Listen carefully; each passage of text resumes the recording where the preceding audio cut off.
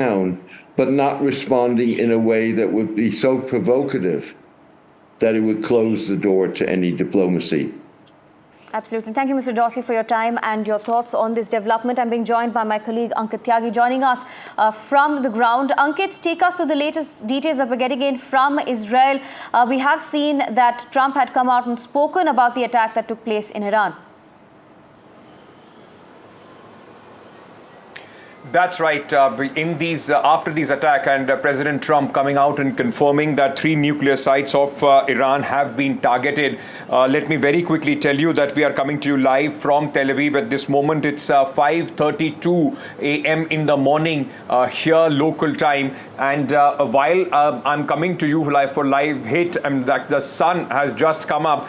The life at this moment is normal, but there is an anticipation already. The Prime Minister of Israel, Benjamin Netanyahu, has acknowledged and lauded U.S. efforts, in fact going on to say that this is just the beginning and now the mission should be completed without wasting any moment. On the other side, there is expectation that there is going to be a retaliation, either of course here in Tel Aviv or from the U.S. bases in Middle East. All those things are in a heightened state of alert as we speak, but the morning here at 5 o'clock here in Tel Aviv has begun with this news, but so far no activity, heightened sense of tension, but the daily life is just beginning to take place here in Tel Aviv.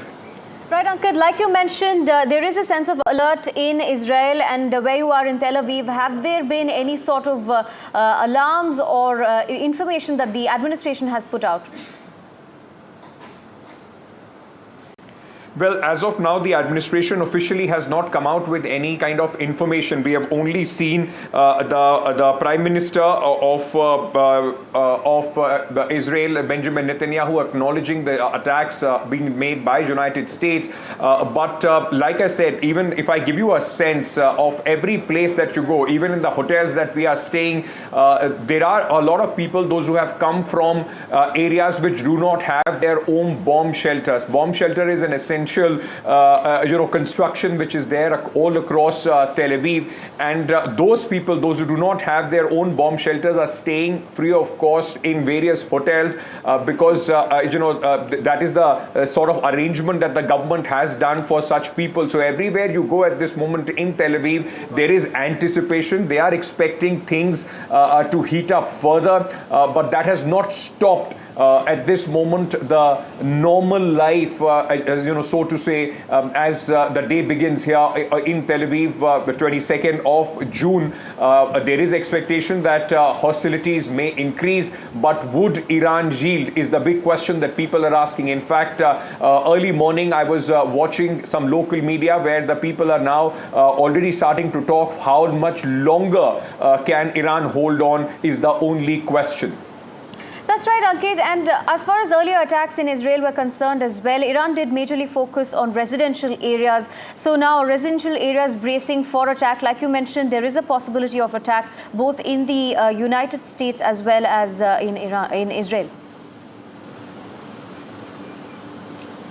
Well, United States, so to say, but the areas which would possibly be in danger when it comes to U.S. assets all across in Middle East is concerned, because remember, United States has bases in Saudi Arabia, in some other countries across this entire area. Those are the areas which are expected to be, in fact, in some sort of danger, or at least earlier we have seen how United States lessen the number of troops in the Middle East region. On the other hand, in Israel, there is a sense that there is going to be some sort of retaliation.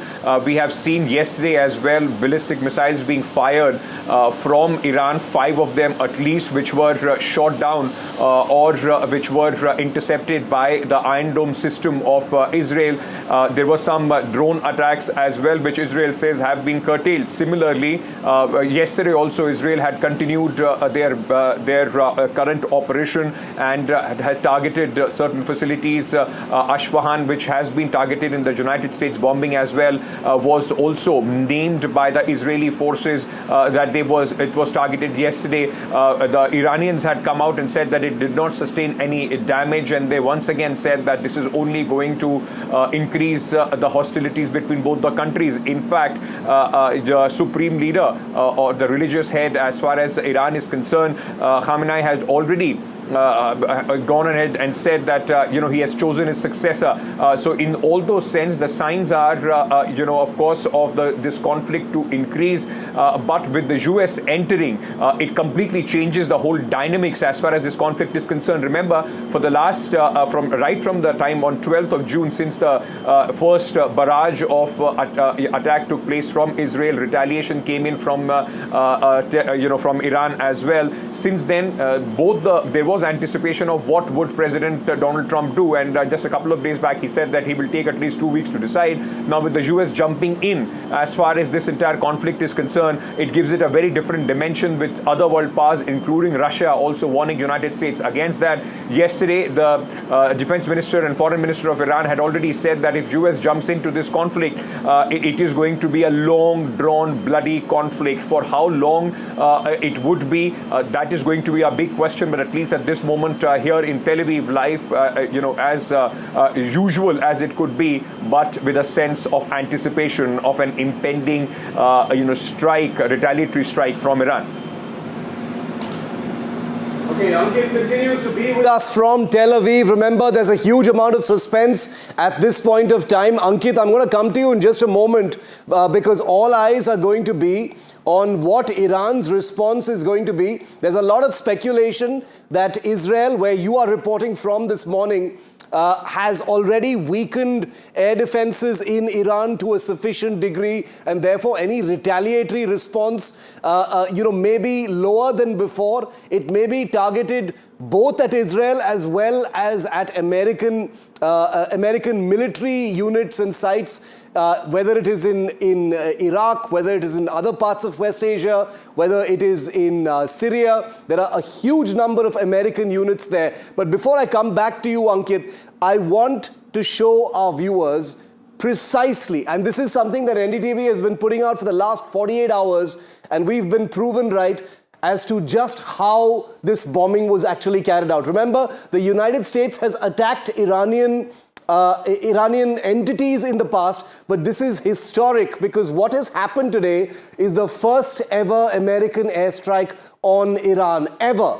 There has never been an airstrike of this kind, and they were conducted by B-2 Spirit stealth bombers. These are the Rolls-Royce of stealth aircraft as far as the United States strategic forces are concerned, and these aircraft are virtually invisible to radar. Now, there were two fleets of B-2s, one that came westward across the Pacific, the other that apparently came secretly from the east, and it is understood that it was the latter that conducted these strikes. The B-2 stealth bombers, they cost nearly $2 billion a piece. There are only 19 in existence. They have very, very reduced radar signatures, which would anyway not be compromised because the Iran air defenses have been sufficiently weakened already. What they used was this weapon, which is one of the most powerful, most aggressive non-nuclear weapons. This is what fell from packs of B-2 bombers flying over Iran. It's called the GBU-57. It's a massive ordnance penetrator. It's almost 20 feet long. It doesn't look very big in this image, but this is what Trump's B-2s actually dropped. It's a precision-guided bunker buster bomb. And in just a moment, I'm going to show you precisely what it did for sure to the Fordo nuclear facility. It weighs about 30,000 pounds. It's the biggest non-nuclear weapon ever built. It has a width of about 31 inches, but just look at the length. It's 20 feet long. It doesn't look very big in that image. So this bomb, called the GBU-57, was dropped from a B-2. We do know that at least 2 B-2s per site were actually used from a height. These bombs are dropped. They drop under gravity at extreme velocity using different kinds of navigation and targeting. They are made from performance steel alloys which are extremely strong, and you'll know why in a moment that they need to be constructed with such strength, because they have to penetrate up to 60 to 70 meters into the earth, and this is what happened very likely at the Fordo facility. 200 feet, that's 61 meters, the Fordo nuclear site, which contains not just a crust of earth, but huge number, like a large width of reinforced concrete. And it is under all that, about 200 feet of concrete, that you have the Fordo nuclear facility, where you've got the site entities, the computers, the nuclear enrichment site, etc. What this basically does, this bomb basically does, is penetrate all the way down to 200 feet, and only then does it detonate. 30,000 pounds worth of warhead on it. It is very, very accurate because it is GPS and inertial navigation system guided, and therefore, as Trump just announced, these bombs dropped from B-2s, even though he didn't take the names of the specific weaponry used, carrying 2,267 kilograms. Just picture that for a moment. 2.2 tons of explosive material.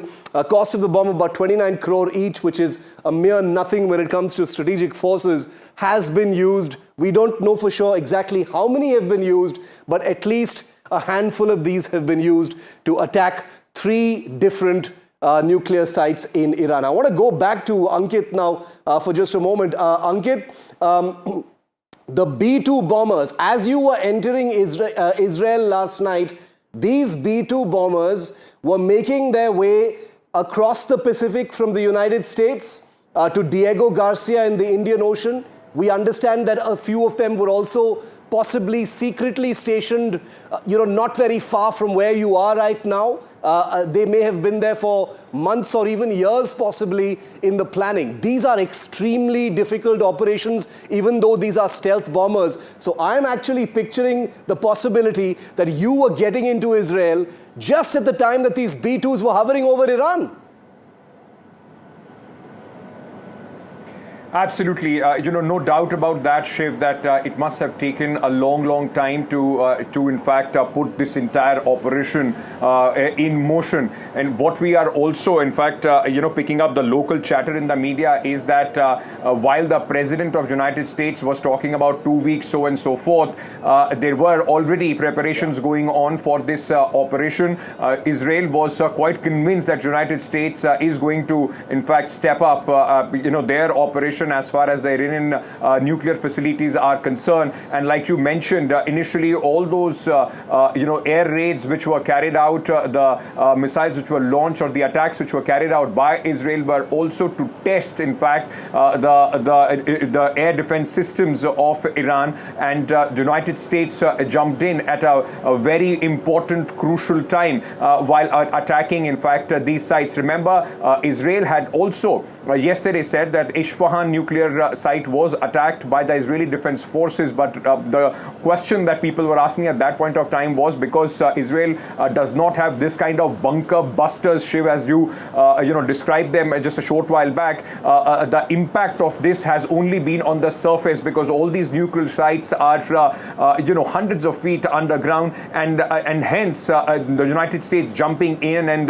with these 3 strikes at 3 critical nuclear bases as far as Iran is concerned, sites that Iran calls are being used for civilian energy purposes, only escalates matters from here. Yesterday as well, we had seen Israel announcing that the commander of the Quds forces in Iran has been in fact killed, and now with all these strikes as well, there is anticipation that Iran is going to retaliate, but a heightened sense of preparedness as we speak in Israel. Okay, Ankit, I'm going to come back to you in just a moment. I want to play out for our viewers in just a second what Benjamin Netanyahu, the Prime Minister of Israel, where Ankit is reporting from, has just said. Listen to his words very carefully, and I want to quickly draw our attention also to these pictures from the Situation Room. Well, pretty much the war room in the United States, where Trump and his senior military brass and advisors were basically watching the execution of what is a historic and unprecedented airstrike by the United States on Iran. Hopefully, we'll get some screens of what they were looking at later in the day. But these are publicly released pictures by the White House of President Trump and his top team watching the bombing of Iran. Now, here's Benjamin Netanyahu, the Prime Minister of Israel. Listen to his words very carefully. Congratulations, President Trump. Your bold decision to target Iran's nuclear facilities with the awesome and righteous might of the United States will change history. In Operation Rising Lion, Israel has done truly amazing things. But in tonight's action against Iran's nuclear facilities, America has been truly unsurpassed. It has done what no other country on earth could do. History will record that President Trump acted to deny the world's most dangerous regime the world's most dangerous weapons. His leadership today has created a pivot of history that can help lead the Middle East and beyond to a future of prosperity and peace. President Trump and I often say, peace through strength. First comes strength, then comes peace. And tonight, President Trump and the United States acted with a lot of strength. President Trump, I thank you. The people of Israel thank you. The forces of civilization thank you. God bless America. God bless Israel. And may God bless our unshakable alliance, our unbreakable faith. Quick word with our man on the ground, Ankit Tyagi, who's in Tel Aviv, Israel, where the Prime Minister of that country has just spoken. Ankit, what did you make from the words of Benjamin Netanyahu in Israel? One often has to read between the lines to decode what the next steps and intent might actually be. How did that seem to you? Because right now the big question is what that triangle is going to look like. Is Israel going to come under attack from Iran directly, or is Iran going to, target United States units? How did it seem to you? Well, Shiv, Iran has already been threatening that if United States jumps into this conflict, then of course United States assets in Middle East will be fair game as far as the Israeli, defense forces, the Iranian defense forces are concerned. Whether they would risk at this moment or not is something that we will have to wait and see. Shiv, very quickly, like you played out what Benjamin Netanyahu said, his statement, he's also put out a detailed statement in Hebrew for the people of Israel. And if you allow me very quickly, I will read that out for our viewers. He has said, "Dear citizens of Israel, my brothers and sisters, in Operation Am Kalvi, we achieved unprecedented achievement together in Israeli history. You remember from the beginning of the operation, I promised you Iran's nuclear facilities will be destroyed one way or the other. This promise was fulfilled." So largely, he's telling the people of Israel that the objective of the current operation at this moment has been achieved with United States, in fact, bombing the 3 facilities in Iran. He also goes on to say a short time ago, in full coordination between me and President Trump, and in full operational coordination between IDF and United States military. All right, Shiv, as we speak, I can see some military helicopters already on the skyline of Tehran, just Tel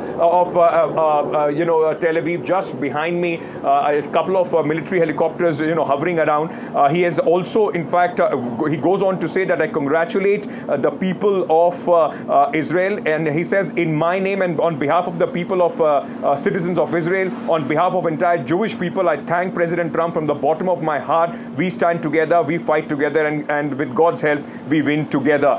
So basically, in fact, going on to suggest and tell the people here in Tel Aviv and Israel that the objective of this mission was to destroy the nuclear facilities, and United States and Israel has in fact done that with those strikes on 3 nuclear facilities of Iran. Now, everything that happens is only a defensive mechanism, is only retaliatory in nature. At least the objective which Israel set out for has been achieved as far as the president of Israel is concerned, Shiv.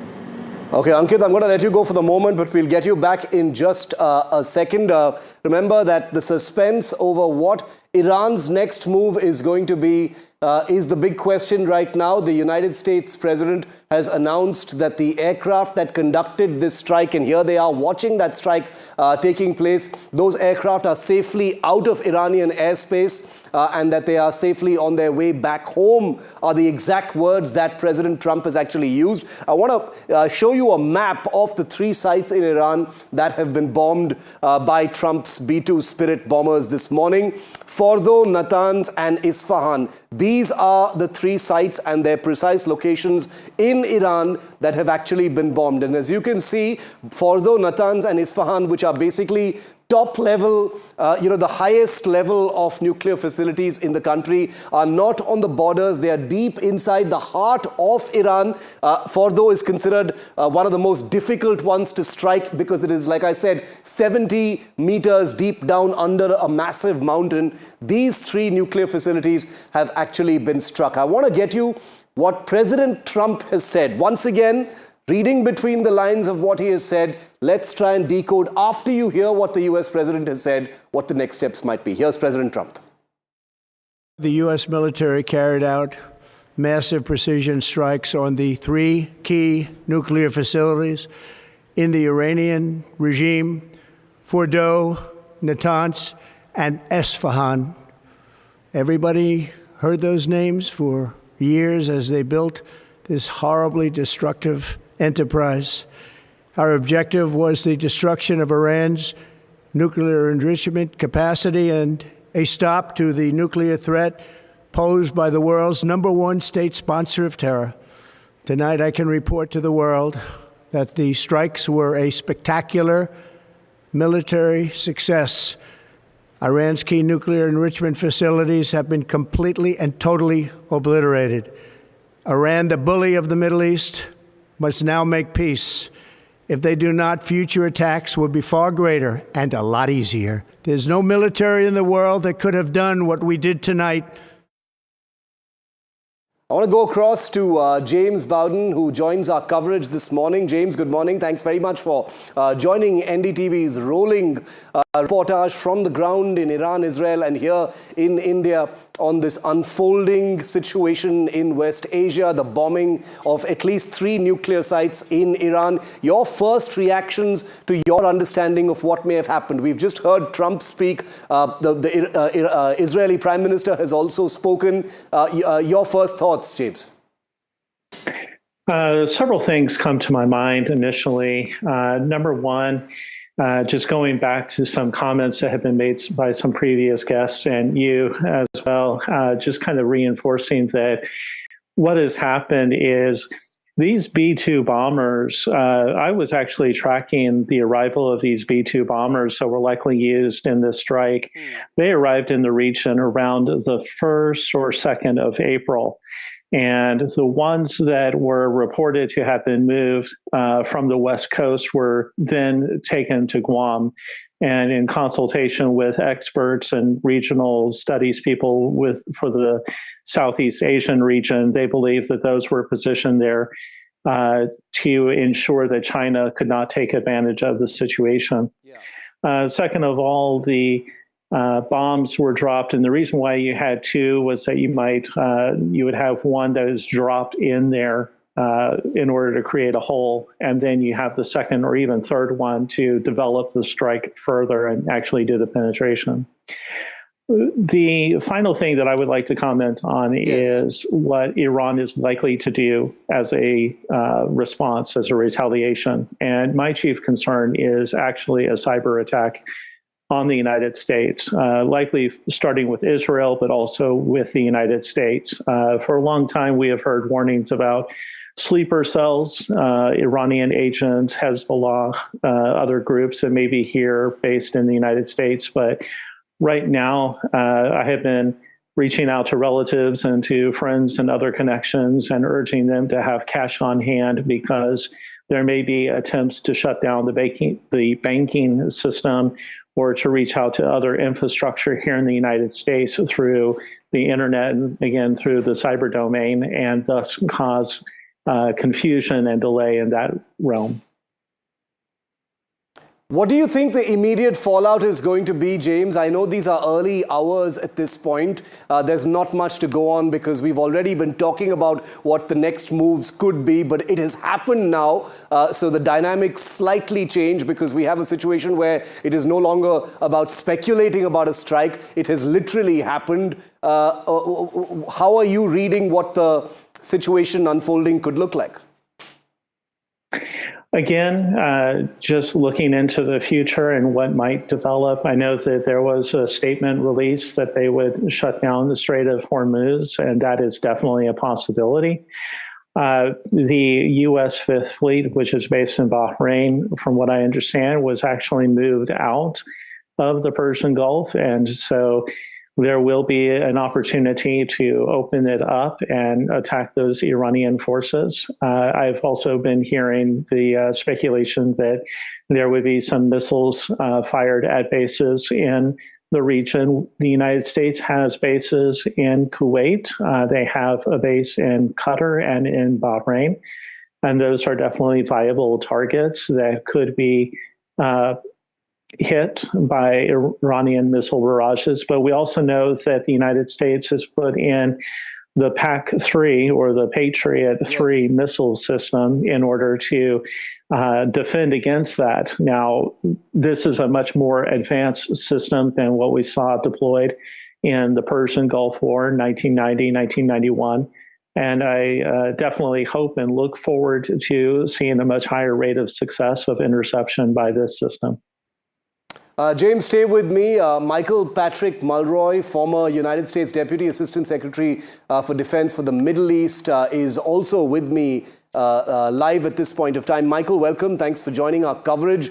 Your opening thoughts in the initial hours after the announcement that Fordo, Natanz and Isfahan, three principal nuclear sites in Iran, have just been bombed, very likely by stealth bombers from the United States. We've heard the US president speak as well. Your initial thoughts, Michael? Good to be with you and your audience. I mean, we obviously saw this coming. Yeah. Israel had completely dominated Iran when it comes to their capacity to defend themselves, but they could not get to the depth in these facilities to really do damage to the nuclear program. That required a specific type of munition, a massive ordnance penetrator, specifically the GBU-57. And only the United States had that and the capacity to deliver it, which was done by the B-2 Spirit aircraft. So I think that's where the U.S. had to step in to do this. Obviously, they've done that. We don't know what the damage was at these facilities. It was difficult to determine just how deep they were. These penetrators could get down to around 200 feet below the surface and go right through hardened structures. But there's some indication that specifically in Fordow that these facilities went to 300. So they might have tried to put one on top of the other to get deeper. But I'm sure the U.S. intelligence community is working hard to determine just how much damage they did. But I think the estimation would be they would set these programs back many years, 3 to 5 years. And that's what they're looking at now. Of course, now we're looking at what Iran's going to do in response. Iran has already said that they, in anticipation, Michael, of these attacks, they've evacuated these sites. They've said in some cases that not much damage has happened. These are placeholder comments that usually come in the face of an attack of this kind. There will be a measure of fog of war as well. So there's not much to go by apart from, the announcements that have been made. You've just said that it will take some time to recover from these strikes. What level of damage, knowing what we know about Fordo, Isfahan and Natanz, and what goes on there, what kind of damage do you think is likely to have happened given the size of the weapons very likely used here? So these weapons are massive. They're about 30,000 pounds, just to give you an example. Like the weapons, the JDAMs that were so concerning in Gaza because of the damage were 2,000 pounds. And it's believed that the U.S. has around 30 of these in their arsenal. So it's going to cause considerable damage. It's to get down to the facilities. I mean, if it's cut off from being able to reach, then essentially it's destroyed. And of course, there is no way that Iran can defend its airspaces. They being the IDF, has essentially taken out all of their air and missile defense. So if they try to restart these facilities, they could be attacked again. It's not necessarily a one and done situation. The U.S. could bomb it again if they tried to essentially start rebuilding. So this is a big setback for the nuclear program, and likely that the U.S. is prepared to continue this if necessary. Yes. But the issue is we don't know what we don't know. Do they have other facilities that we're not aware of, and they could essentially be trying to enrich uranium to the point of weaponization, and then of course make it into a nuclear deliverable weapon. Where do you see Israel's role right now, Michael? My final question to you, because we've heard Netanyahu, the prime minister of that country, speak as well. Do you think there could be more strikes from Israel right now? Do you think Iran could also target American facilities, establishments in the region? So Israel, I think, has run their target list. They obviously can always come up with more targets, but they have done a lot of damage and really proven their superiority militarily. But to your other part of your question, that was a big concern of the U.S. There's around 40,000 troops at many locations throughout the Middle East. And they have been evacuated, for the most part, into other areas where Iran wouldn't likely target. Ships have been put to sea from Bahrain.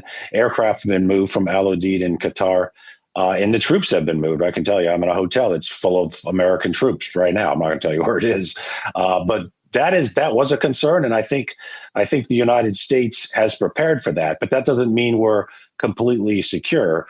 Iran has a network, an international terrorism network that could target diplomats and soft targets. One of the biggest concerns is that they're going to mine the Straits of Hormuz, which could severely disrupt global trade, particularly energy.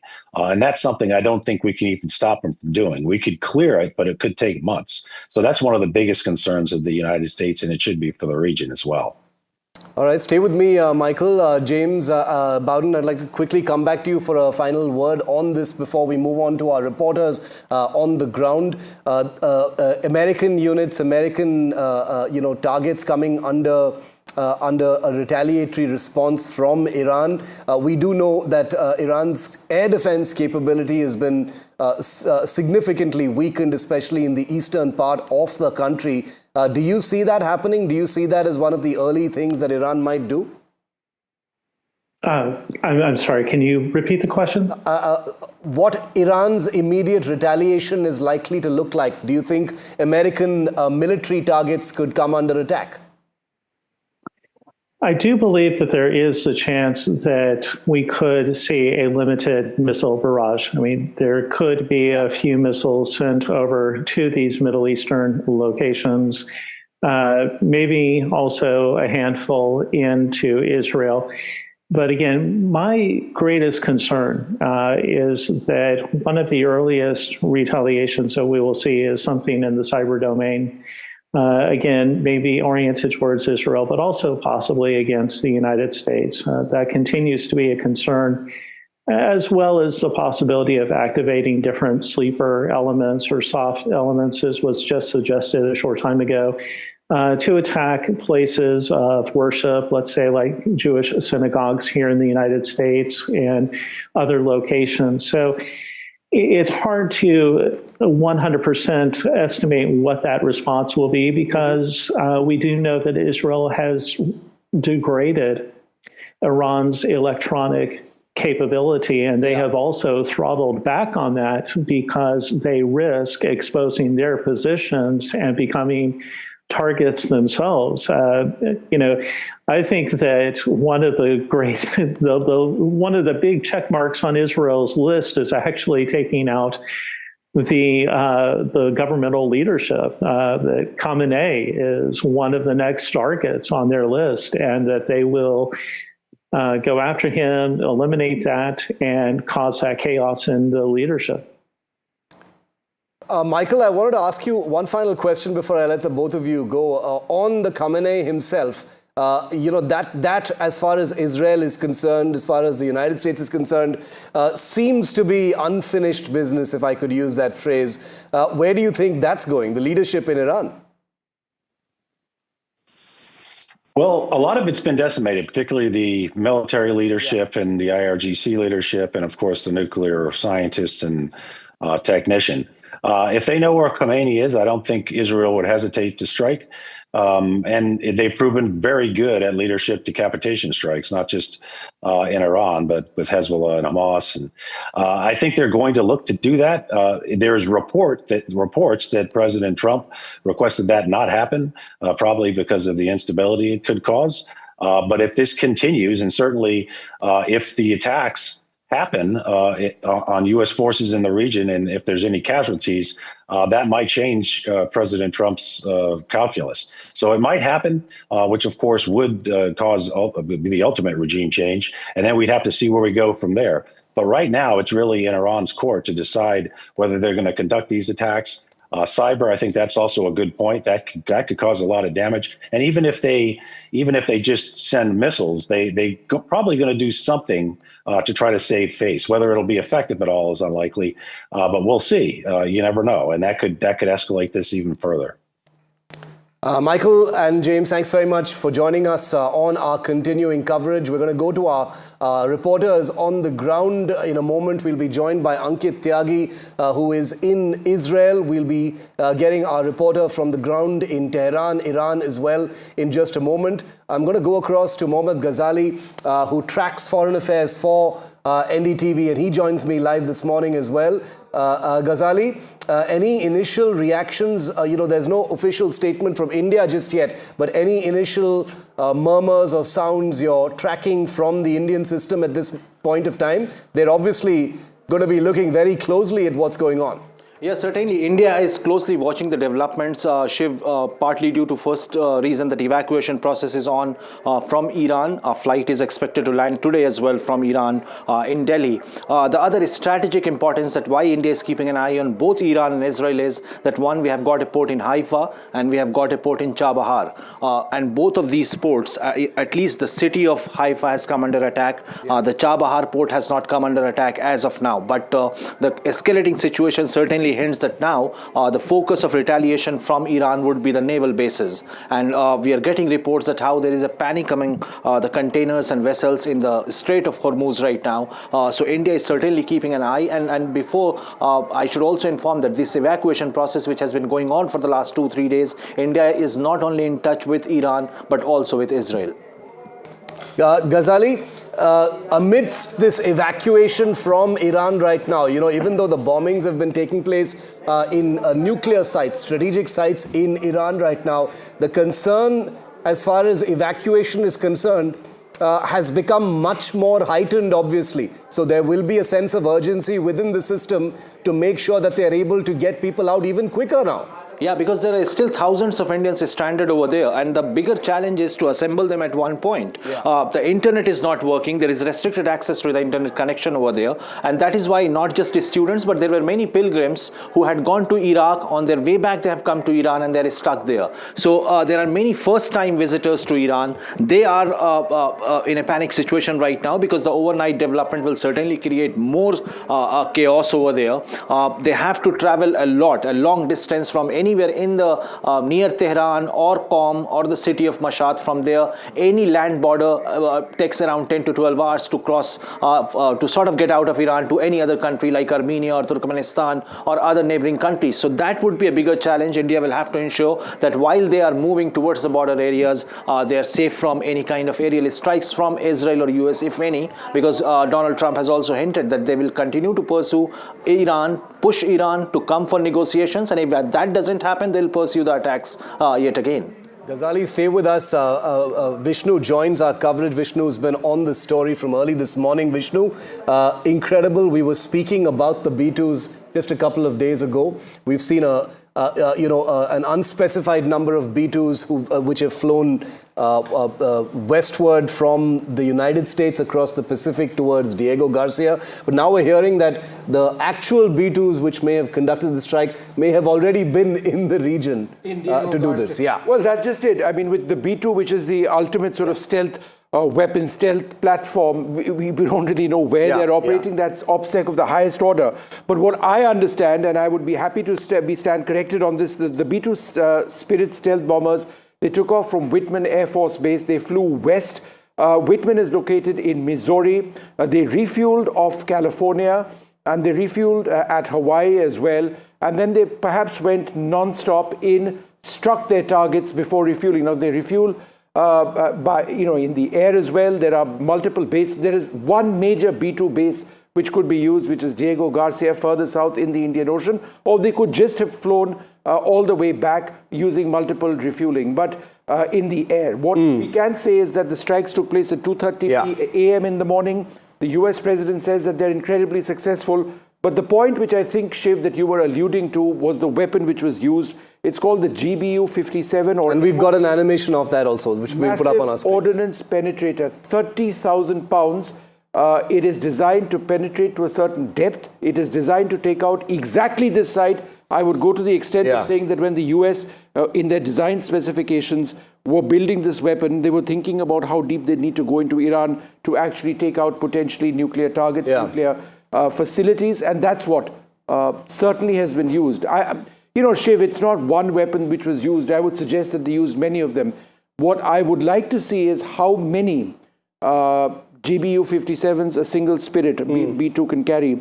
I would suggest perhaps not more than one. Yeah. But that's something we need to look at. 20 feet long, each one of them. They're huge, right? So, and 30,000 pounds. Just for the benefit of our viewers, Shiv, when we go into attack missions, ground strike missions, if there is a 1,000-pound bomb slung under the wings of a fighter aircraft and you have two of them, then a fighter aircraft is fairly heavily loaded out. Becomes a much smaller aircraft. Yeah. Obviously, this is a bomber significantly larger with one 30,000 pound bomb, right? So 15 times the ordnance of what a typical loadout, let's say, on a fighter aircraft or an attack platform would be in one weapon. Incredible. I mean, the 40,000 pounds is what the B-2, and there you have it. You've got the animation on your screen right now of precisely what Vishnu was talking about. That is what the stealth bomber actually looks like from this side. It has a very different aspect from this side.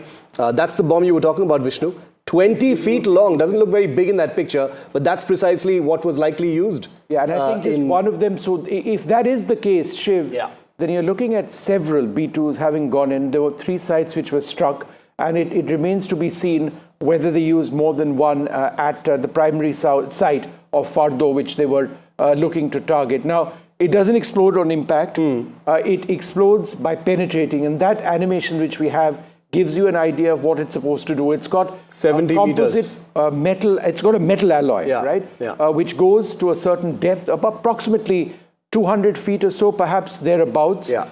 It is meant to survive, that penetration through thick cement up to a particular depth, and then it explodes. And with that amount of ordnance, it takes out anything there is. And in that final image, you can actually see the the relative size of that weapon compared to a human. That's exactly how big and tall that weapon is. People talk about that gives you a sense of it. The explosive capability or the explosive potential of a nuclear weapon. Now, it's a conventional weapon. We aren't getting ahead of ourselves. But by way of the explosive potential of this particular weapon, you are looking at something. In terms of the blast radius, it compares to a small nuclear strike weapon. And Vishnu, listening to what President Trump said a little earlier, he said very specifically, he didn't name the B-2, he didn't name the GBU-57, obviously. No specific words coming out right now. Those might actually come out a little later. But he did very specifically say the aircraft are out of the airspace and they're safely headed home. You can safely assume that the Iranians didn't know they were there in the first place until that pretty much confirms the B-2, if I'm not mistaken. It would be the B-2 because the B-52, which I believe could also be configured to carry this much older bomber, extremely potent, extremely advanced even now because it's been upgraded repeatedly, but very much visible on radar. This is designed for this sort of mission. It is to fly deep behind enemy lines undetected, to drop ordnance like this. Now, this is a nuclear-capable weapon system. It dropped a conventional weapon. It can carry nuclear weapons. In fact, that is its primary role. This is a doomsday weapon system, but it has been used in what America and Israel, of course, consider to be an extreme situation. So that's what we know so far. America says that the attacks have been very successful. I think some initial reactions from Iran suggest that they aren't, but there will be reactions and counter-reactions. But I think it is fair to say that Iran's nuclear potential, the ability to have nuclear facilities, let alone the ability to enrich and potentially create nuclear weapons, is gone. Absolutely. It's gone for several years. For several years, we had James Bowden and Michael Mulroy just a moment ago, speculating between 3 and 5 years as a minimum time frame for any of those facilities to come back to a semblance of functioning as normal again. Perhaps longer, given the kind of damage and repair such a deep strike actually represents. But here's, before Vishnu and I continue, and we'll bring our men from the ground in as well to our coverage, here's what President Donald Trump has just said by way of announcing this strike. The U.S. military carried out massive precision strikes on the 3 key nuclear facilities in the Iranian regime: Fordow, Natanz, and Esfahan. Everybody heard those names for years as they built this horribly destructive enterprise. Our objective was the destruction of Iran's nuclear enrichment capacity and a stop to the nuclear threat posed by the world's #1 state sponsor of terror. Tonight, I can report to the world that the strikes were a spectacular military success. Iran's key nuclear enrichment facilities have been completely and totally obliterated. Iran, the bully of the Middle East, must now make peace. If they do not, future attacks will be far greater and a lot easier. There's no military in the world that could have done what we did tonight. All right, so that's the US president speaking over there. The Israeli prime minister has also spoken. Let's listen into what he says. Congratulations, President Trump. Your bold decision to target Iran's nuclear facilities with the awesome and righteous might of the United States will change history. In Operation Rising Lion, Israel has done truly amazing things. But in tonight's action against Iran's nuclear facilities, America has been truly unsurpassed. It has done what no other country on earth could do. History will record that President Trump acted to deny the world's most dangerous regime the world's most dangerous weapons. His leadership today has created a pivot of history that can help lead the Middle East and beyond to a future of prosperity and peace. President Trump and I often say, peace through strength. First comes strength, then comes peace. And tonight, President Trump and the United States acted with a lot of strength. President Trump, I thank you. The people of Israel thank you. The forces of civilization thank you. God bless America. God bless Israel. And may God bless our unshakable alliance, our unbreakable faith.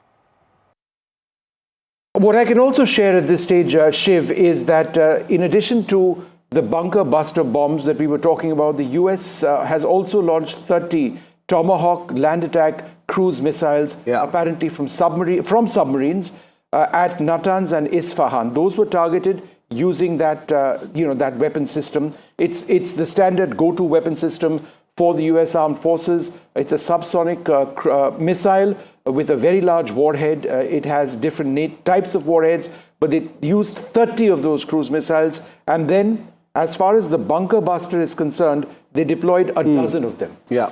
A dozen of them from 6 B-2 bombers is what we're hearing from. So I guess they could carry reports. 2 each. I mean, that's what I really do need to find out.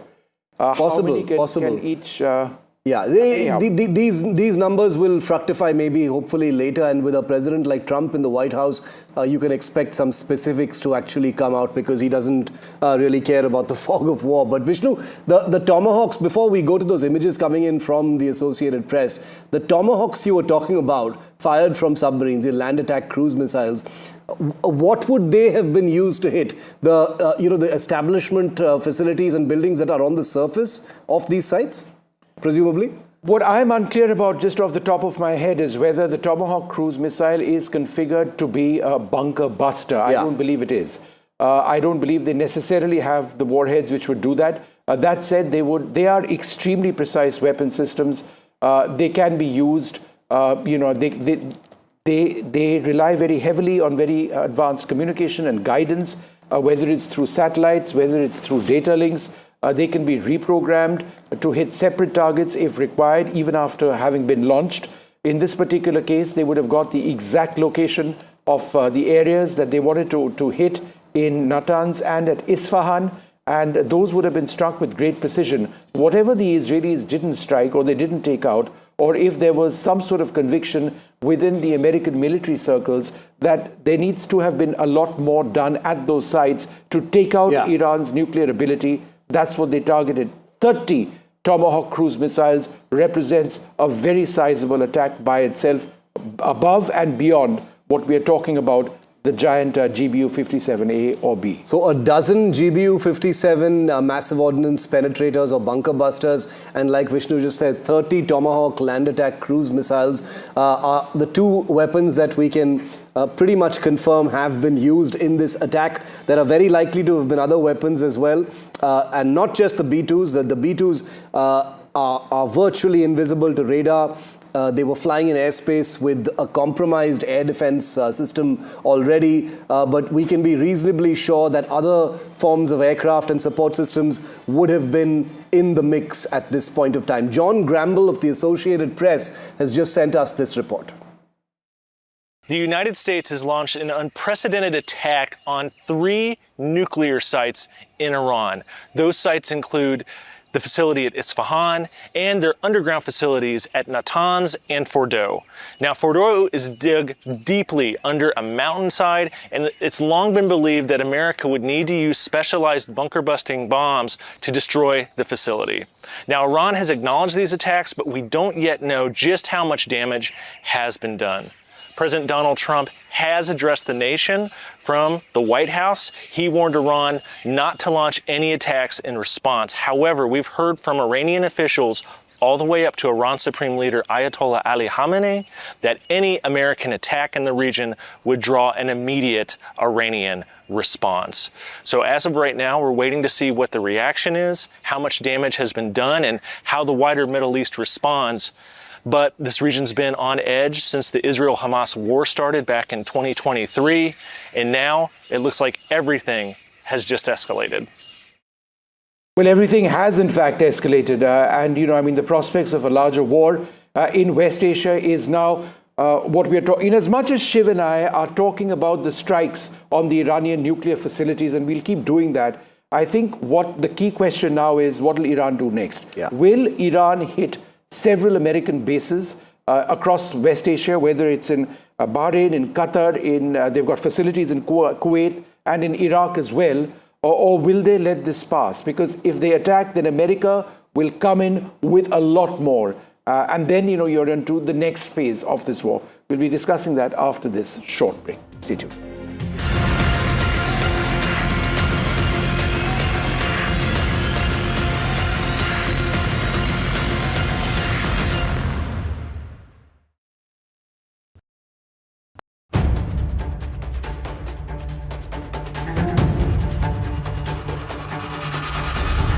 If it matters to you, if it matters to you, if it matters to you,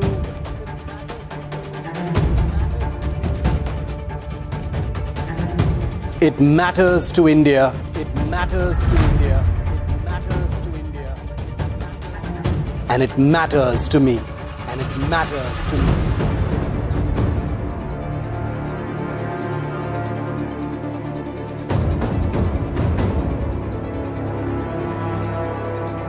India matters. with Shivaru, only on NDTV 24/7. Is your business future ready? Join the 13-week strategic ESG certification program for business sustainability and growth for CXO and business leaders by NDTV, Terry and Zenora.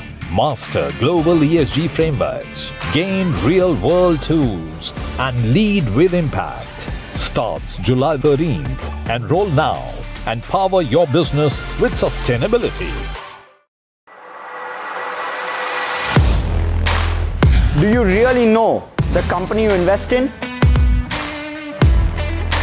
What is the real picture behind presentations and claims? Is the outlook as rosy as the company claims?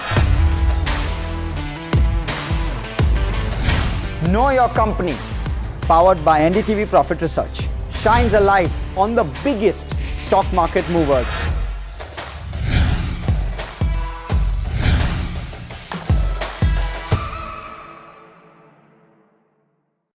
I've been reporting on all issues big and small from Andhra Pradesh, Telangana, rest of South India, bringing you all the action, all that you need to know, all that you want to know. The energy of Maximum City is infectious. I'm bringing that energy in our news coverage from financial capital Mumbai. Covering from the southernmost part of India over the last 23 years, I bring in-depth and 360-degree coverage from the Dravidian heartland. The land of Mishti, also known for its bitter politics. I have seen much water flow under the Howrah Bridge, covering Bengal in all its vivid colors. India's IT capital is always bustling, a city full of startups, stories and surprises. And I keep you ahead on all the Bengaluru buzz.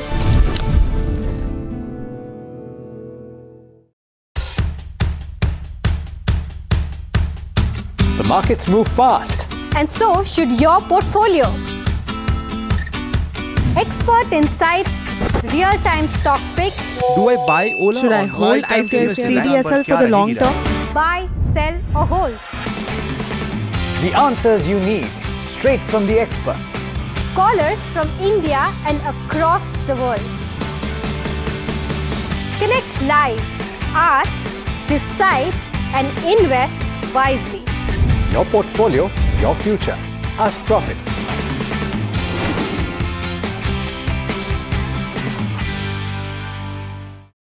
In today's interconnected world, India's voice is more crucial than ever. When India speaks, the world listens. At NDTV World, we are that voice, bringing you intelligent and insightful news from India and beyond. From geopolitics and diplomacy to economic shifts, migrations, tech disruptions, and the stories of our diaspora. We cover the news that shapes our global future. NDTV World, your new home for global news is here.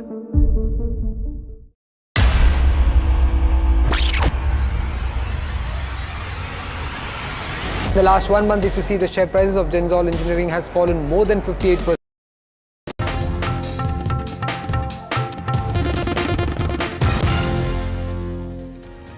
The United States attacks 3 nuclear sites in Iran, Fordo, Natanz and Isfahan attack. The United States officially in the war. They use B-2 stealth bombers and Tomahawk cruise missiles. The US President Donald Trump calls the strike spectacular. He says they are a spectacular military success. He congratulates the Israeli Prime Minister, and Israel's Prime Minister hails the American strikes. Israel eliminates 2 senior Iranian military officials in overnight strikes. The Israeli strikes also continue. They've been targeting Iranian weapons depots. NDTV, meanwhile, reports from Ground Zero in Israel. India very concerned about our nationals in Iran. More than 1,000 have been evacuated so far as part of Op Sindhu. There are at least 2 more evacuation flights set to operate today.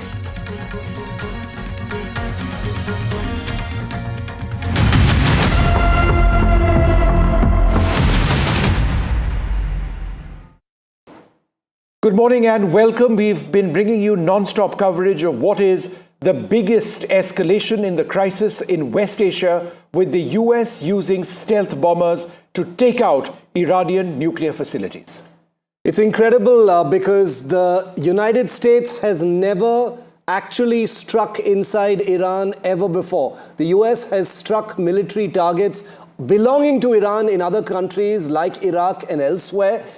But this is the first time in history that the United States has attacked inside Iran, and they've gone for the biggest targets in that country. 3 top-level nuclear facilities, Isfahan, Natanz and Fordo, all of them reinforced facilities, some of them buried deep under mountains. This is considered to be one of the biggest strikes ever and the first by the United States in Iran. Vishnu and I are tracking all aspects of this unfolding story. There are still many unanswered questions, but we do have a significant degree of detail as to how this strike actually took place. It is virtually certain now that the attack was carried out by a squadron of B-2 Spirit stealth bombers operating from we don't know where just yet, but it is likely that these bombers were deployed in the region from at least April this year, according to a whole line of experts that we've been speaking to here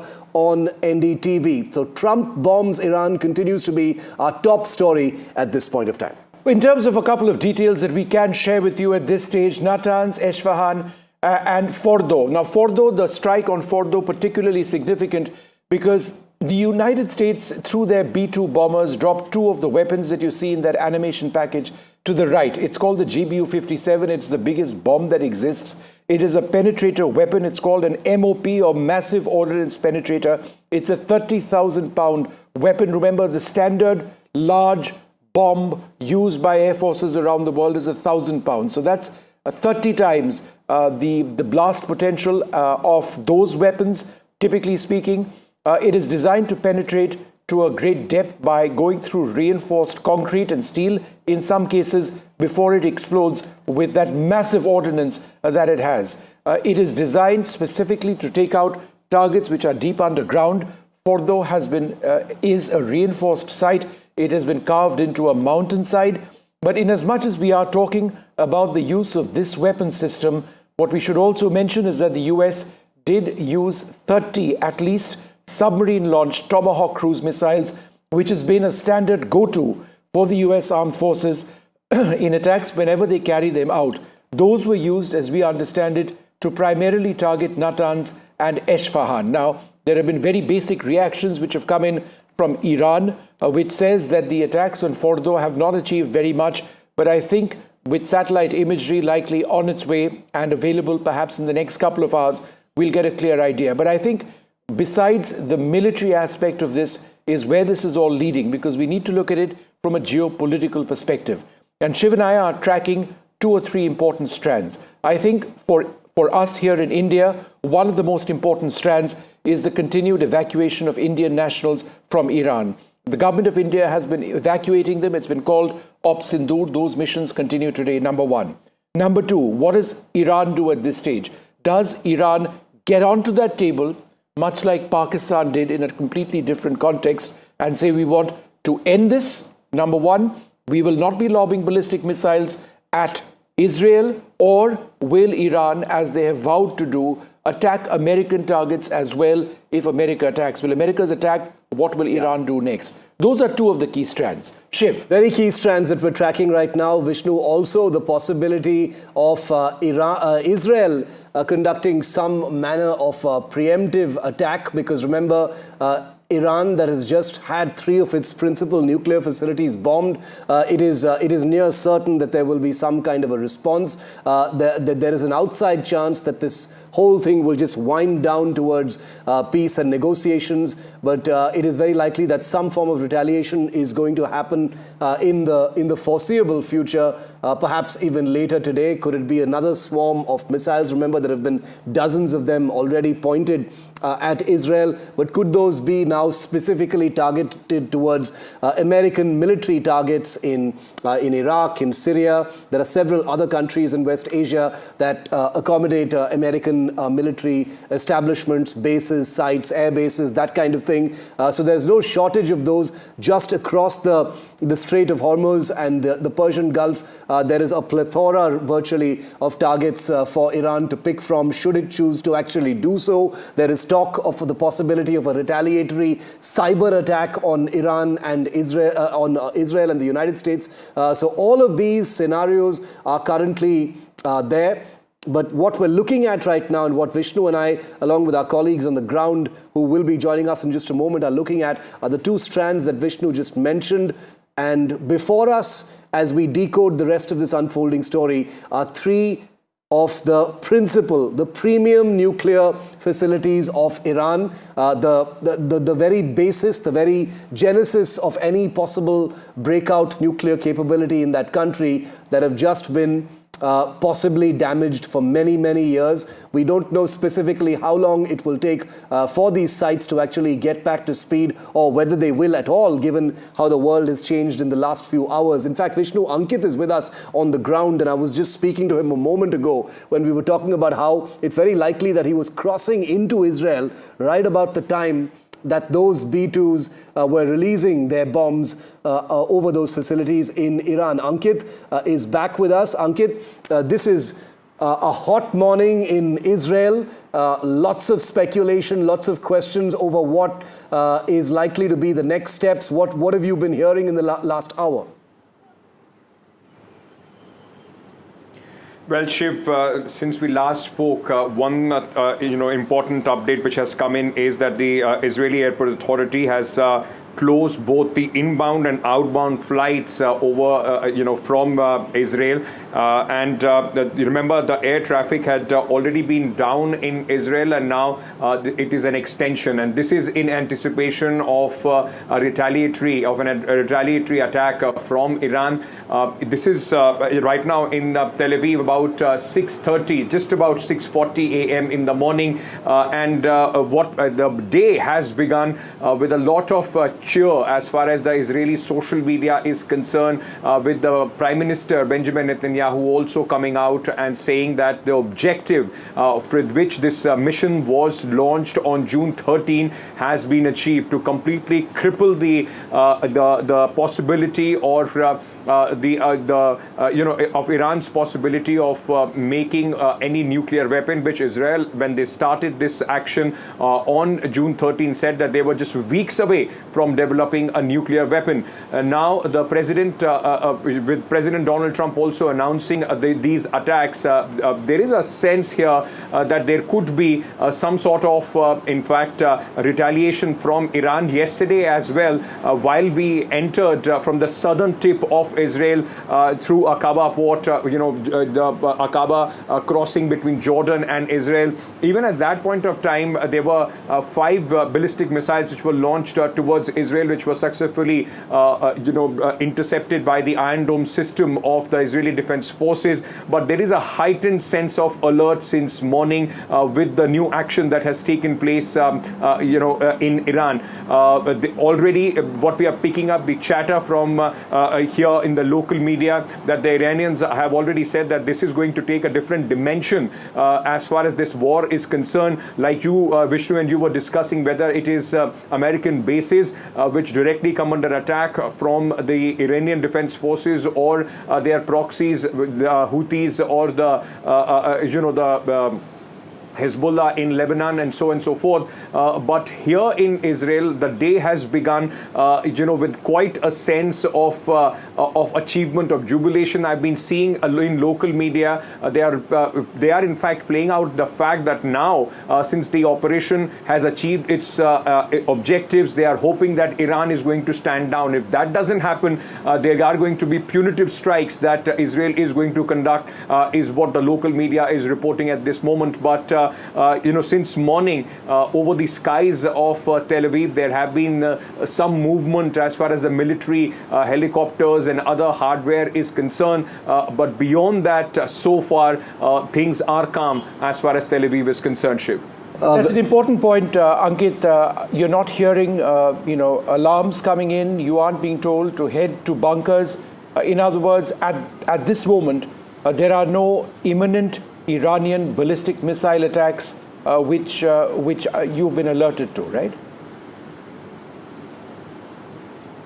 That's right. I mean, in local time, it was around 4:15 that people got to know, or at least the announcement was made that United States has bombed 3 nuclear sites in Iran. And since then, now it's been more than a couple of hours that nothing, in fact, of that nature, no sirens or anything else, no warnings as far as Tel Aviv is concerned or any other part of Israel. I can confirm that so far the IDF has not put out any alert on drone or missile strikes from Iran or from any other place into the Israeli territory. One very interesting thing, when we reached here late last night, there are certain areas, and in the last few days there have been these cycles of or waves of attack from Iran, and there are certain neighborhoods which do not have those bomb shelters, and all those people have been housed in government facilities and hotels as well. The one that we are staying in as well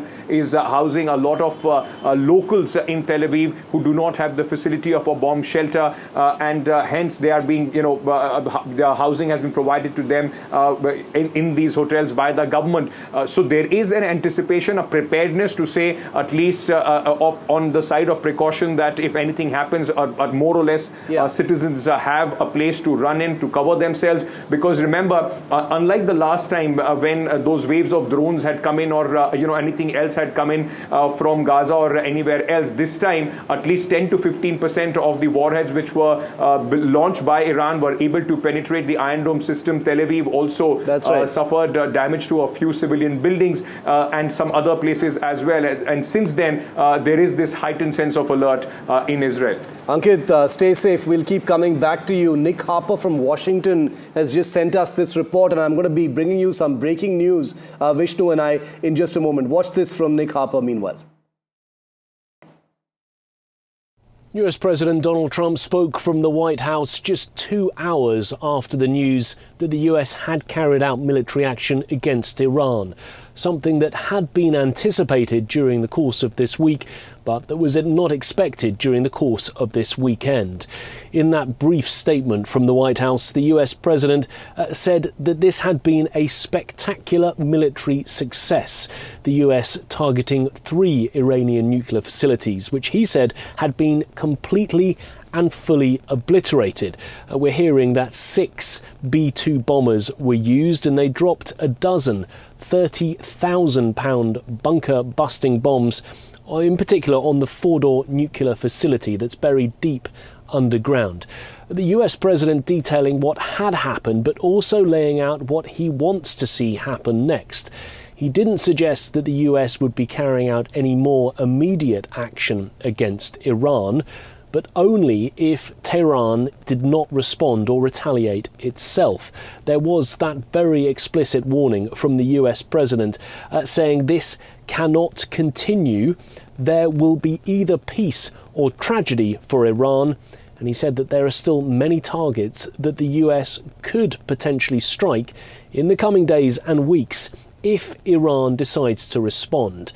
Now, it's not clear exactly what that warning is in reference to, whether it's explicitly about attacks by Iran against Israel, or whether it is any sort of attack, including potentially against US assets in the region. There are 40,000 US personnel scattered throughout the Middle East.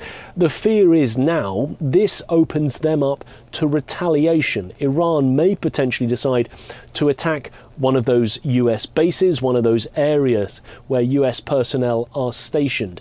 The US president, though, making it very clear that future attacks will be far greater and a lot easier. In terms of the reaction here in the United States, we've seen lawmakers on both sides of the aisle giving very swift reaction. Some Republicans who are amongst some of his closest advisors praising the president for his actions. Other Republicans, though, within his own party who've cautioned against action during the course of this week, saying that this is unconstitutional. And Democrats are screaming. They say that they were given really no warning that strikes were going to be carried out. We are likely to see that furious reaction from Democrats continuing over the coming hours as they push the president not just to not attack Iran further, but explain his actions as to why he decided to act and what US intelligence was saying as to the timing and therefore the decision of the US president. Nick Harper, NDTV, Washington. All right, the big breaking news now coming in is that major American cities are on a high alert with Iran vowing to hit back.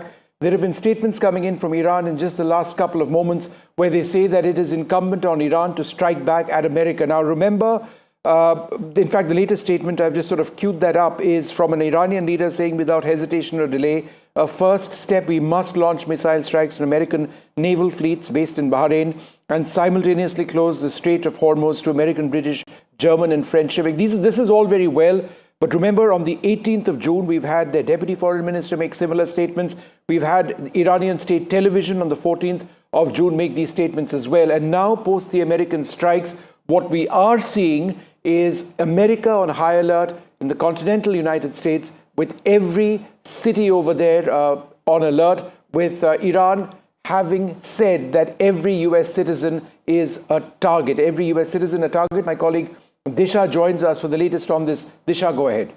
Right. So major US cities, New York, Washington, we know Los Angeles, and even we've heard from Tim Walz, Minnesota governor, saying that all of these cities are now on high alert. And in fact, the NYPD has said that they're deploying additional resources to all diplomatic locations as well as religious and cultural locations to ensure that there are no unnecessary security lapses, and they're continuing to be on high alert just as hours have gone by now since US President Donald Trump confirmed that US has struck these Iranian targets, these nuclear targets. Now, Iran has said that every US citizen is a target, and in fact, Iranian's Supreme Leader Khamenei's aide has in fact called that Iran must strike US military bases. There are, as Nick Harper mentioned, about 40,000 US personnel in the Middle East. So they have said that not just these military targets, but now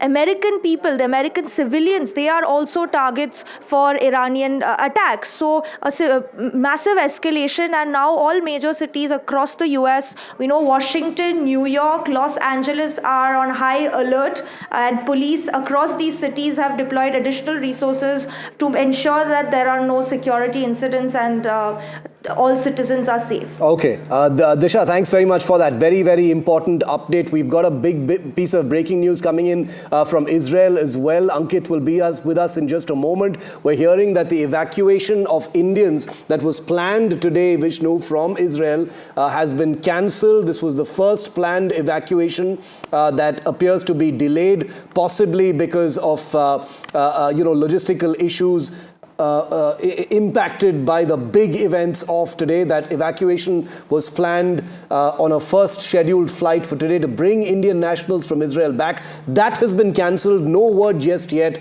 of any reconfirmation or when that will actually happen. And Shiv, what we can also do at this stage, and I'll just ask our director to bring up flight radar right now so that there are any number of air travelers. They want to know what exactly the situation is in the area. This is a live image from flight radar. Let's zoom out, please. Let's zoom out a little bit. Yes, and let's stay over there. And as you can see, flights across the region are now routing south across Saudi Arabia primarily. There would be the northern route as well. So let's just go to the north, please, just to give our viewers an idea of where other flights. Yeah, so as you can see, there's north and there's south. All of Iran, all of Iraq, all of Syria, and certainly all of Israel are out of bounds. So let's zoom out a little bit further, because there are several flights out of India which are now traveling across Many of the flights, remember, these would be foreign carriers, would be cutting across Pakistan. Wow, look at that Indian complete airlines, empty space. all Indian airlines, Shiv, of course, are banned from using Pakistani airspace. But international airlines operating out of India to the west would be flying across Pakistani airspace, Afghan airspace, into, I think, Tajikistan, Uzbekistan, before turning west, flying over Turkish airspace, and then entering Europe. A second route used by primarily Indian airlines would be south over the Arabian Sea before even going as far west as Egypt. And that is interesting. Incredible. Our planes play Indian, and a lot of those would be Indian airliners, and other airliners are now flying across Saudi Arabia all the way to Egypt before, and out of Houthi areas, because that's another concern, right? Incredible. So, look at that southern route. And I'm just going to go up onto the map. Let's have that up on the big screen as well so that I can describe what's taking place, because there is a huge blank in the middle, and then flights cutting across Saudi Arabia because they cannot move south. They cannot move south because of Houthi issues over there. Right there near Yemen, yeah. And they cannot move north because of what's happening now. So you have across Egypt. No, Vishnu, I want you to explain that bit. You know, right in the middle, our viewers can see where Iran is. So that is like a continent-sized hole where no aircraft is able to fly over. Obviously, American B-2s are an exception because they literally flew into that big grey hole over Iran and they dropped their massive weapons. But all of the yellow pieces that you see skirting that huge amount of territory, continent-sized territory, is an aviation no-fly zone at this point of time, and all flights at this point of time completely just skirting that place. All right, so we'll keep coming back to this story as well, but two important strands that we were looking at very carefully. The government of India has been organizing, under a very specific operation, the evacuation of Indian nationals in Israel and also in Iran. Ghazali joins us for more on this. Ghazali, what's the status? See, the evacuation plan of students studying in Israel has been cancelled right now. They were to be evacuated through two land borders, one with Egypt via Sinai border and the other through Jordan, through West Bank, the border shares, the border between Israel and Jordan. From that land route, that evacuation plan was to be executed. Details of all the Indian students and others who are willing to leave Israel and get back to India was being compiled by the embassy in Tel Aviv. But now, after the attack and the evolving situation, the Indian embassy in Tel Aviv has sent out a notification saying that the first evacuation plan of Israeli Indians in Israel has been cancelled, and perhaps after assessing the situation in coming days, then this evacuation will take place. There has been no such notification about the evacuation from Iran. That still is on. That's why students, it is expected that some around 800 students will be evacuated from Iran as per the scheduled flight. Could you give us an idea, Ghazali, of how the evacuations from Iran have been going? We've been seeing a lot of people back in Delhi, relieved to be back. How many people have been evacuated thus far, by and large? Indian nationals? See, around 1,100 Indian nationals have been evacuated from Iran, and some of them have crossed over to Armenia through the land border, some towards the Turkmenistan border, and from there they have been flown back to Delhi. As many as around 4 to 5 flights have flown from Iran via Doha, via Saudi Arabia, via Turkmenistan to Delhi. That evacuation is a very challenging exercise, Vishnu, considering the fact that these Indian students, some of them are studying in different cities of Iran. Then there were some pilgrims who had gone to Iraq, and then on their way back to Iran, they were stuck after the attacks or the war started between Israel and India. The Indian embassy in Tehran coordinated with their counterparts in Armenia first, and then informed the foreign ministry of Iran for a safe exit for students. The Iranian government first allowed the land route to be used, and then later, after the insistence of Indian government, as an exception, the Iranian government allowed the airspace to be opened for special flights to carry Indian students back to India. All right, Ghazali, we'll come back to you in a moment from now. I'm joined by Sierra Claire, professor and foreign policy commentator. Thank you very much for being with us. Dr. Wael Awad, the senior editor and a West Asia specialist, also with us. And joining us from Washington, D.C., Sahar Khan, independent analyst. Thank you very much for being with us. Let me come across to you first, Professor Claire. Just in terms of the situation right now, with threats having been made by Iran that they will retaliate on American targets, do you see an immediate do you see an immediate situation where this conflict could actually become much larger than it presently is? Yeah, well, I think, I do think it's important to note that there is a concern about Iranian terror cells and their proxy terror groups.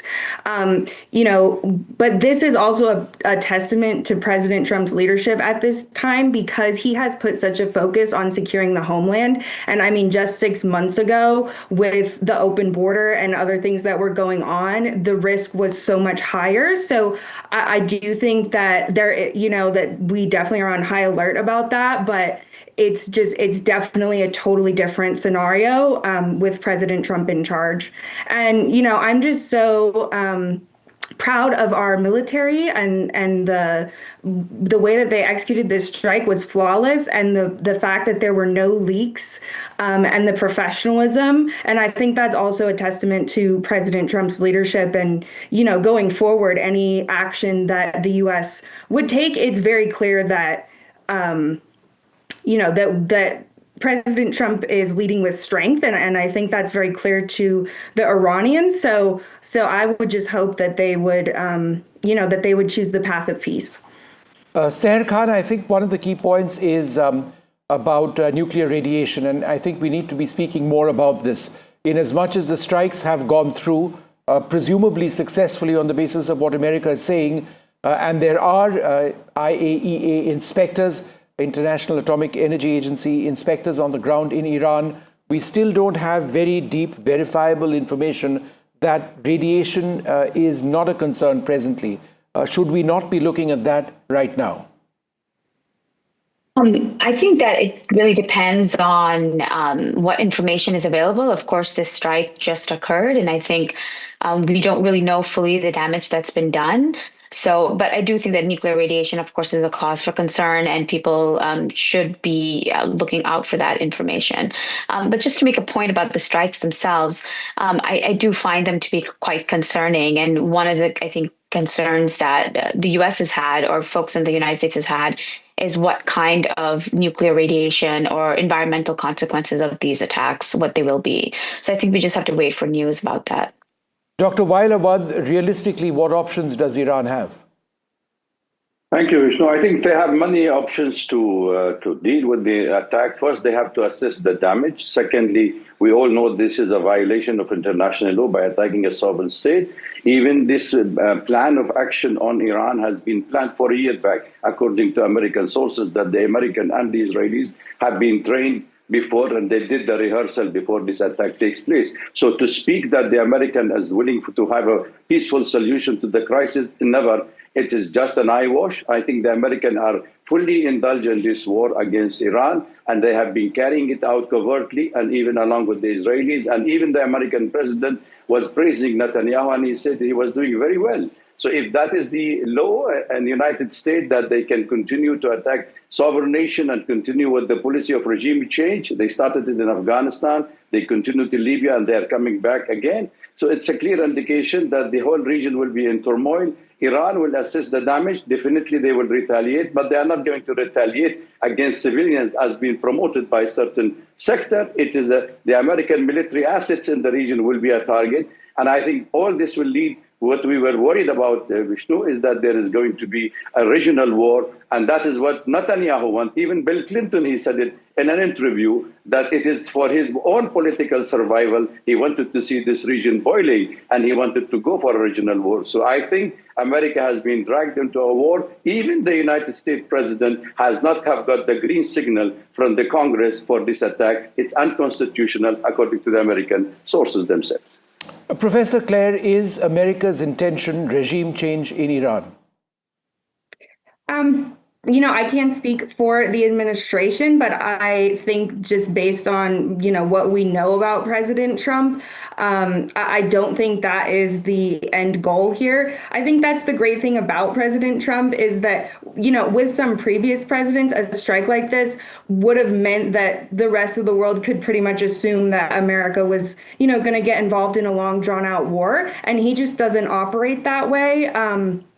he is always looking to do what's best for America. And he's also not committed to a single course of action. He's committed to outcomes. And in this case, the outcome was, ending the Iranian regime's nuclear capabilities. So I think that he's, there's still a lot of variables in terms of the next course of action. And it also depends on the Iranian response. I will say, I know that they have prepared the U.S. military bases in the region and the embassies as well through evacuations of non-essential personnel and things like that. So I do, just based on the indicators that I'm seeing, I do believe that the government, and those military bases in the region are very well prepared to protect American assets, but I think, and to respond. So I don't think that President Trump is against that type of response, but like I said, I think he is open to different courses of action at this time. Okay. Which is a breath of fresh air. Well, I don't think it's a breath of fresh air across the region. We are looking at a serious potential escalation of that situation involving millions of lives on the ground. So I think that's something that we need to factor in as well, irrespective of what the larger geopolitical ambitions or aims of America and Israel are.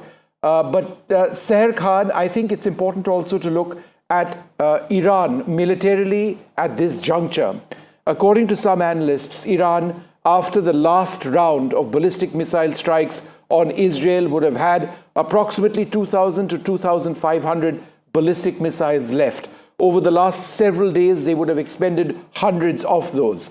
Militarily, does Iran have any real chance of hitting American bases and hoping to achieve anything substantive? In other words, does Iran even have a viable military option? That's a great question. Of course, Iran has limited resources, as does Israel, and for that matter, as for the United States. But I do want to make one point, which I think is essential to understand. President Trump's goals, I think it's safe to say that perhaps he didn't start off with regime change, but oftentimes we know, and we have historical evidence to prove this, that wars don't always go as planned. And so I think the United States getting involved in this fashion is extremely dangerous. Not only does it violate the U.S. Constitution, in which Congress is the only one that's supposed to authorize war, but I think it really puts the region in a very, very dangerous situation. And Iran certainly, by sheer quantity, will at some point run out of missiles. But I think the important thing to think about is what Iran plans to do. We do know, and I think it's safe to say that Iran will retaliate. Now, does that retaliation mean more attacks on Israel or attacking U.S. military bases? I'm not entirely sure, because I don't think that Iran actually wants a direct war with the United States. Iran was planning on holding negotiations, and they were getting ready for a sixth round of talks this past week or so. So I do think this is an extremely dangerous situation. Sarah, I'm just I was really disappointed for half a second so that we can go across to NDTV's Ankit Tyagi, who is in Tel Aviv. Ankit, go ahead.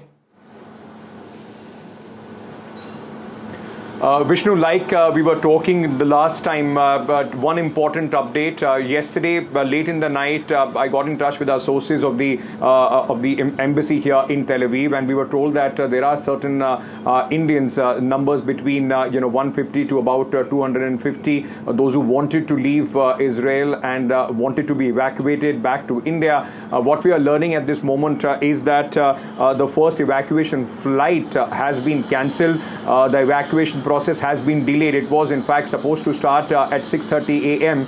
This morning, where all those Indians, those who were interested to be evacuated from Tel Aviv, from Israel, were expected to reach the embassy, and then of course the process would have started. What we are being told is that after the current spate of attack, the current round of attack on the Iranian nuclear facilities, and then the closure of the Israeli space further, the process has been delayed. So that's an important piece of information for the Indians, those who are in Tel Aviv. On the other hand, while we are seeing those evacuations taking place from Iran, at least from Israel, the first batch of Indians, those who wanted to be evacuated, the entire process now stands cancelled and is delayed. We don't know yet when, in fact, the process will restart. There is no time frame which has been given to that. Also, the IDF has clarified that the last time the airspace closure announcement was made, that was till 22nd. That was till this morning.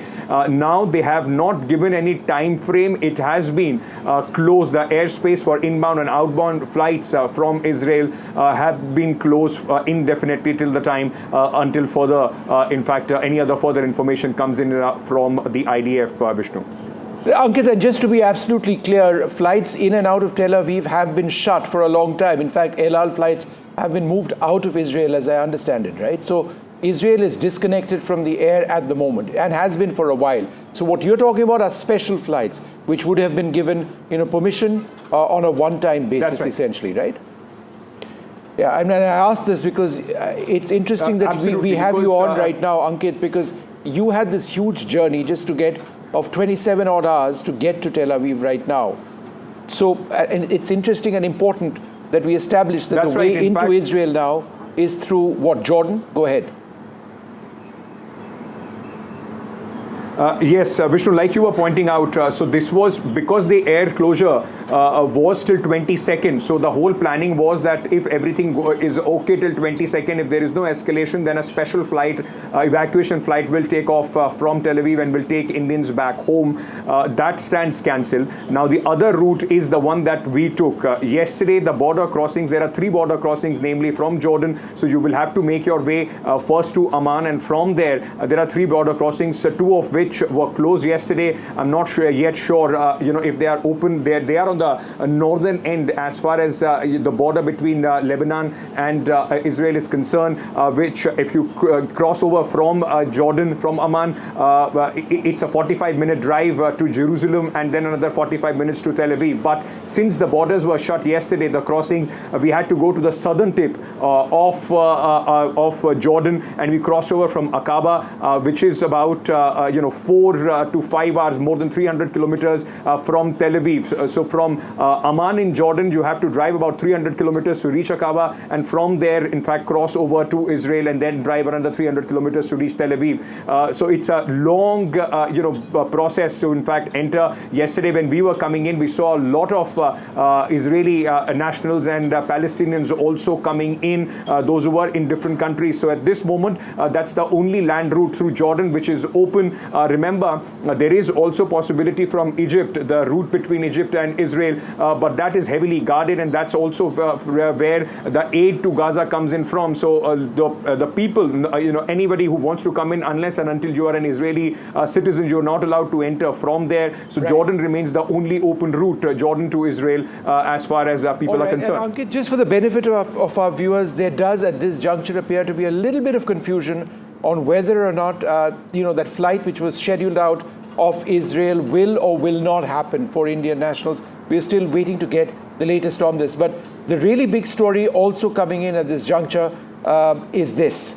Breaking news, Saudi Arabia, and this is AFP which is reporting this, says that there are no radioactive effects detected in the Gulf after the US strikes on Iran. Let me go back to Dr. Wael Awad at this stage. Dr. Awad, so that's one piece of very welcome news, that at this juncture, and we hope and pray that that remains the case, there are no radioactive effects across the region, number one. Number two, in a situation like this, where there is open hostilities, Iran targeting Israel, Iran now saying that they're going to hit America as well. We've seen that the Americans aren't waiting for Iranian diplomatic moves. In a situation like this, what do you believe Iran can actually do? Do you not believe that they need to get onto the table, to try and talk immediately? Well, let me start from where you ended. Why you want them to go to the table when you are having an attack on them? when it was already a peaceful negotiation. Even the IAEA said that Iran does not have a nuclear bomb. They are still negotiating and they were searching for a political solution. Then you find Netanyahu attacking Iran, then followed by the United States. This war is for a regime change. That is what the Americans are aiming. That's what Netanyahu wanted. They have wanted to conquer the whole of the Gulf country, the West Asian region, where they wanted to catch on the Strait of Hormuz passage. The Red Sea is already under their surveillance, and also the Mediterranean Sea through the Suez Canal. Let us be more pragmatic and thinking what the American thinking. This war is carried by two persons only, Netanyahu and President Trump. It has nothing to do with the Iranian. Iranians are having the legitimate to retaliate from where these guns have fire on them. And we cannot just sit down quiet. You are attacking a civilization. You are attacking a civilized nation under attack. They have the right to retaliate. They have the right to attack. Now, if it is radiation has taken place, what worries me, I am from the region, that today is if Iran go and attack the Daimona of the Israelis in nuclear site, what will be the situation? It's a catastrophe for us. So America is leading 10,000 miles away. Nothing will happen to the United States in Washington or New York, even if they create an alarm to create a hype about the scare that they may be attacked in America.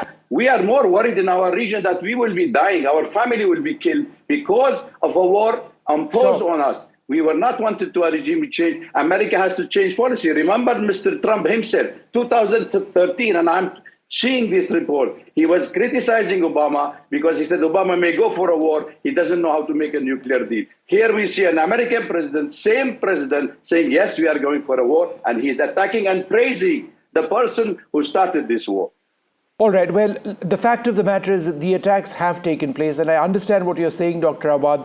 But at this juncture, it appears that there is no real immediate indicator of what can happen next. Is there any conversation which is or isn't happening? Perhaps we'll know in the hours ahead. But what we can tell you is that Iran has vowed to hit back. They've said, and I quote, every US citizen is a target. Netanyahu, the Israeli Prime Minister, has said that the US attack is in coordination with Israel. Major US cities are on high alert. We are now in a larger war.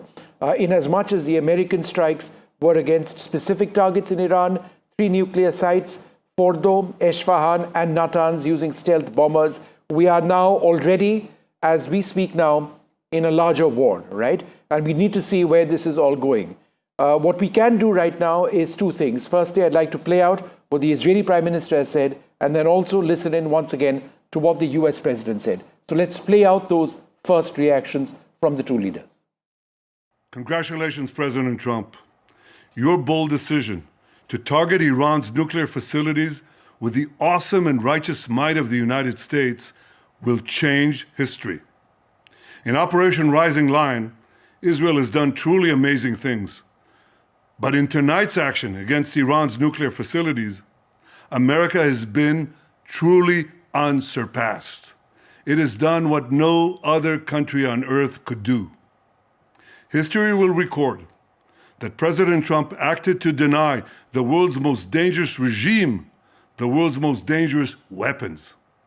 His leadership today has created a pivot of history that can help lead the Middle East and beyond to a future of prosperity and peace. President Trump and I often say, peace through strength. First comes strength, then comes peace. And tonight, President Trump and the United States acted with a lot of strength. President Trump, I thank you. The people of Israel thank you. The forces of civilization thank you. God bless America. God bless Israel. And may God bless our unshakable alliance, our unbreakable faith. The U.S. military carried out massive precision strikes on the 3 key nuclear facilities in the Iranian regime, Fordo, Natanz, and Esfahan. Everybody heard those names for years as they built this horribly destructive enterprise. Our objective was the destruction of Iran's nuclear enrichment capacity and a stop to the nuclear threat posed by the world's #1 state sponsor of terror. Tonight, I can report to the world that the strikes were a spectacular military success. Iran's key nuclear enrichment facilities have been completely and totally obliterated. Iran, the bully of the Middle East, must now make peace. If they do not, future attacks will be far greater and a lot easier. There's no military in the world that could have done what we did tonight. All right, so the U.S. President Donald Trump speaking over there. We are going to come, into the very latest situation in just a few moments from now. Shiv, if you can just go ahead and speak to our guests for a moment as I process some important information coming in. Well, the big focus obviously right now is what the immediate response is going to be. Iran has put US cities on notice. There is talk of a massive cyber attack, the possibility of American military sites in West Asia coming under target as well. Remember, these are the initial hours after the bombing of those nuclear sites in Iran, and therefore we need to look very closely at not only actions but words coming out from the United States, Israel and Iran at this point of time. Professor Claire, if I could get a word in from you on what you think Iran's initial response is likely to be. We've seen them warn American cities. They've said no US citizen is safe right now. What do you think that means? We've heard a lot of talk of that kind, but we are in the initial minutes after 3 principal nuclear sites have been bombed. Some believed that would never happen. Many believed it did. Some believed it wouldn't have happened so soon. But here we are. Yes. I do know that there is concern, in the United States, just because of the open border situation that was going on in previous administrations. So I do think there is a real concern about a possible terror retaliation attack, Iran using sleeper cells or things like that. So I know that that's being discussed. I don't know how realistic of an option that is, given how Iran's terror proxies have also been weakened recently. But I do believe that there is a risk there. And then, they do have some other options. They have the ballistic missile options that they've been kind of using as retaliation against Israel. And we did see some of those get through in Tel Aviv. And they actually targeted a hospital recently. So I think it's very likely that we see more of that. For a moment as we go. Sorry, I'm just interrupting you because we have some breaking news coming in. We are now told that the evacuation process of Indian nationals in Israel is underway. It's possibly just starting out now. Remember, they're getting out through the land route. There are various land borders which are being accessed. Remember that flights are not are not operational out of Ben Gurion International Airport. The images on the top right-hand side are, of course, images of other Indians who have already come back from Iran. But by way of information, and this is important, the process of getting Indians out of Israel is underway. It's a process. It'll take time. These are land routes which are being used. But our information at this juncture is that that process is moving. Don't know exactly. Vishnu, these are going to be via land routes, I'm presuming, from Egypt and Jordan in that case? Because the airspace is shut right now. I was told land routes. Okay, land routes. So 2 land routes probably from Egypt and Jordan. Possibly 3. Okay, 3 land routes. Possibly 3. So let's just stick with land routes for the moment. This is breaking news on NDTV. The process is underway. We are not updating you on where they are, where they've moved, whether they've crossed over. The process is underway, and this is to confirm that the process of evacuations of Indian nationals, like we've seen in Iran, is now taking place from Israel as well.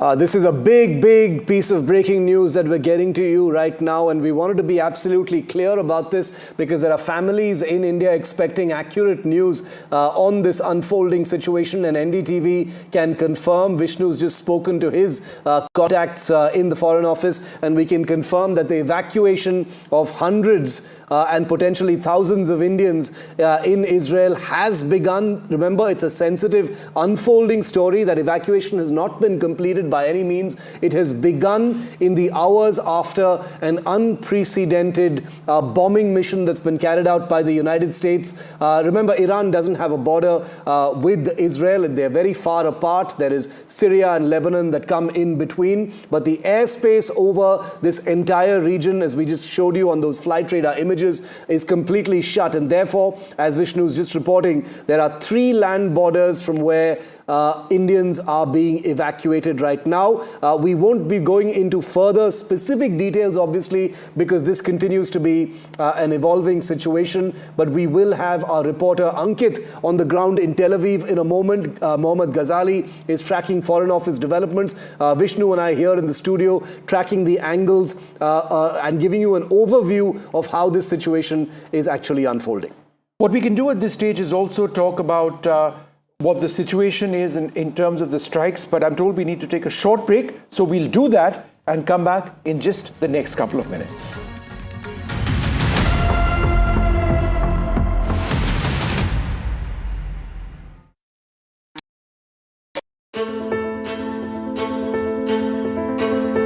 News is not just headlines, it is what impacts you. And news should never be mistaken for noise. What matters is the reality. Accurate, in-depth, and with the right perspective. For over 20 years, I have been a journalist, and never has clarity mattered more than now. At Newsnight, we go beyond the surface. We dissect the details, challenge the narratives, and bring you the unparalleled clarity you deserve in a world clouded by misinformation. We are bold, we are direct. Newsnight, for the news in your interest. Only on NDTV 24/7. Why was there a hurry? Was it the government that was in a hurry? I don't want to blame anyone. Joining us today here in the NDTV newsroom. Government cannot walk away from this responsibility. Cricket is religion of sort in this country. Would you like to comment on what happened? What is the condition of the injured at this point? How many people died? What exactly happened? You have lost your daughter.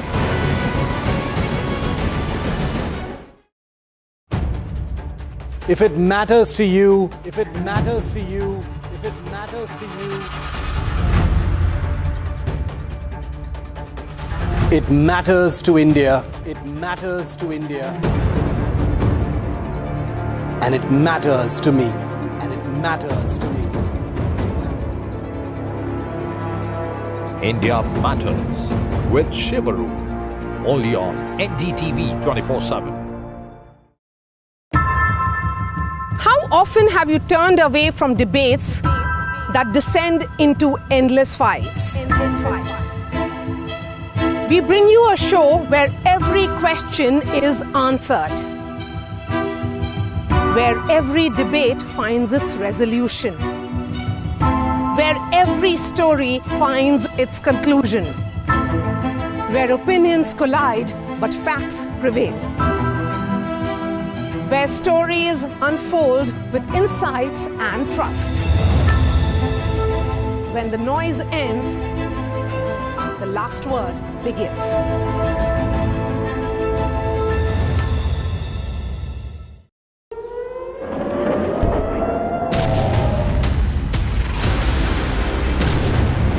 As the Iran-Israel war escalates, Indian students in the crossfire. As soon as possible evacuate kiya jaye. War zone worries grip parents. The next Indian mass evacuation ahead.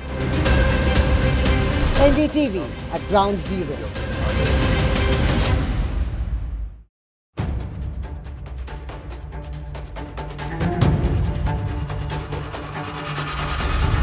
If it matters to you, if it matters to you, if it matters to you,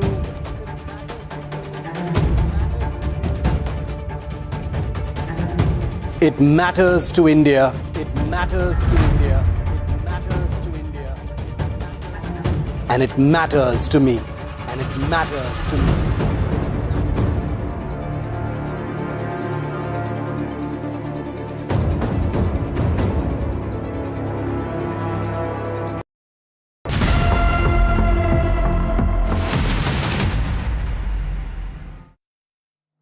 Well, with the United States having bombed Iran right now, international air travel is something which everybody would be looking at very, very closely. This is Flight Radar 24.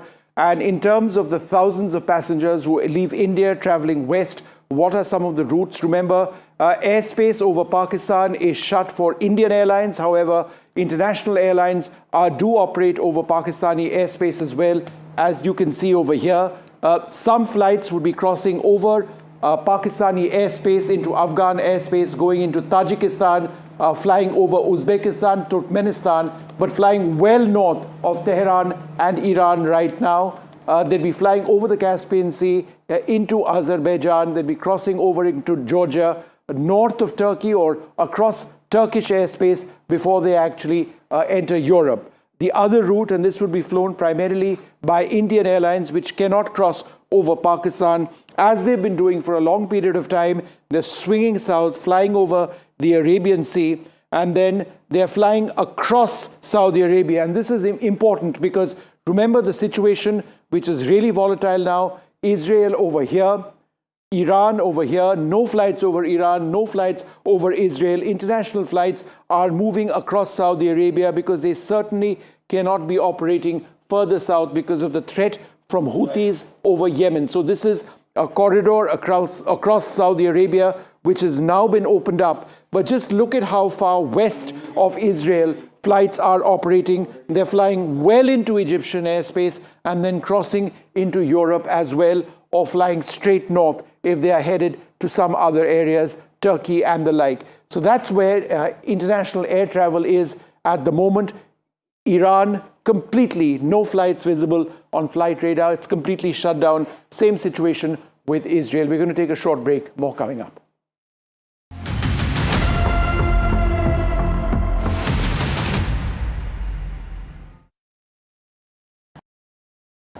Is your business future ready?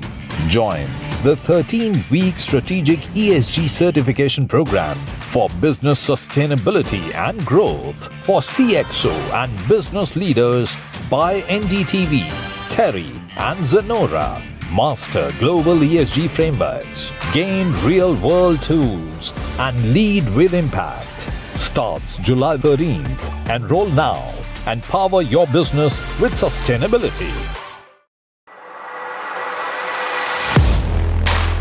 Do you really know the company you invest in? What is the real picture behind presentations and claims? Is the outlook as rosy as the company claims?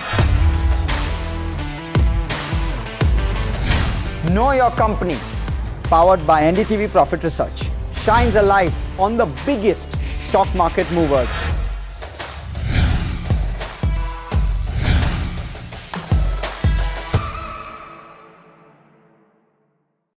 I've been reporting on all issues big and small from Andhra Pradesh, Telangana, rest of South India, bringing you all the action, all that you need to know, all that you want to know. The energy of Maximum City is infectious. I'm bringing that energy in our news coverage from financial capital Mumbai. Covering from the southernmost part of India over the last 23 years, I bring in-depth and 360-degree coverage from the Dravidian heartland. The land of Mishti, also known for its bitter politics. I have seen much water flow under the Howrah Bridge, covering Bengal in all its vivid colors. India's IT capital is always bustling, a city full of startups, stories and surprises. And I keep you ahead on all the Bengaluru buzz.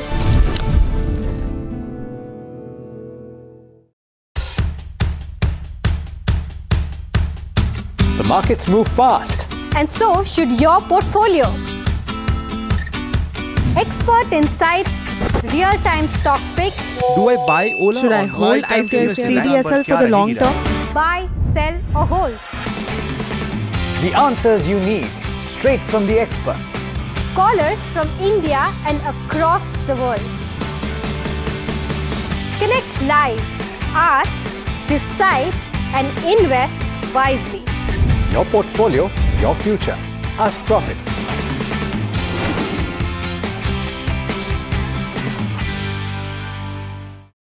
In today's interconnected world, India's voice is more crucial than ever. When India speaks, the world listens. At NDTV World, we are that voice, bringing you intelligent and insightful news from India and beyond. From geopolitics and diplomacy to economic shifts, migrations, tech disruptions, and the stories of our diaspora. We cover the news that shapes our global future. NDTV World, your new home for global news.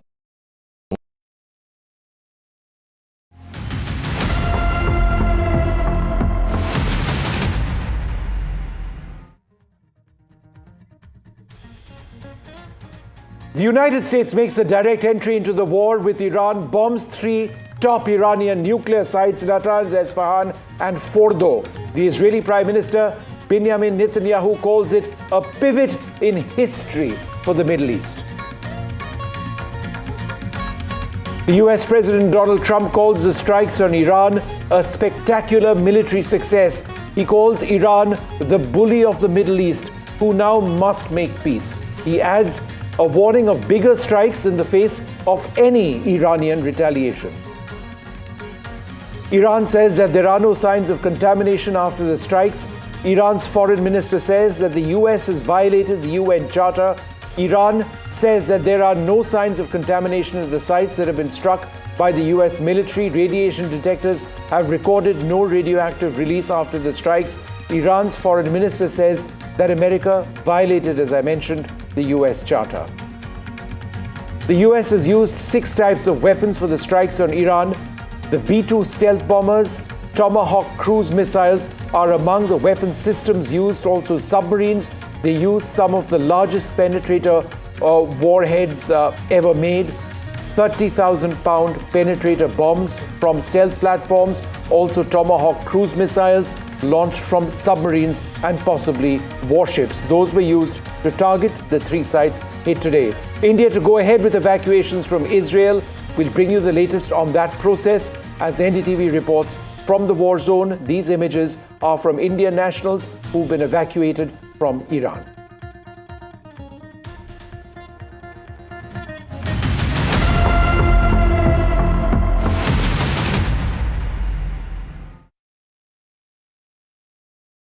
Good morning and welcome. We continue to track the biggest story on earth at the moment. America has entered the war against Iran with direct strikes on 3 Iranian nuclear facilities, Natanz, Esfahan and Fordo. The strike on Fordo, particularly significant. It's a facility built deep into the earth, carved into a mountainside. America, using stealth bombers, has hit that site using GBU-57 weapons, which are deep strike penetrator weapons with huge warheads, 30,000 pounds, each B-2 carrying 2 of those.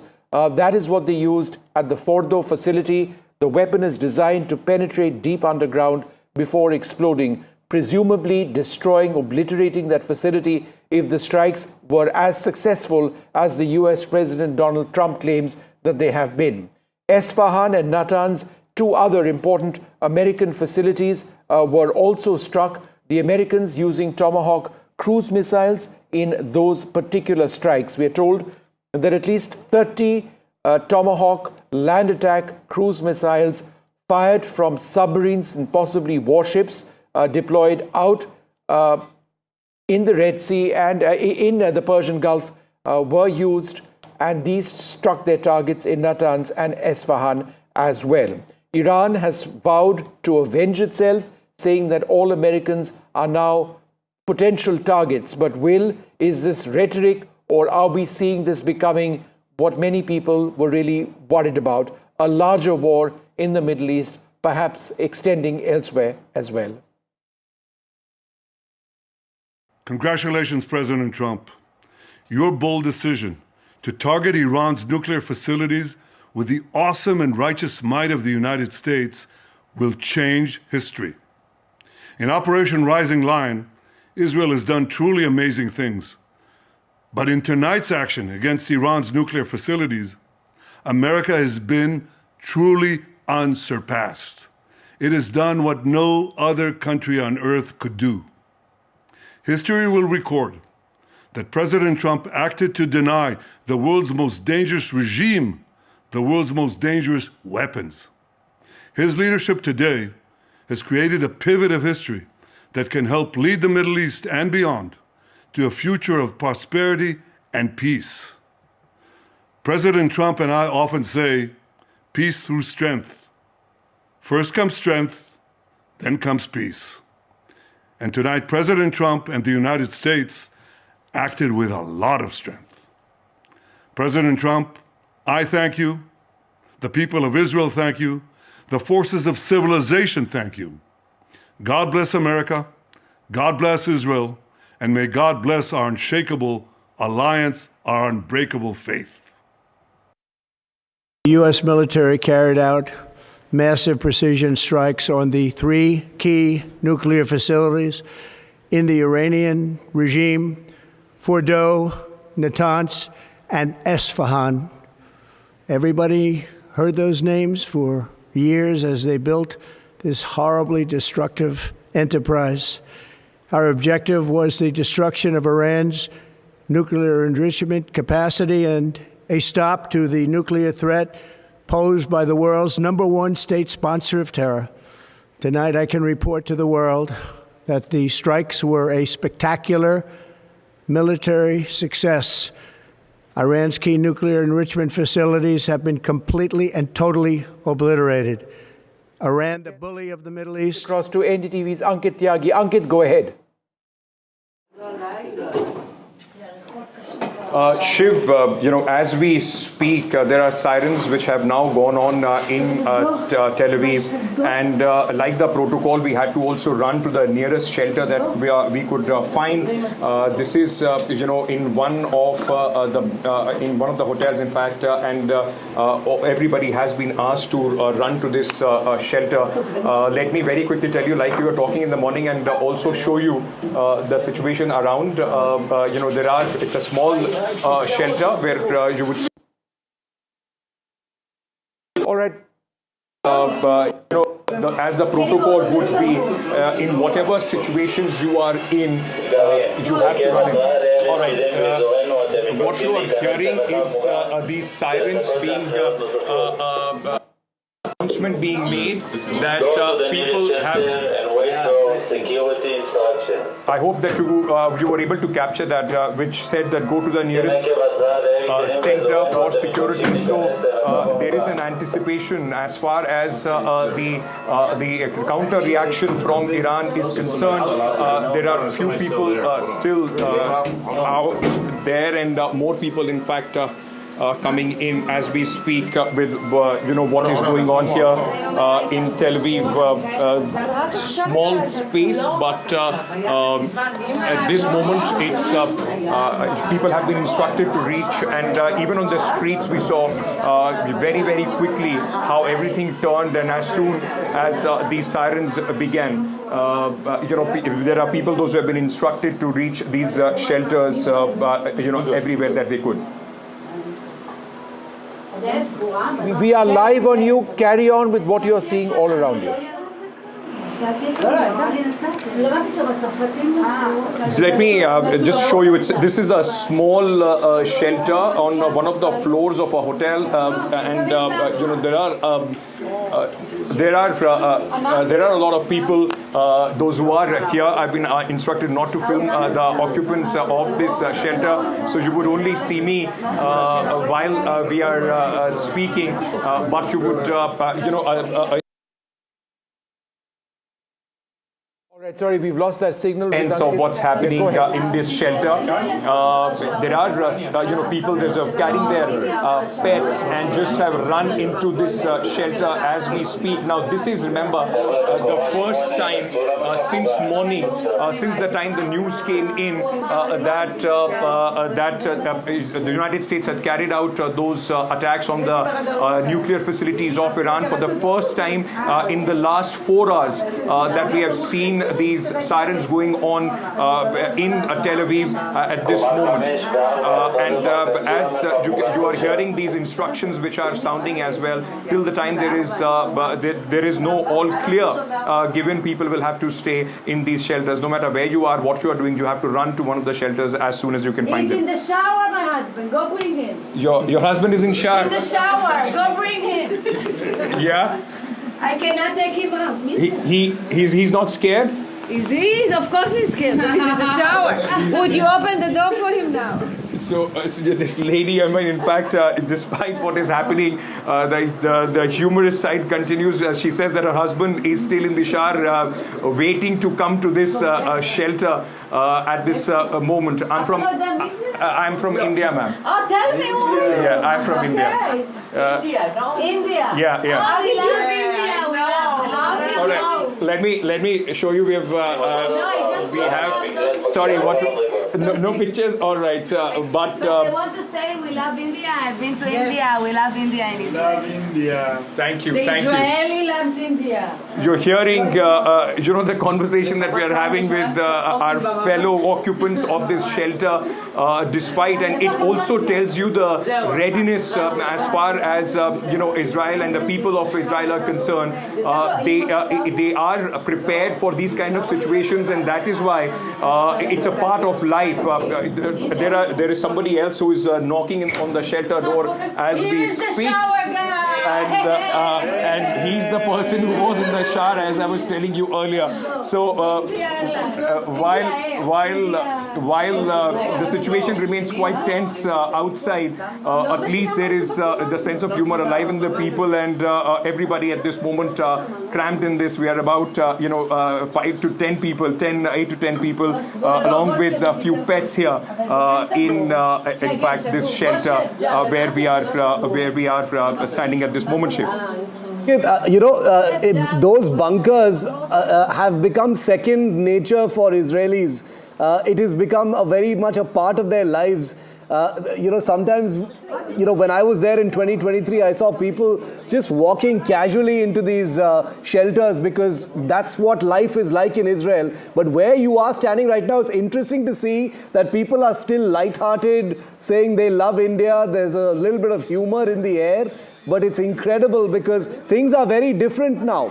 Bombs have been dropped on a nuclear site, 3 nuclear sites in Iran. The situation is very different from what it has been earlier. It's very hard to understand what you are saying, Shiv, but like you were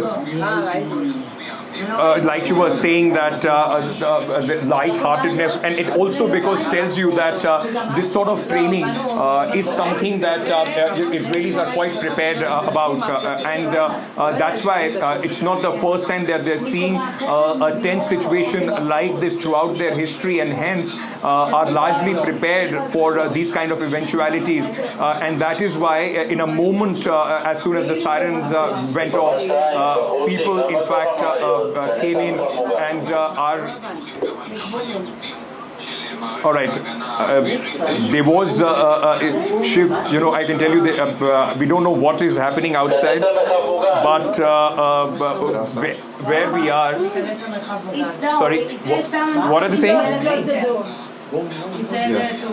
Did you hear? Did you hear it? Shiv, I can't confirm anything at this moment, but there are some sounds which are coming in from outside the shelter where we are. Whether it is some, Iranian drone or some warhead, in fact, making contact, I cannot confirm that at this moment. But there are certainly some sounds which are coming in at this moment. Instructions going on that people should stay in the shelters and shut the doors and not, in fact, venture out till the time the danger is over.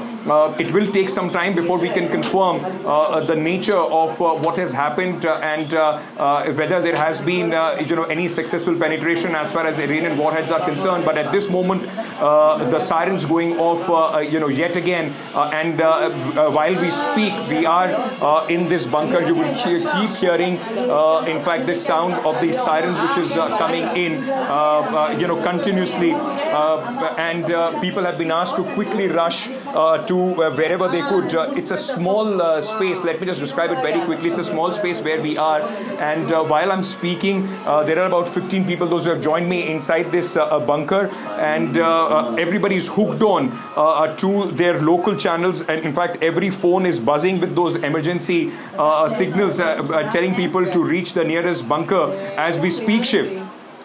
Ankit, we're getting information right now that I hope you can hear me, Ankit, and I'll keep this short. We're getting breaking news that air sirens have been blaring in Israel after Iran has fired some missiles. So there are initial reports that Iran has fired some missiles towards Israel at this time.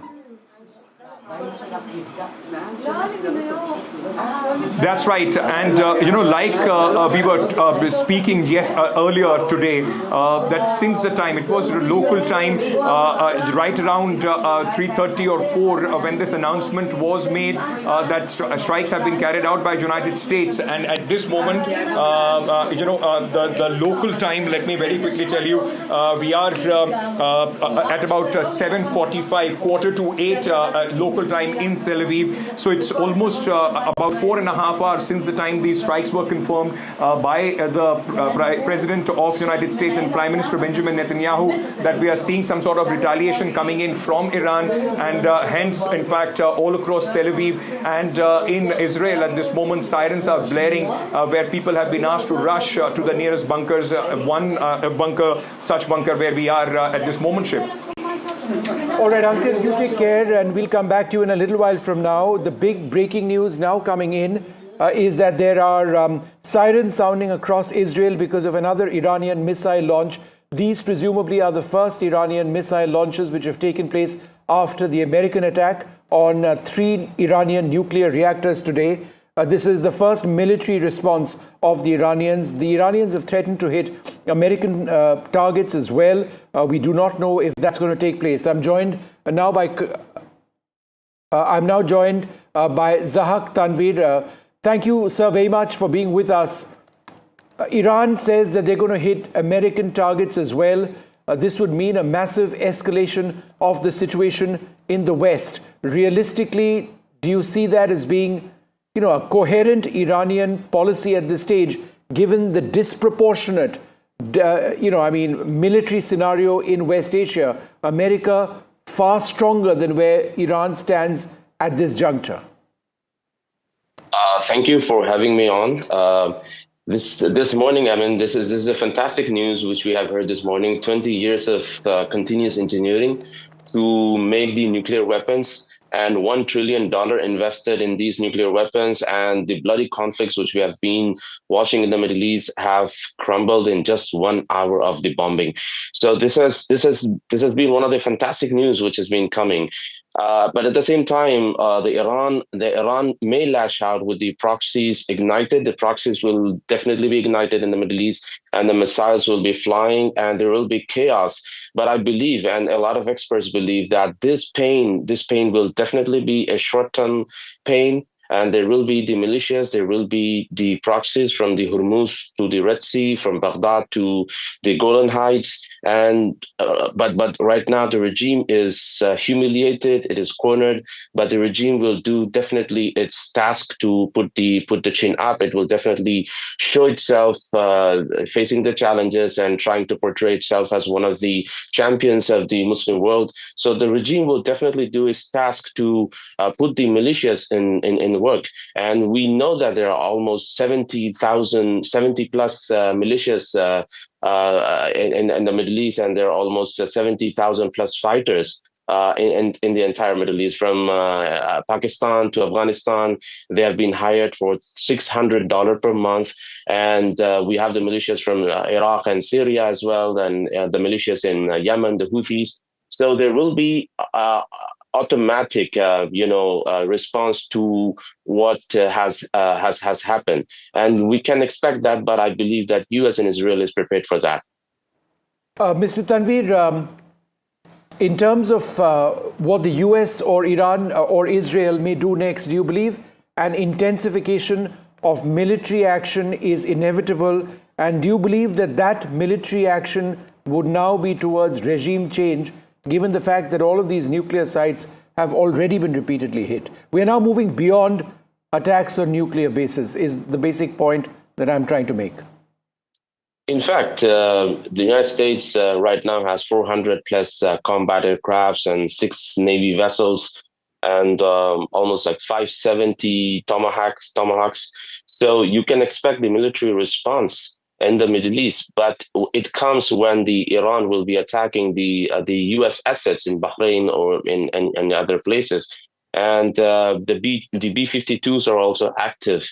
But when it comes to the question of the regime change, I believe from the day one, the regime change is not the priority. The priority was to denuclearize Iran, to just get rid of all the nuclear facilities, to get rid of Natanz, Isfahan, and the Fordow. Fordow was the last one. Natanz was the ultimate goal. So once this is achieved, the deterrence is done. So I think the regime change is not the task.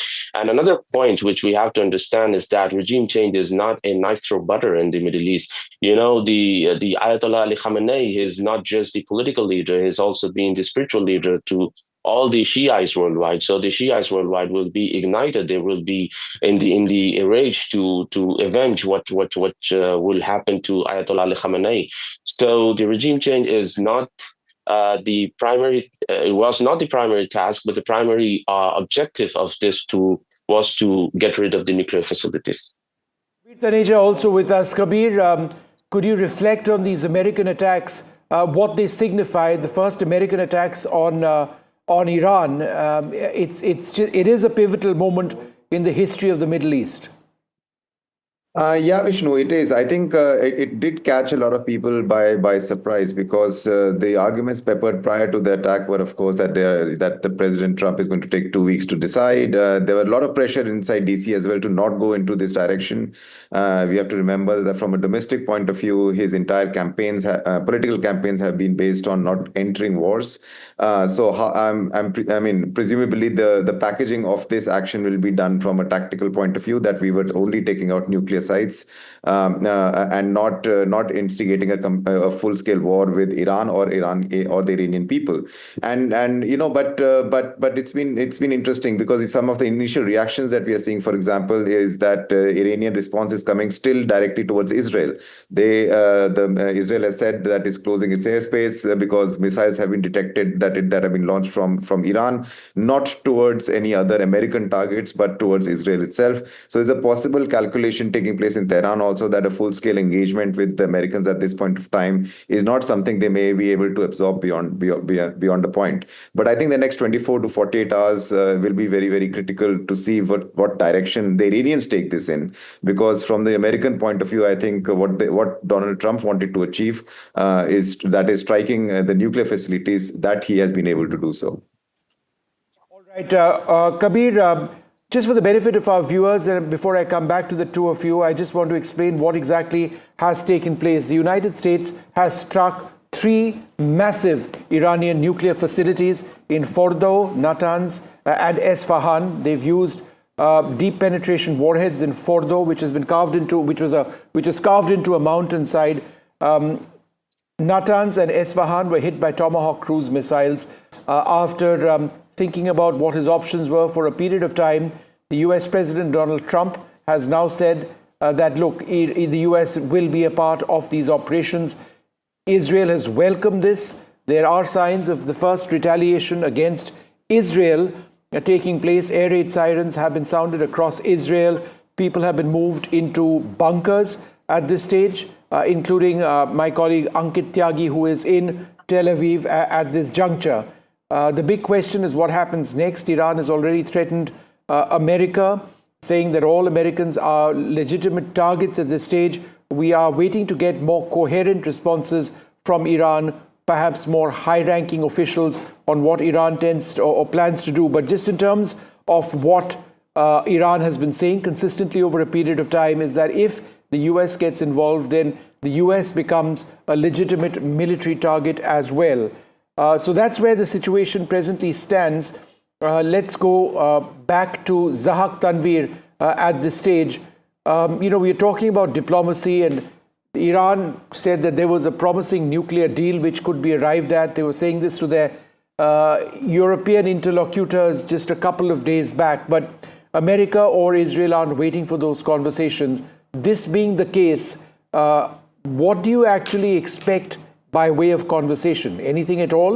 Or essentially a statement from Iran saying, we want this to end? Because it just strikes me that all this conversation on diplomacy or the conversation on we cannot converse if you hit us, it's fairly redundant at this stage. They have been hit. So what happens now? The conversations have been happening for a long time. So the conversations actually gave Iran the buying time. So Iran took the buying time with the conversations. But right now, after the destruction of the nuclear sites, I believe the diplomacy will swing in, but there will be no such result with such talks.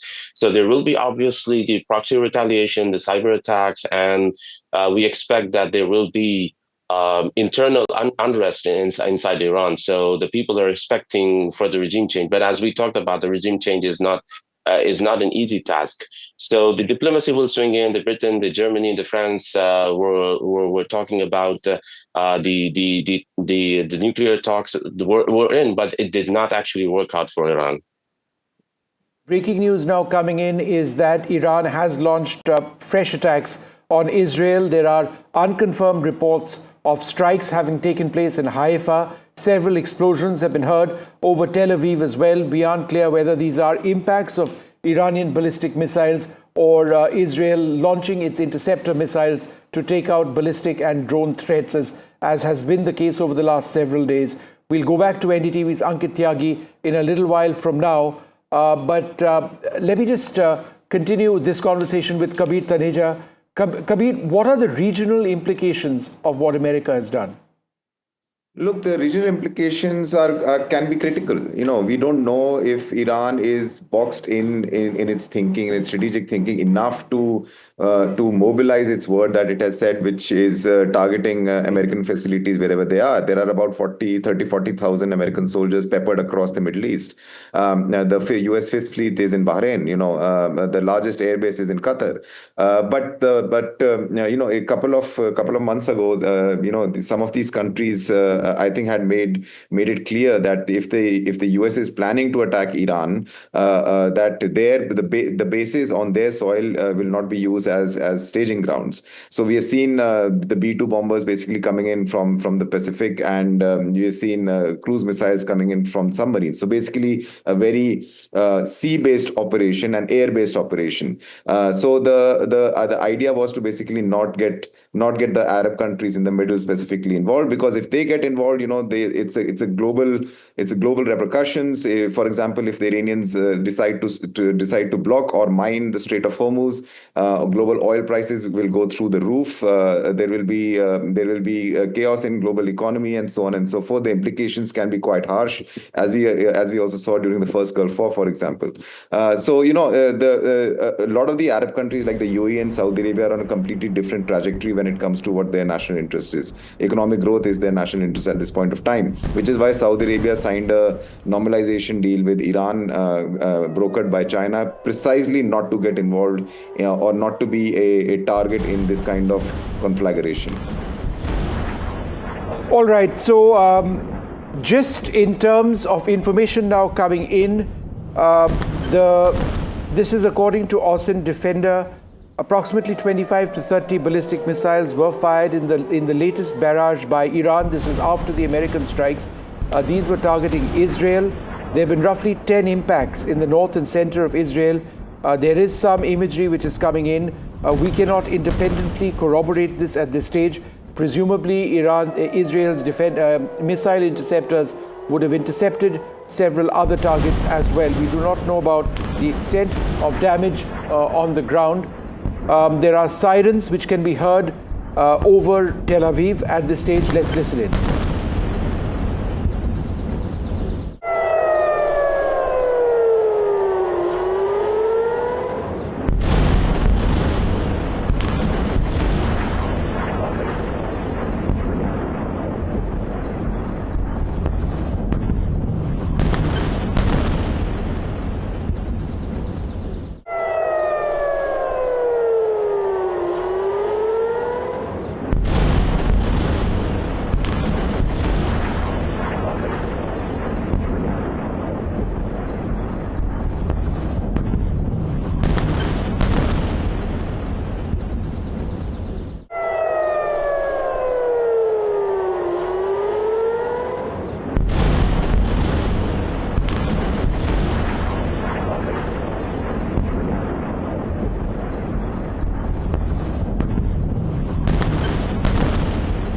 From Tel Aviv that we received just a little while back, the audio absolutely clear. There is sounds of, it's difficult to say if that's sound of an impact or it's a sound of missiles, interceptors being launched, presumably both. We'll try and come back to the very latest situation in Tel Aviv. The information that we now have is that Iran has launched strikes against Israel, the first Iranian strikes against Israel since the US bombed 3 Iranian nuclear facilities. At this juncture, we do not know if Iran is also attempting to strike American bases across the Middle East. That's something that we now need to wait and see. I'm trying to see if we can roll out that report from NDTV's Ankit Tyagi, who's in a bunker in Tel Aviv at this juncture. Do we have that report? We should be getting that report up very, very soon. But what you can see and hear, and I'm going to play out these sounds once again, gives you an idea of the situation right now with Iran having started the process of retaliation. Remember, it was very early this morning that American stealth bombers struck the Fordo facility of Iran using deep penetration warheads, which took out the Fordo reactor. There have also been strikes using Tomahawk cruise missiles in Natanz and Esfahan as well, 2 other Iranian nuclear sites. My colleague Ankit Tyagi is in Tel Aviv at this juncture, and just a few minutes back sent us this report from a bunker. You know, as we speak, there are sirens which have now gone on in Tel Aviv, and like the protocol, we had to also run to the nearest shelter that we could find. This is, you know, in one of the hotels, in fact, and everybody has been asked to run to this shelter. Let me very quickly tell you, like we were talking in the morning, and also show you the situation around. You know, it's a small shelter. I hope that you were able to capture that, which said that go to the nearest center for security. So there is an anticipation as far as the counter reaction from Iran is concerned. There are a few people still out there, and more people, in fact, coming in as we speak with you know what is going on here in Tel Aviv. Small space, but at this moment it's people have been instructed to reach, and even on the streets we saw very, very quickly how everything turned, and as soon as these sirens began, you know, there are people, those who have been instructed to reach these shelters, you know, everywhere that they could. There is no all clear given. People will have to stay in these shelters. No matter where you are, what you are doing, you have to run to one of the shelters as soon as you can find them. He's in the shower, my husband. Go bring him. Your husband is in shower? In the shower. Go bring him. Yeah? I cannot take him out. He's not scared? He's of course he's scared. He's in the shower. Would you open the door for him now? So this lady, I mean, in fact, despite what is happening, the humorous side continues. She says that her husband is still in the shower, waiting to come to this shelter at this moment. I'm from India, ma'am. Oh, tell me who. Yeah, I'm from India. India, no? India. Yeah. How do you love India? We know. All right. Let me show you. We have. Sorry. What? No pictures? All right. But they want to say we love India. I've been to India. We love India and Israel. Love India. Thank you. The Thank you. Israeli loves India. You're hearing, the conversation that we are having with our fellow occupants of this shelter, despite, and it also tells you the readiness as far as, Israel and the people of Israel are concerned.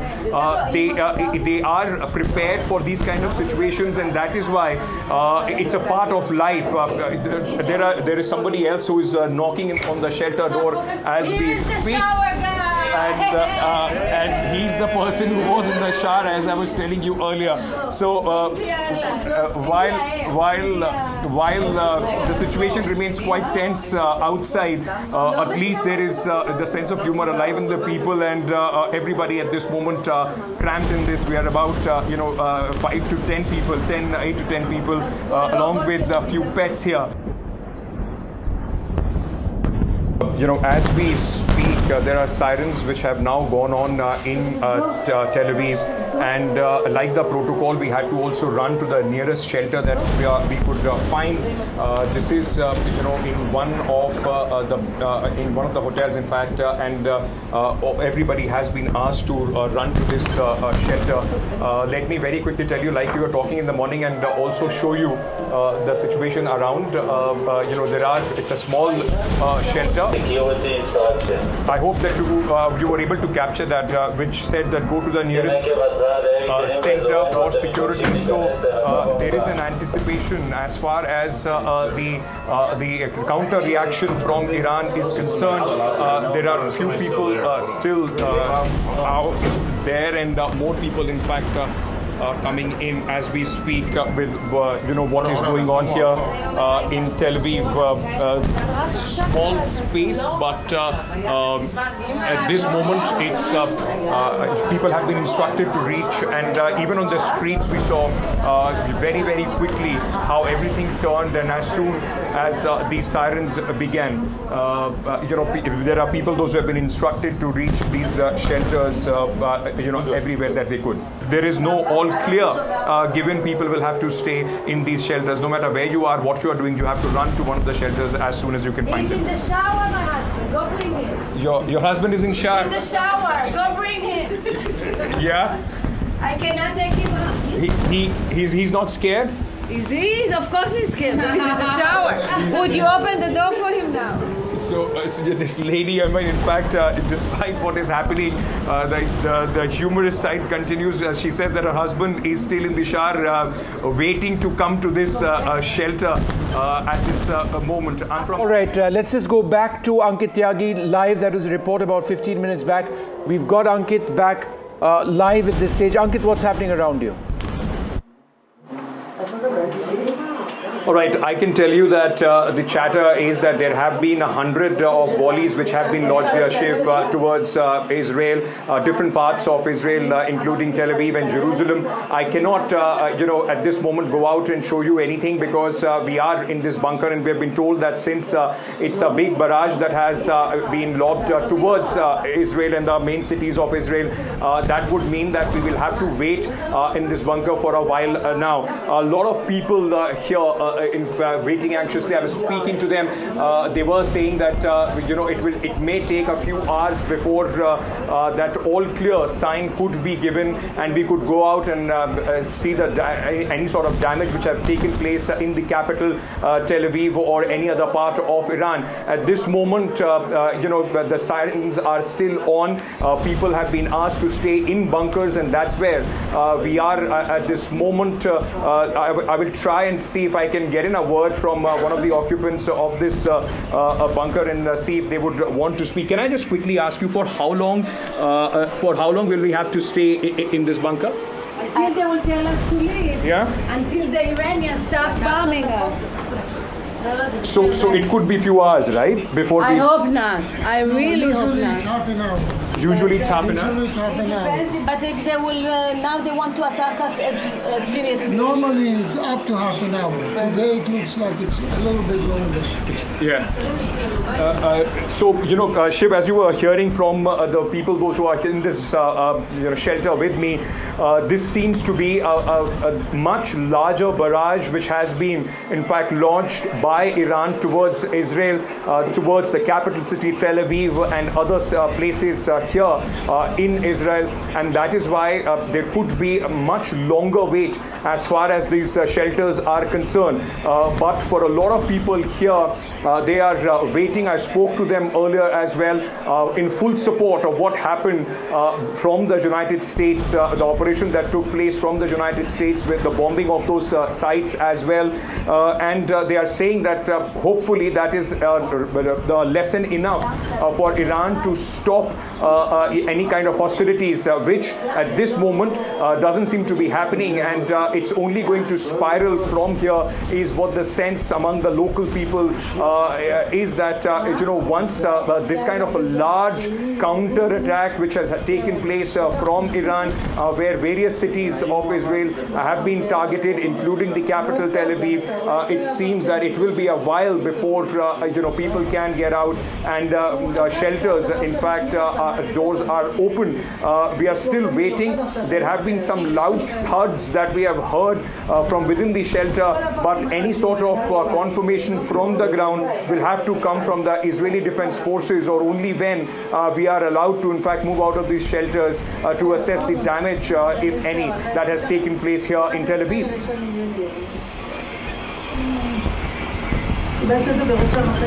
All right, Ankit, we're going to stay with you right now. And what, let me share a little bit of information with you, which we are being able to pick up.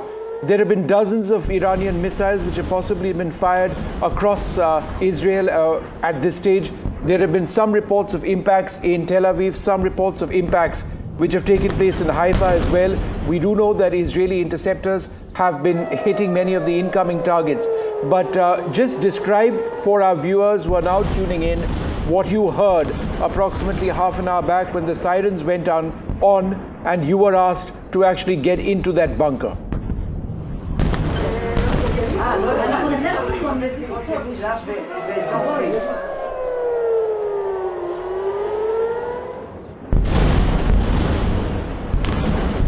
All right, I think we've lost that line with Ankit. We'll come back to him in a little while from now. What I can do, however, is play out these images, full frame, right, of the Tel Aviv skyline, and you can hear a lot over here.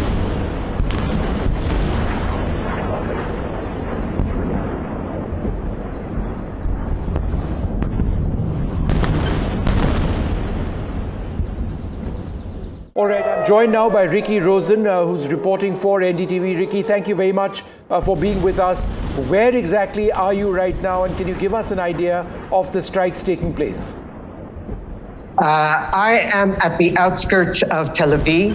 You can see behind me the building that was hit 5 days ago.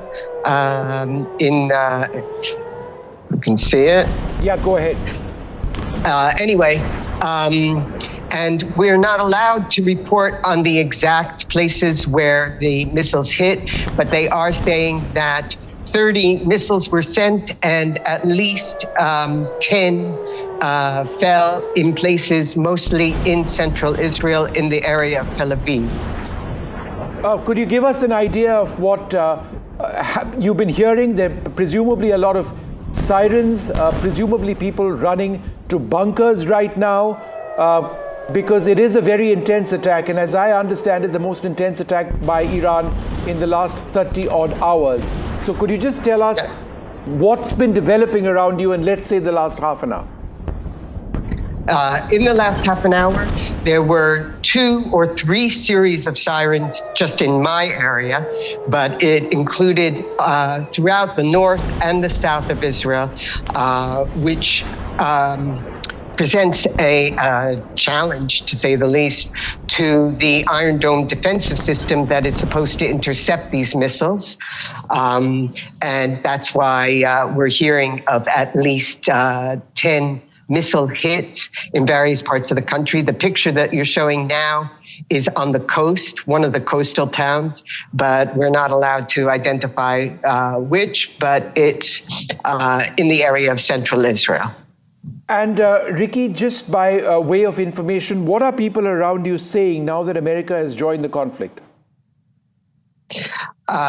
Most Israelis welcome it because this was what was promised by the Prime Minister Netanyahu, that he would start the war and either he or Trump would finish it. And it seems now that Trump has joined and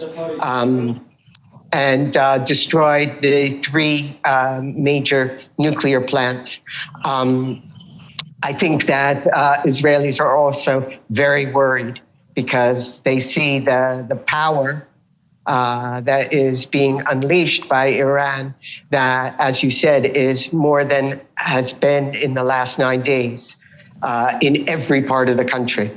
Is it almost inevitable now, and this is all, just me asking you for your personal opinion, that there would be more Israeli strikes on Iran right away? They may even have started right now, given the fact that Iran has launched these attacks, very intense ones. I think the Israeli Air Force took a pause after coordinating with the American Air Force, but now I'm sure that they will be going back to hit some of the sites from which missiles were launched. All right, Ricky, hold your thought for half a second. We've got our other correspondent, Ankit Tyagi. He's just out of a bunker right now in another part of Tel Aviv and joins us now. Ankit, go ahead. Have the air siren, has the all clear been sounded? That's right, Vishnu. We just came out of the shelter that we were at this moment, about 18 odd people in a small shelter. But as we speak, the air raid sirens are off. In fact, the message on the phones show that the emergency at this moment is over. We yet don't know what are the areas and if there is any damage which Tel Aviv has taken at this moment. But I can tell you, let me just try and if I turn around my camera, I will be able to show you from this that people are back, on the streets. Cars have started moving, and as soon as the air raid siren went off, it's more or less, business as usual in Tel Aviv. But we will have to wait and see for the confirmation from the defense forces on the areas and the targets which have been hit, and also if there is any damage which the city has sustained. This is, of course, at this moment just past 8 o'clock. It is about 8:15 here, 8:15, and half an hour almost we had to stay inside the shelters all across. But life back to normalcy more or less here in Tel Aviv, as you see the vehicles moving on the streets. But because when the air raid sirens went off, everybody, even if you were on the road, people were asked to, in fact, very quickly reach some of the safe shelters. And as we speak, people are emerging from those safe shelters, Vishnu, and going about their normal life. Isn't it bizarre, Ankit, that just 10 minutes back you were in a shelter, surrounded by people, all chit-chatting, as if, this is something that just happens, you go to the bunker and then it's all over and you're out back. This is the way it's been now for several weeks in Israel. You're in and out of that shelter constantly.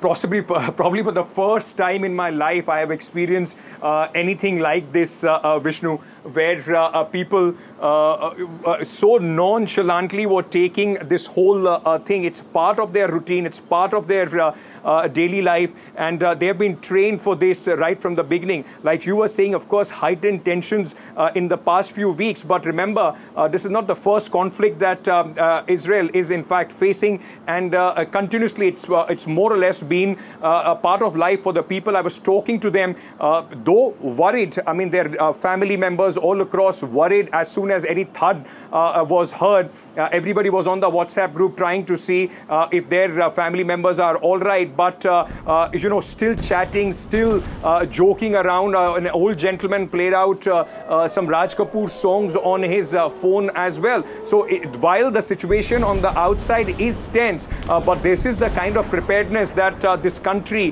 has seen with its citizens, almost prepared every moment for these kind of situations, and they deal with it as a part of their daily life. All right, and Ankit, it's all quiet now. Cars back out on the roads. Just in terms of another piece of information which our Indian viewers would certainly want to talk about, and thanks very much for showing us, those cars on the road.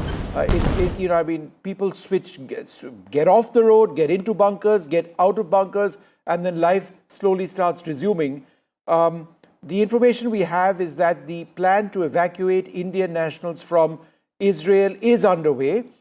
We don't know the exact stage where this is. This would be the evacuation of Indians from the land route. This is an important piece of information that we'd like to share with our viewers. It comes in addition to the news we've been reporting over the last 24 odd hours of the evacuations of Indian nationals from Tehran and other parts of Iran, I should say, which have been taking place. So that is underway. We'll give you an update of that in a little while from now. But there are impacts which have taken place in Tel Aviv and perhaps elsewhere. Ankit isn't allowed to reveal the exact location of the impact in Israel, but I think the footage now available does indicate that there have been some impacts as well. Ankit, were you able to actually hear the sound of the impacts and perhaps the sound of interceptors being launched? Because that's a very, very loud sound as well. Just describe to us, if you can, if you were able to hear what was happening outside. There were a few loud thuds that were heard inside that bunker. I can also tell you on the social media here, there are some visuals of some places which have taken a hit. But like you pointed out, Vishnu, we exactly don't know the locations. It will only have to be confirmed by the Israeli Defense Forces before, in fact, it can be revealed and certainly said that, which are the areas which have been impacted. But some loud thuds for sure, which were some anxious moments as far as the people in the bunker were concerned. But we yet don't know whether there was any contact on the ground here in Tel Aviv or those were interceptors doing their job. But most people did say that this is possibly the largest volley which has come in from Iran, and we spent about half an hour, 35 minutes in that bunker. Usually they said it's just about 10 to 15 minutes and then you are out. So it also gives you a sense of the increasing tensions and the hostilities, and of course the increasing rate of retaliation as far as Iran is concerned. Now remember, it becomes also important because both Prime Minister Netanyahu here in Israel and US President Donald Trump has said that if there is a retaliation from Iran, things will escalate. Now they are waiting to see what happens in the kind of response that this volley, this latest round from Iran meets from the Israeli side. All right, we've also got Ricky Rosen, who's been reporting for NDTV and will be working very closely with us. Thanks, Ricky, once again for being with us. It's all clear now. I presumably some cars back on the roads right now. Just for the benefit of our viewers here in India, can you describe your life for the last couple of weeks where you're in and out of a bunker, in and out of air raid sirens? It's been a difficult week of sleeping in my clothes because I have to rush out of the house to the neighborhood bomb shelter. Just this morning, 3 hours ago, when it was announced that the Americans had in fact bombed Iran, the Home Front Command changed its directives to all Israelis, prohibiting any gatherings of people inside or outside, closing all schools, government offices, stores. And so what Ankit said about seeing people coming back to life, they're only coming somewhat back to life because there's no place to go in terms of places of work, schools, and shopping. We've had to go shopping beforehand to stock up on essential goods. All right. And what exactly is the protocol at this stage? You are informed by SMS, right, of alerts in case. Is that the way it works? Yes. There is an app from the Homefront Command that tells you what is happening in your area and any other areas. As Ankit said, everybody was checking their phones for the vicinities of where their loved ones are located. So you can put many locations on this app, and then you are informed of when you have to go to the shelters and when there is actual missile fire in these places. And then you have to wait until the app shows you an all clear and you're allowed to leave the protected spaces. All right, I'm just going to come back to you, Ricky, in a little while from now. What we'd like to do is just remind our viewers of the big story right now. In the early hours of this morning, the United States became a party to the conflict in West Asia. 3 Iranian nuclear sites were struck: Natanz, Esfahan, and Fordo. Fordo was, there was a great deal of speculation, on the possibility of a strike on Fordo. Very important because there was a sense that it was closely involved in the enrichment of uranium, which could have been used in an Iranian nuclear weapon. Now, Israel didn't have the ability, without the actual deployment of ground forces, of potentially getting in to Fordo to take out that particular reactor, affiliated aspects of that plant. It's been carved into a mountainside. The only real weapon system, feasible weapon system, which could be used for this would be the GBU-57. It's a massive ordnance, 30,000 pounds.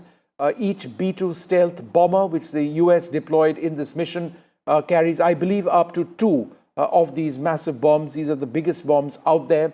They are designed primarily to penetrate deep inside even reinforced concrete before they explode. And given the size of the warhead itself, the explosion would be massive. The US says that the attacks have been successful. You can see animation of that weapon, it's striking down, piercing concrete before actually exploding. Now, as far as how the US got into this area, the B-2 itself, there were initially some signs, information coming in that there were a group of B-2s, a number of B-2s flying in over the Pacific, which would have been deployed from Whitman Air Base. They would have refueled in California, refueled in Hawaii, refueled midair before being deployed over Iran. It now turns out, according to real experts, and I'm quoting Tyler Rogove, that nearly the entire available B-2 fleet was used in this gambit. If you factor in the decoys in the Pacific, a portion of the tiny fleet is down for maintenance or in the depot at any time.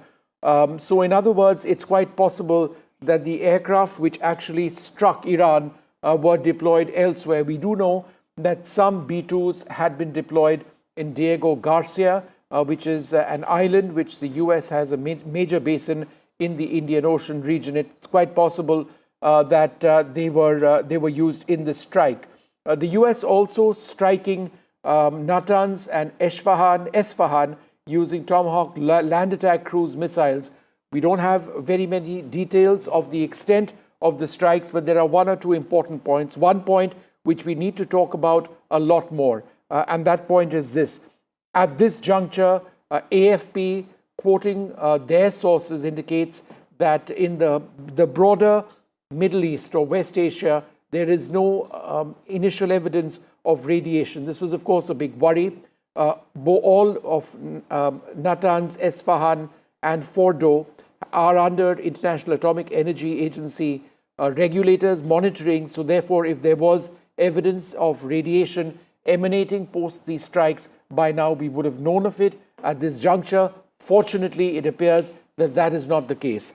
The second important strand in this, what does Iran do next? We do know that Iran has threatened to hit American interests, but they have already struck Israel once again. At this juncture, we do not know about any attempted Iranian strikes on the several American bases which exist in the region.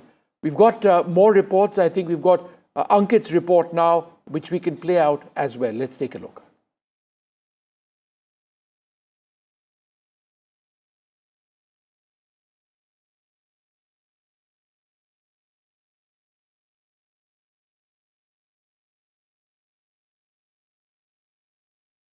Can actually, before we bring in Ankit Tyagi's report in a little while from now, is I'm actually going to walk across to the big screen in a little while to tell you about the flight radar situation, because that's quite important. So I'd like to do that in just the next few moments, if possible, to actually go across to that big screen. Let's have flight radar up on the screen, because that's important. Let's play out this report, which I had from a few moments. All right. All right. Okay. Breaking news now coming in at this stage. We are shifting track completely. And I am what I can share with you at this juncture is that there has been a breakthrough in the investigations in the Pahalgam case. Remember, 26 people were killed in the Pahalgam case, which triggered the attacks by India on Pakistan. The National Investigating Agency has got details of the 3 Pahalgam attackers. They have been confirmed that the attackers were Pakistani nationals. This is huge news coming in at this juncture. We are, for the moment, moving away from the news of the American strikes on Iran, moving into news on the Pahalgam attack case. My colleague Nazir Masoodi joins us. Nazir, what do you have? Well, NIA has said that they have arrested 2 persons who have given shelter to these terrorists who have carried out Pahalgam massacre on 22nd of April. They have been identified as Bashir and Parvez.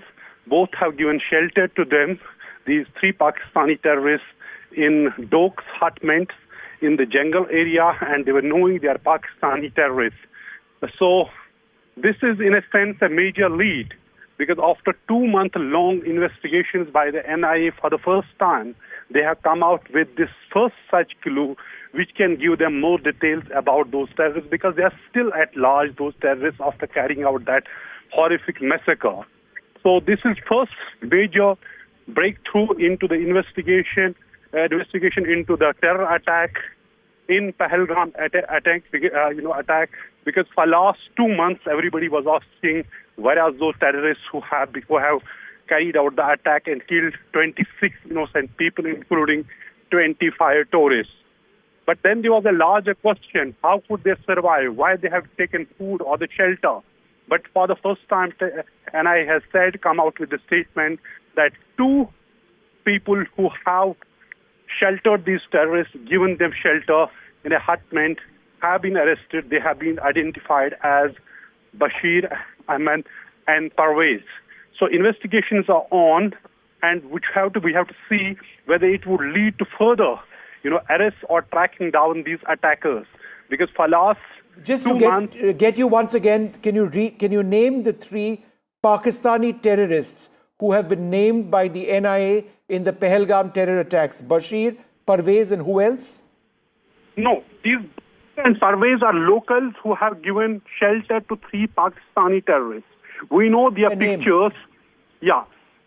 These are 2 people who have been arrested for sheltering, harboring these terrorists in Pahalgam, and they, according to NIA, that they've had Bashir Ahmed Jothar of Batkot, Pahalgam, and Parvez Ahmed Jothar and Bashir Ahmed Jothar of Hill Park, Pahalgam, and they have disclosed during the this interrogation identities of 3. In a little while from now, once we get those names, once again we'll repeat it. But the headlines at this juncture: it is 11 a.m. in the morning on what is a critical day for billions across the world.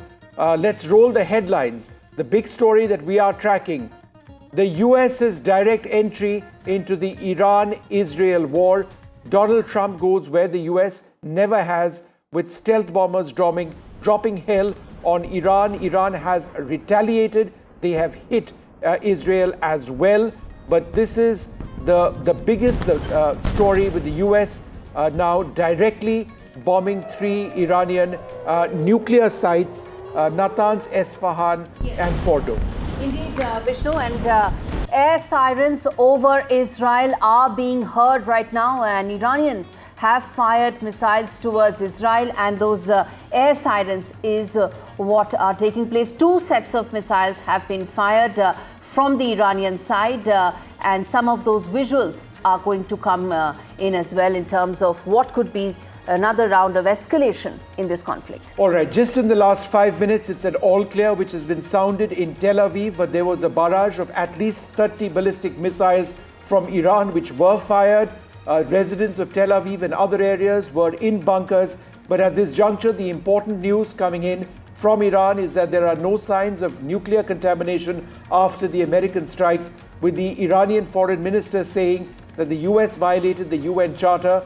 But that's the initial reaction. Iran also threatening to carry out further attacks. Will they attack American bases in West Asia and the Middle East is what we don't know.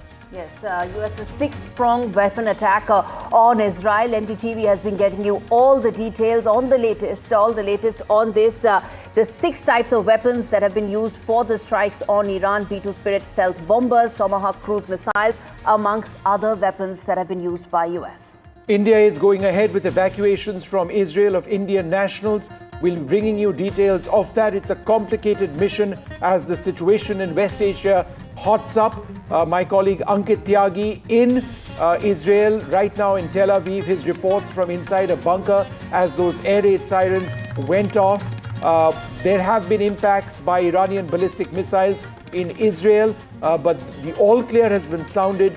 People are out on the roads. NDTV reporting from the war zone.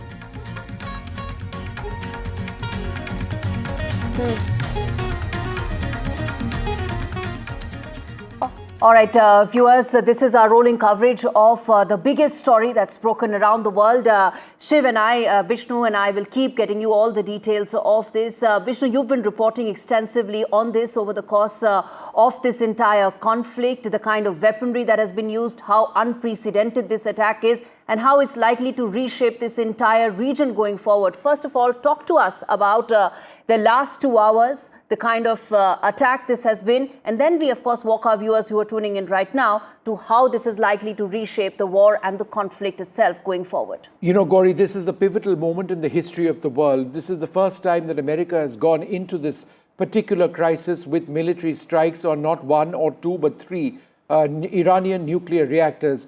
Donald Trump was vacillating on this. He was, let's give it a few more days, let's give it a few more weeks, let's see what finally takes place. But now America has gone in on these strikes. There was a big elaborate social media sort of effort to try and confuse perhaps, suggesting that the bombers, which were B-2 stealth bombers, were being routed across the Pacific. In fact, it now appears that the bombers which were used may have been deployed from elsewhere. Irrespective, they have used massive ordnance on the Fordo facility. They have used Tomahawk cruise missiles, at least 30, which were fired from submarines and possibly warships in the Persian Gulf region, which have targeted Natanz and Esfahan as well. There is no nuclear radiation which has taken place. The big question now is what will Iran do next? Iran has already been making threats, saying that they're going to be taking out targets of the Americans, which have several bases in the region. Yes. They don't appear to have done that so far, but they've certainly struck at Israel in the last hour or so with multiple impact points of Iranian ballistic missiles. Presumably, dozens of Iranian missiles have been intercepted as well. Absolutely. And let's get in Mohammad Ghazali to tell us more in terms of what could be the kind of Iranian response here. In fact, the Iranian foreign minister said that with US now walking into this conflict, it changes the dimensions completely. Ghazali, you've been working the phones. Talk to us about what is likely to happen from the Iranian side. As Vishnu also said right now, some set of missiles have come in on several Israeli cities. We are still evaluating and getting you in terms of what is the kind of impact. Till then, talk to us about what are your sources telling you in terms of what could be the Iranian impact and Iranian response to to this? See, Gauri, Iran has not launched any attacks against US bases or US properties anywhere in the Middle East, considering the fact that US wanted a regime change. That was one of the aims of the war which Israel had launched against Iran. But that regime change didn't happen, but an attack on nuclear site happened. Now, sources are confirming that US administration had already informed Iran that they are not going for a regime change. They are not going to attack on Ayatollah Khamenei, the supreme leader of Iran, but certainly they want a denuclearized Iran. That is why this attack. In a sense now, Iran doesn't want to be in a rush. That's why their first attack or their first response had been against Israel and no such attack against US bases, because the US bases are there in multiple Middle Eastern countries and some of them are very close allies of Iran. And that is why Iran is in a catch-22 situation as well, that it doesn't want to rub its own allies on the wrong side. Iran also knows that it's alone in the region. There has been no support as such when it comes to the military support from any of its Middle Eastern neighbors. Even Russia and China have only given verbal support, support or condemnation of the attacks on its nuclear facilities earlier by Israel. But even there have been meek response even now when US has launched those attacks overnight. So as of now, it is also believed that Iran never sort of gets into a war in a rush. It goes for a war of attrition. It wants to drag it for as many days as it can, and it will also be a threat for all the US tourists or army personnel present in the Middle East region. It will also wait and watch because the back channel doors for negotiations are also open. Its UN envoy in the United Nations has appealed for a strict action against the United States, which is a signatory of NPT, and despite that its own nuclear facilities were attacked by United States. So all these suggest that perhaps Iran is still in that wait and watch mode, that it will pursue the negotiations as well, but it will continue to retaliate against Israel, but not United States as of now. Right. And before I get in, Ricky, as well on this, Vishnu, I want to come to you first in terms of how the flight activity is likely to change in this entire region. We know airspace of Israel and Iran are shut, but talk to us about how the entire flight activity will change, because this impacts passengers around the world, millions and millions of people. Well, I dare say it's not changed a great deal because, you know, Iranian airspace has been shut, as has airspace across this entire region that you have on the screen. Can we just zoom out a little bit, zoom out of this particular image just a bit, because there are a couple of important points that I'd like to explain. For starters, let's focus on air traffic out of India right now. Remember, Indian Airlines cannot fly over Pakistani airspace. What you are actually seeing right now are foreign airlines which are allowed to fly over Pakistan. So these foreign airlines are flying over, that's fine, let's leave it over there.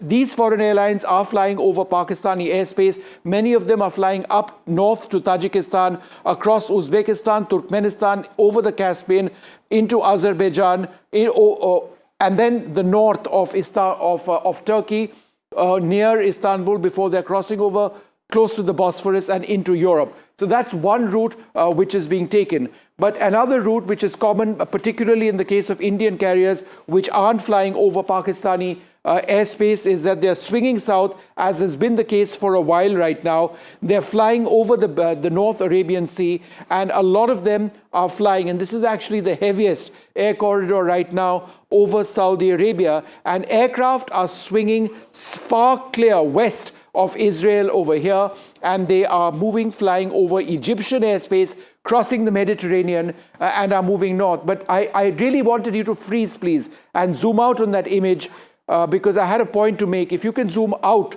on this image, what I really wanted to talk about, and move the picture up a little bit, right? Yes, please, if we can just stay there for a moment.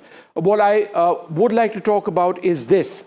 This is Yemen over here. This is where there is that Houthi situation which has existed for a long period of time. Therefore, you've got two areas. And Gauri, this is interesting over here, is that all of Yemen over here, no aircraft can operate in this area because of the Houthi threat which exists in this particular area, and no aircraft can operate in this particular area because of the ongoing situation between Israel and Iran, US now involved. Therefore, in between lies Saudi Arabia, and this is now the densest corridor for air traffic around the world. Yes, there is another route north of Iraq, north of or alongside Turkey, which is also being used, as we can see here. but it's Iranian airspace, which was a primary flight route, which has been shut down now for days, and this sort of scenario continues right now. It is a nightmarish situation at one level. Flight delays perhaps will continue to take place. They have been over the last period of time, but that's what the situation now is at this stage with regard to international air travel. Right, Vishnu, as you clearly pointed out, the kind of impact this will have on flight activity around the world, especially when it comes to Indian carriers. They do not fly the Pakistani airspace, and the Saudi Arabia corridor, which is the dense corridor, as Vishnu was pointing out, viewers, you can see on your screens right now, is where much of the flight activity is likely to take place. The Gulf of Aden, where the Houthi activity is underway, is another area which cannot be taken. All right. Let's go back to Vishnu for more. All right, what we'd like to focus on a little bit now is the weapon systems themselves. That's the B-2 aircraft which dropped a GBU-57. This is the ground penetrator. 12 of these, I believe, were used. They are designed to penetrate to a certain depth, and at a particular depth, it is designed to explode. The B-2s released 2 GBU-57 from an altitude of approximately 37 to 40,000 feet. These have been used in the Fordo region, where the primary nuclear reactor that they were going after today was struck.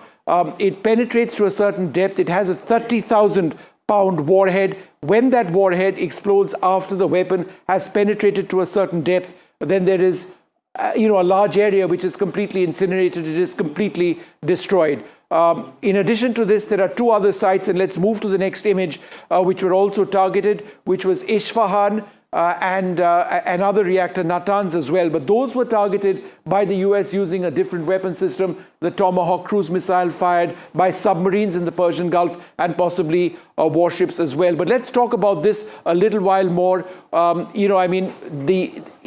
In a time period of 180 seconds, the bomb impacts the surface, the mountain, it penetrates, it goes down to a particular depth. Approximately 200 feet is when it explodes. This has been designed to take out targets deep underground. And in the case of Fordo, which is the site which the Americans were really after, that is what has taken place. The penetration initiates through hundreds of feet of rock and perhaps concrete as well. Now, the Iranians have set up these facilities over decades. There are bunkers over there. There are hardened structures. There are, of course, the nuclear centrifuges. There are the nuclear reactors itself, and a lot else which America and Israel believes is at a state where Iran could have developed a nuclear weapon within a very finite period of time. That's what this weapon was out to destroy. What the impact of this weapon system is for Iran is very clear. Iran's ability to get its nuclear weapons program in order, or even basic nuclear plants in order, has been set back by several years. I would suggest up to a decade, because with the air superiority that Israel and the United States have at this juncture, Iran's ability to do anything nuclear at this stage has essentially been destroyed. Right. Vishnu, putting all that in perspective for us viewers, telling the kind of weaponry that has been used to bomb the 3 nuclear facilities of Iran. And as Vishnu was saying, in just 180 seconds, Iranian nuclear program has been set back by at least a decade, if not more. We're going to try and get images at some point of time to tell about the impact that has happened of these P-2 bombers. And as Vishnu was saying, that weaponry that is unprecedented and impact that is likely to be very significant. Viewers, if you're tuning in right now, what is flashing at the bottom of your screens is our next big interview that we're going to get very shortly, which is the Israeli ambassador who will be speaking to NDTV very shortly. But before that, I want to quickly play out this soundbite of Donald Trump when he announced the strike, when he said that Iran will pay even more if it doesn't stop from here on. Let's listen in to Donald Trump. The U.S. military carried out massive precision strikes on the 3 key nuclear facilities in the Iranian regime, Fordo, Natanz, and Isfahan. Everybody heard those names for years as they built this horribly destructive enterprise. Our objective was the destruction of Iran's nuclear enrichment capacity and a stop to the nuclear threat posed by the world's #1 state sponsor of terror. Tonight, I can report to the world that the strikes were a spectacular military success. Iran's key nuclear enrichment facilities have been completely and totally obliterated. Iran, the bully of the Middle East, must now make peace. If they do not, future attacks will be far greater and a lot easier. There's no military in the world that could have done what we did tonight. Congratulations, President Trump. Your bold decision to target Iran's nuclear facilities with the awesome and righteous might of the United States will change history. In Operation Rising Lion, Israel has done truly amazing things. But in tonight's action against Iran's nuclear facilities, America has been truly unsurpassed. It has done what no other country on earth could do. History will record that President Trump acted to deny the world's most dangerous regime the world's most dangerous weapons. His leadership today has created a pivot of history that can help lead the Middle East and beyond to a future of prosperity and peace. President Trump and I often say, peace through strength. First comes strength, then comes peace. And tonight, President Trump and the United States acted with a lot of strength. President Trump, I thank you. The people of Israel thank you. The forces of civilization thank you. God bless America. God bless Israel. And may God bless our unshakable alliance, our unbreakable faith. All right, colleague Ankit Tyagi is reporting for us from Ground Zero in Tel Aviv. He also had moved to a bomb shelter soon after some sirens played out. Let's listen into this ground report that Ankit has filed.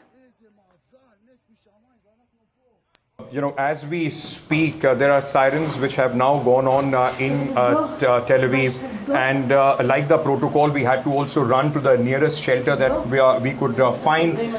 This is, you know, in one of the hotels, in fact, and everybody has been asked to run to this shelter.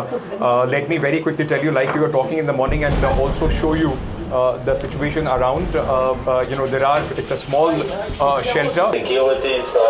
I hope that you were able to capture that, which said that go to the nearest center for security. So there is an anticipation as far as the counter reaction from Iran is concerned.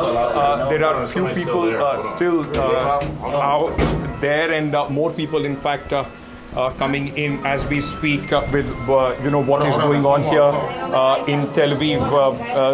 Small space, but at this moment it's people have been instructed to reach, and even on the streets we saw very, very quickly how everything turned, and as soon as these sirens began, you know, there are people, those who have been instructed to reach these shelters, you know, everywhere that they could. There is no all clear given. People will have to stay in these shelters. No matter where you are, what you are doing, you have to run to one of the shelters as soon as you can find them. He's in the shower, my husband. Go bring him. Your husband is in shower? In the shower. Go bring him. Yeah? I cannot take him out. He's not scared? He's of course he's scared, but he's in the shower. Would you open the door for him now? So this lady, I mean, in fact, despite what is happening, the humorous side continues. She says that her husband is still in the shower, waiting to come to this shelter at this moment. I'm from India, ma'am. Oh, tell me who. Yeah, I'm from India. India, no? India. Yeah. How did you India? All right. Let me show you. We have. Sorry. What?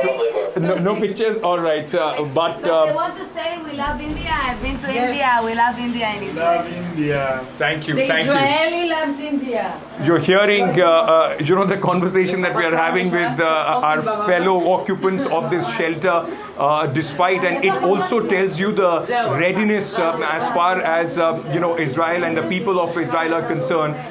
They are prepared for these kind of situations, and that is why it's a part of life. There is somebody else who is knocking on the shelter door as we speak. And he's the person who was in the shower, as I was telling you earlier. So while the situation remains quite tense outside, at least there is the sense of humor alive in the people, and everybody at this moment crammed in this. We are about 8 to 10 people, along with a few pets here. All right, so Ankit Tyagi reporting over there. Just in the last little while, we've now got information of Israel's response. Israel is now hitting targets in Iran. I'm just going to read out what has come from the Israeli armed forces. And I quote, the Air Force has now begun a wave of attacks against military targets in West Iran. In addition, this morning, the Air Force attacked missile launchers in Iran, ready to be launched towards the territory of the state of Israel. Soldiers in the Iranian military forces and closed the circle and destroyed launchers that had launched towards the territory of the state of Israel a short while back. That said, there have been impacts on Israel, both in Tel Aviv and elsewhere. Now, just for the benefit of our viewers, let's run through the sequence of events, because it's been a day of very fast-moving developments. In the early hours of the morning, what time was it, local time, Iran, when they struck? 2:30 or 4:30? I think it was closer to 3 in the morning. It was closer to 3 in the morning. Check that, yeah. When the US struck 3 Iranian nuclear facilities. Iran responded by hitting Israel, and now Israel is hitting back at Iran. That's the sequence of events. Let's go back to our colleague Ankit Tyagi. You've been to India? Yes, I've been to India. I love India. I love the Indian people. I've been to the north and to the south. I traveled. A lot of people back home. A lot of Israeli people love India. A lot of Indians back home would be wondering that air raid sirens are out. How are all of you so chirpy and smiley yet? This is the power of the Israelis. Yes, we used to it because we use bombs falling in us. And yes, we're going outside, we're smiling, we're hugging each other. If you don't know someone, you say good morning, good night. We keep on smiling all the time. Like the Indian people, we're the same. So this is sort of training for all of you people. So every time the air raid siren comes in, it's a way of life. You have to run into these bunkers, right? Yes, every time. Until when do we stay in these bunkers now? Maybe half an hour, maybe an hour. It depends. If it's come from Gaza, so 10 minutes. But if it's from Iran, sometimes an hour, sometimes less. Is there a sense of anxiety or fear as well with what has happened? Of course. We're very scary. We don't go out all the time. We don't traveling. I didn't see my family. They're in Haifa, in the north of Israel, for 2 weeks. We're very scary, of course. Have you spoken to them? Are they safe? Yes, they're okay. That's. We have a WhatsApp group. Every time there is an alarm, we're texting. Siren, we're texting.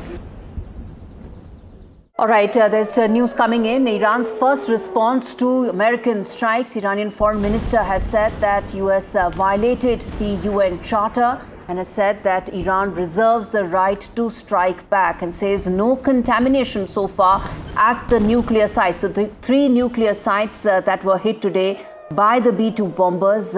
As of now, Iran has said no contamination till now at those sites. Vishnu? The B-2s and Tomahawk land attack cruise missiles launched from US warships, which struck Natanz and Esfahan. So let's see if we have that response. Do we have a soundbite of a response, or is that just information? All right, so that's the information that Gauri has read out. But let's just now look at the larger issue. And the larger issue is, what will Iran do next? Because what Iran was trying to do over the last couple of days, which America and Israel have interpreted as just buying for time, was nonetheless an effort at diplomacy in Europe, where what they did is they tried to reach out to European interlocutors and said that there was a fairly promising plan in place as far as their nuclear program was concerned, but that Israel never waited. They went ahead and struck. Now, that is a fact, but Israel believed that had they not struck, then Iran would have been a very short period of time away from actually developing nuclear weapons. Yes. The question was whether America would actually be part of the attacks. Well, that question has been answered. So the larger issue is what happens now. Is diplomacy still on the cards? Well, I would suggest, Gauri, that it's not diplomacy in the way that Iran wants it. The fact of the matter is that it's no longer about whether America and Israel will stop attacking and then bring Iran onto the table and then they have a conversation. America has struck, Israel has struck, Iran itself has struck Israel, and therefore there has to be a larger conversation, an immediate conversation on what happens next. Will the fighting end? Absolutely. And let's, in fact, Vishnu, while we wait for more details and we keep getting all the latest updates, let's walk our viewers who are tuning in right now in terms of what really happened right now, which is that at 3 o'clock Iranian time, US forces did strike 3 of the nuclear facilities in Iran. And the B-2 bombers were used, and something that Vishnu also told our viewers about, that the scale at which this attack took place, the 3 nuclear facilities, they were struck. And after that, Donald Trump also said that if Iran doesn't stop right now, they are willing to strike once again. That's a very important statement that was made by US President. Following that, in the last couple of hours, one has seen that Iranian the commentary that has come in from Iran continues to be very hawkish. They've hit, reports indicate that they have hit Israeli cities. Sirens have been sounded out. Some attacks have taken place. Iranian missiles have hit Israeli cities. And in response, Israel has launched fresh strikes against Iran. That is how things stand right now. And as we are telling our viewers, there is a deep American presence in that region, which, if, of course, impacted, will escalate this further from here on. Vishnu, let's quickly now get in a voice joining us from Melbourne, from Australia, Michael Feller, to talk more about, who's a co-founder and the chief strategist of geopolitical strategy, to understand from here on, how does it look? Mr. Feller, as things stand right now, the situation continues to be very fluid, very volatile, fresh attacks both from Iran and Israel against each other. Yes, that's right. Thanks for having me.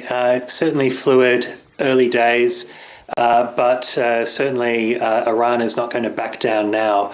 I think they've made that clear. It's only really a question of when and how they strike back against the United States. And that really does open up all sorts of options, because if it's ballistic missile attacks against American bases in West Asia and the Middle East, then A, Iran has a finite number of weapons that it can deploy, and B, that would be disproportionate. America considerably stronger than Iran is militarily. Therefore, what would that necessarily achieve? It's not about achieving something in a military way. It's about the Iranian regime is cornered, and certainly if they don't fear regime change externally from Israel or the United States, they would fear regime change internally if they don't act. So they're stuck in a situation where it's lose-lose either way, but there will be some form of retaliation, as there was retaliation, of course, to Israel when they first launched the attacks on 13 June. Mr. Feller, I'm just trying to understand, you were speaking about potential regime change. Do you believe that that is actually the intention of America or of Israel? Because, the supreme Iranian leader, Khamenei, remains, a revered figure at one level. In Iran and in other parts of the Muslim world. That being the case, is that necessarily something that Israel or America would necessarily want to unsettle, or are they just essentially going after the nuclear facilities? I think it's one of those things where war can easily extend into mission creep very, very quickly. And whilst the initial intention of the war was to remove nuclear facilities, I think regime change has always been a potential outcome. And Netanyahu has, and Trump have essentially said that this could be a potential outcome. So whilst it's not an objective per se, it's definitely going into the calculus here.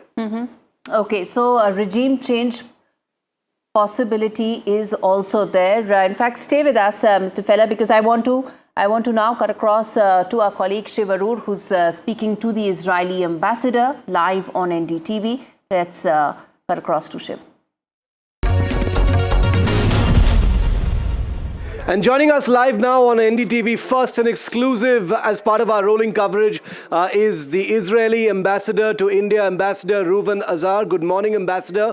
Thanks for being here on NDTV. My first question to you is, we've just heard and been reporting that Iranian missiles have hit different parts of Israel. There's a high alert across Israel at this point of time. The first retaliatory response from Iran after the US bombing earlier today. Your first words on that?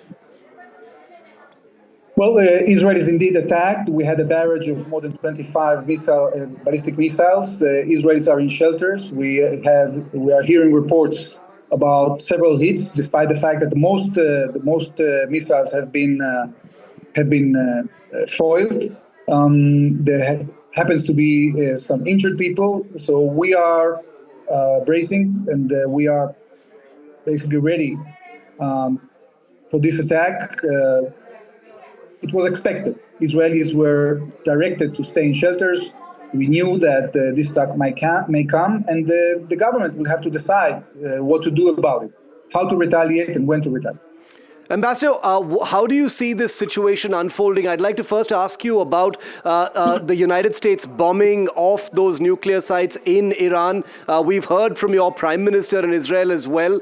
Your reading, your understanding of these strikes by the United States?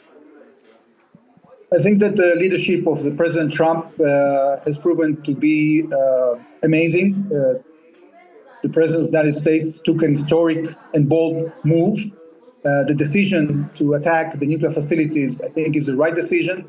It is a decision that not only defends Israel, it defends the region, it defends the world, and it saves us from nuclear catastrophe that was planned by this malign regime. So it started with an Israeli strike against those installations and against the second existential threat that was the ballistic missile threat. As a result of that, the barrages of missiles from Iran have decreased substantially. But now this American action is basically sending a message to Iran that if they continue with their aggression, the price for the regime will be huge. And it remains to see whether the Iranians decide to retaliate against the American targets. I hope they don't. I think that it's very important to keep this conflict as narrow as possible. I think the Iranians now should come back to the table, should negotiate the dismantling of their military nuclear program and the dismantling of their missile ballistic program.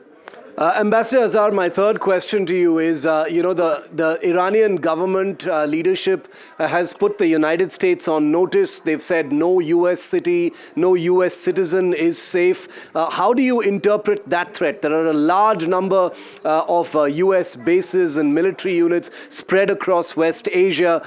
Do you think Iranian attack on some of those facilities is a possibility as well now? Well, thankfully, Shiv, Israel has decimated and degraded substantially the Iranian capability to retaliate because their stockpile of ballistic missiles has dwindling because of the fact that we have taken all their air defenses and their capability to continue their aggression against the region has diminished. If you take into account that there is a huge American amassing of force in the region, I think it would be absolutely irresponsible, not only for the region, but also for Iran's and the Iranian people's interest, if the Iranians continue this aggression. I know you can't go into specifics, Ambassador Azar, but I will still like to ask on the U.S. bombing, unprecedented bombing of 3 nuclear sites in Iran. It comes after, a wave of punitive attacks by Israel inside Iran. But during these particular strikes this morning by the United States, what role, if any, did Israel play and the Israel military, sir? As you've seen, Shiv, Israel in this Operation Rising Lion, has taken massive, action against all the nuclear installations of Iran. the Iranian military nuclear program was spread around more than 70 locations. And we systematically pounded these locations in the course of the last 10 days. There were some locations, like the facility in Fordo, that is deeply underground, which the United States have capabilities to strike it more effectively. That's what they decided to do. So you are seeing a massive Israeli operation with a complementary action by the United States to neutralize this existential threat for Israel and this terrible threat for the rest of the world. It has been, I think, a very effective action that was taken after decades of trying to convince the Iranians to avoid from this course of action. But unfortunately, they didn't take us seriously. I hope that the day comes in which they take us seriously and they understand that in their interest of the country and for the future of their government, they have to change policy and stop their campaign of aggression towards Israel, their attempt to create a hegemony in the region, and to pursue more peaceful policies. Just two more questions, Ambassador, before we let you go. One, do you see the possibility of more strikes on Iran by either Israel or the United States? There's also the question of the Iranian leadership, the Khamenei and others, that many experts believe to be unfinished business as far as Rising Lion is concerned. Well, Shiv, as much as we didn't agree to allow Iran to develop this double plan to exterminate us, we continue to be determined to defend ourselves. And if the regime doesn't understand the message and thinks that they can continue pursuing this, so probably our cabinet will have to make decisions to do more than just targeting the direct threats against us, and we'll have to take more action to hit the military infrastructure of Iran as a whole. As you know, Iran has many military targets that weren't hit yet, their army, their navy, many other capabilities, installations. So there is a lot for Israel to continue hitting if Iran continues to attack us. My final question, Ambassador, is India is, of course, watching everything playing out very closely, specifically on the evacuations of Indians from land borders in Israel. Can you give us an update on that? I know specifics are evolving right now, but whatever you can share with us, because there is concern about their safety as well. Well, we are, of course, are taking care of all the residents in our region, including the Indian nationals. We are in coordination with MEA.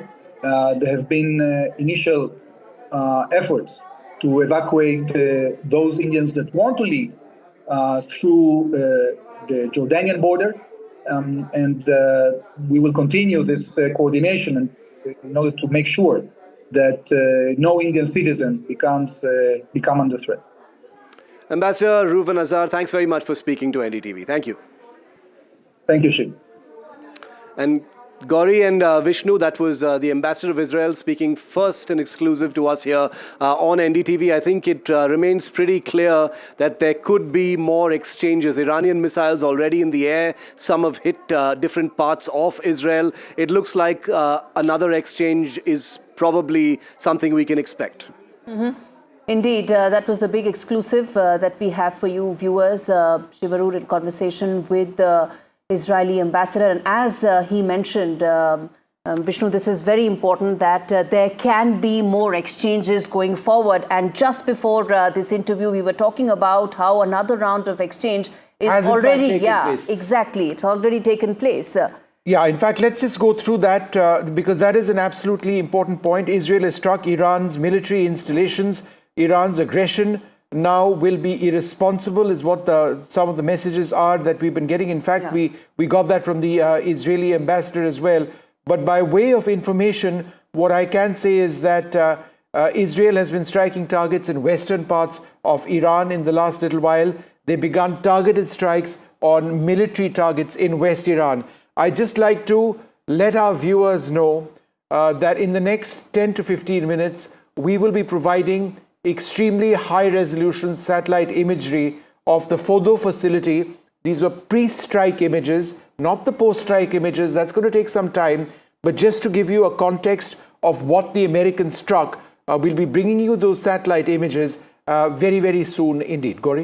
Indeed. And that, I think, is going to explain, viewers, in detail the kind of impact that these strikes have really happened. I want to get in Mohammad Khatibi, who's an Iran analyst, joining us from Tehran. Mr. Khatibi, thank you so much for speaking to NDTV. The latest update that's come in as we speak is that the IDF has said that it's begun strikes, a series of strikes towards military targets in Western Iran. You are there in Tehran. Talk to us about what is the situation right now on ground, and then we talk about some of these specific strikes that we are mentioning. First of all, thank you for having me. And now there has been an escalation, and this is the U.S. attack on Iranian soil. And this will not be met with ease, because this is a first, and Iran now has the right to defend itself, not just against Israel, but against the U.S. Now, Iranian leadership is thinking that U.S. bases in the region are now a legitimate target, and Iran has already given a letter to the UN Security Council to discuss this current situation. And there is another point here. Now, Iran has no reason to be committed to NPT, and Iran can now pursue nuclear weapons, and Israel and the U.S. can't do anything about it because there will be in unknown locations. Other than that, US and Israel can't destroy the knowledge that gained by Iranians during these years. By killing scientists and killing military commanders, the knowledge can't be destroyed. And the structures, we don't know how Fordo site has been hit and if the operation was successful yet. Trump claims that it was a very successful operation, but we don't know yet because there is no imagery, and if only the doors were closed and the structure below is safe, or what happened, the whole structure is gone, we don't know that. And I don't think that anyone, especially the US, can decide that the whole structure was gone. Other than that, I would suggest, Mr. Khatibi, that at this juncture, I think it's fairly safe to assume that the the sites have been taken out, and that Iran's nuclear program, and in terms of the plants themselves, it suffered a huge setback perhaps for several years. But I think the point that you are mentioning is important, that Iran needs to move away from the NPT, which you say you were committed to, and that Iran is now free to develop nuclear weapons one way or the other. Is that what you're suggesting?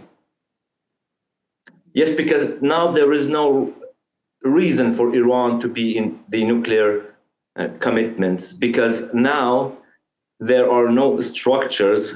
There are some structures left, but these put Iran maybe 1 or 2 years back. But Iran, if Israel and the US want to destroy the whole situation, whole structures, they should re-attack Iran in 1 year, re-attack Iran in 6 months. And I don't think that neither Israelis nor the US want this, because now they are pressuring Iran to surrender, but it is not the case. Okay. Iran has prepared itself for a long war, and the number of missiles it is directed against Israel is very low compared to what it has in its arsenal. Okay. And Iran is preparing for a long war because it knows that those interceptors can be a logistical problem for Israel and the US.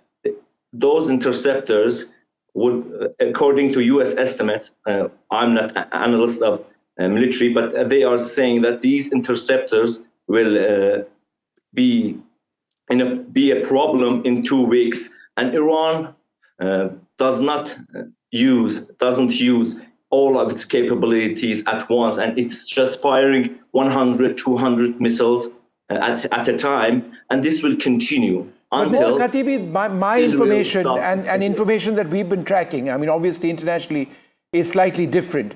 that after the last round of missile exchanges with a few months back with Israel, you would be down to 2,000 to 2,500 ballistic missiles, of which several hundred have already been expended. Israel would perhaps have taken that into account. The question is, if you do choose to attack America, in addition, American targets in West Asia, in addition to Israel itself, Iran faces the same situation which you feel that Israel faces, that you could run out of ordnance yourself. Therefore, how is it feasible for Iran to militarily continue? There is a logistical problem.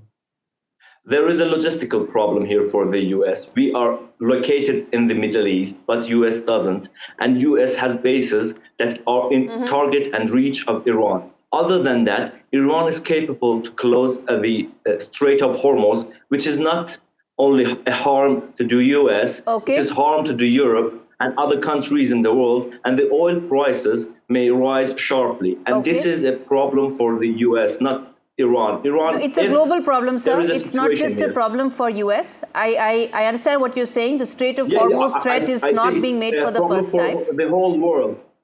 Of course, for the whole world, yes, for the whole world, and those energy prices will shoot through the roof. It hasn't happened. Those threats have been made several times in the past, and that could actually be unprecedented. I'm going to leave it there, Mr. Khatibi. I want to now go across to my colleague Aarti Krishnan, who's joining us as well, to talk about what could really happen. You know, we are talking about what could be Iran's next step, and as you know, Vishnu, even the guest was mentioning that it's not going to really derail the Iranian program. There could be a thought within Tehran as well that, you know, let's double down on it. That's one of the scenarios that the guest was talking about. What could those be? Let's get an Aarti to decode that for our viewers. Absolutely. So there are a lot of scenarios that could perhaps play out, right, in terms of US's reaction, Iran's reaction, and apart from that, the fallout on the economy as well. The first scenario is that Iran launches missile strikes on US bases in the region. Now, this is something that experts are expecting as well, saying that Iran perhaps would not back down, although Iran has limited options. Now, in terms of the scenario 2, Israel goes on high alert and preemptively hits IRGC targets. So this, of course, is Israel's reaction. Israel also would not back down. Now that it knows that the US supports it and US has entered the conflict, Israel has more confidence to react, and it could preemptively attack Erez in Iran. Third scenario, Iran activates Hezbollah and proxies to strike from Lebanon on Iraq and Syria. Now this, of course, Iran's proxies in the Middle East, including Hezbollah and Hamas, could perhaps strike Israeli targets and in other areas, especially from Lebanon, Iraq and Syria. Now, global oil prices, like I said, the economic fallout, global oil prices spike amid fears of Strait of Hormuz blockade. Now, this is something that we saw as well. Iran had come out with a statement. The aide of Khamenei had said that perhaps the Hormuz Strait would be blocked, which again would affect trade. And that is another fallout that a lot of people were fearing would happen. The fifth scenario, China-Russia call for restraint, but quietly back Iran diplomatically. Now, this, of course, is another big fallout that could happen in terms of diplomacy, where China and Russia back Iran, but quietly, and that still gives Iran more power to fight against Israel and the US. All right, Aarti, putting us through that very important scenario building in terms of where does this war, this conflict go from here, and some of those scenarios could actually mean a serious escalation from here on. Already, you're getting that sense from Iranian commentary, which has been very hawkish, given the presence that America has in that region. Any attack whatsoever on those assets would mean a major and serious escalation. I want to quickly now play out some of the important sound bites of analysts and experts that NDTV has been getting for you viewers as we continue our rolling coverage of the biggest escalation that one has seen in Middle East in decades. Let's play out some of those sound bites. We can come back and continue this. These were the three sites, especially Fordo, but there are also Natanz and Isfahan, that Israel had already hit all three, but Israel doesn't have the capability to destroy them and basically take them off as a part of the conversation. We know that we just saw reports that 6 bunker busters, probably the massive ordnance penetrators you just talked about that can penetrate over 200 feet, and most likely more than one was done to ensure that these sites were destroyed, these nuclear enrichment sites were destroyed, and that President Trump is honest when he says now is the time for negotiations. Iran is likely to do as a response, as a retaliation. And my chief concern is actually a cyber attack on the United States, likely starting with Israel, but also with the United States. For a long time, we have heard warnings about sleeper cells, Iranian agents, Hezbollah, other groups that may be here based in the United States. But right now, I have been reaching out to relatives and to friends and other connections and urging them to have cash on hand because there may be attempts to shut down the banking system or to reach out to other infrastructure here in the United States. I mean, we obviously saw this coming. Israel had completely dominated Iran when it comes to their capacity to defend themselves, but they could not get to the depth in these facilities to really do damage to the nuclear program. That required a specific type of munition, a massive ordnance penetrator, specifically the GBU-57. And only the United States had that and the capacity to deliver it, which was done by the B-2 Spirit aircraft. But I'm sure the U.S. intelligence community is working hard to determine just how much damage they did. But I think the estimation would be they would set these programs back many years, 3 to 5 years. And that's what they're looking at now. Of course, now we're looking at what Iran's going to do in response. This is definitely a step in the wrong direction, to put it lightly, for obvious reasons.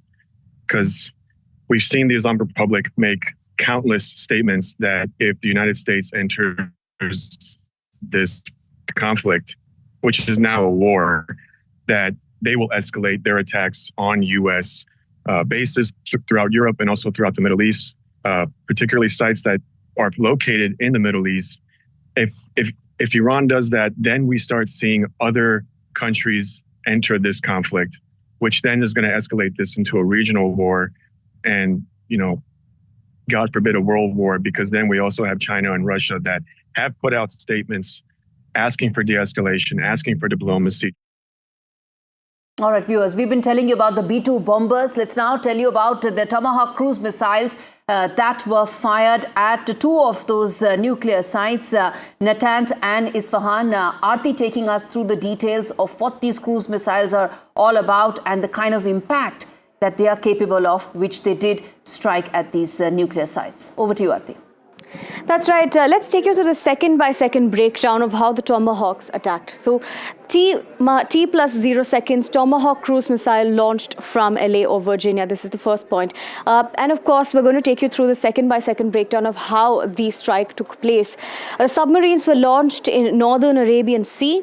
And this, of course, took place. And as far as the timing is concerned, we're taking you through the first couple of seconds. In T+5 seconds, the missiles clear launch tubes and ignite booster engines.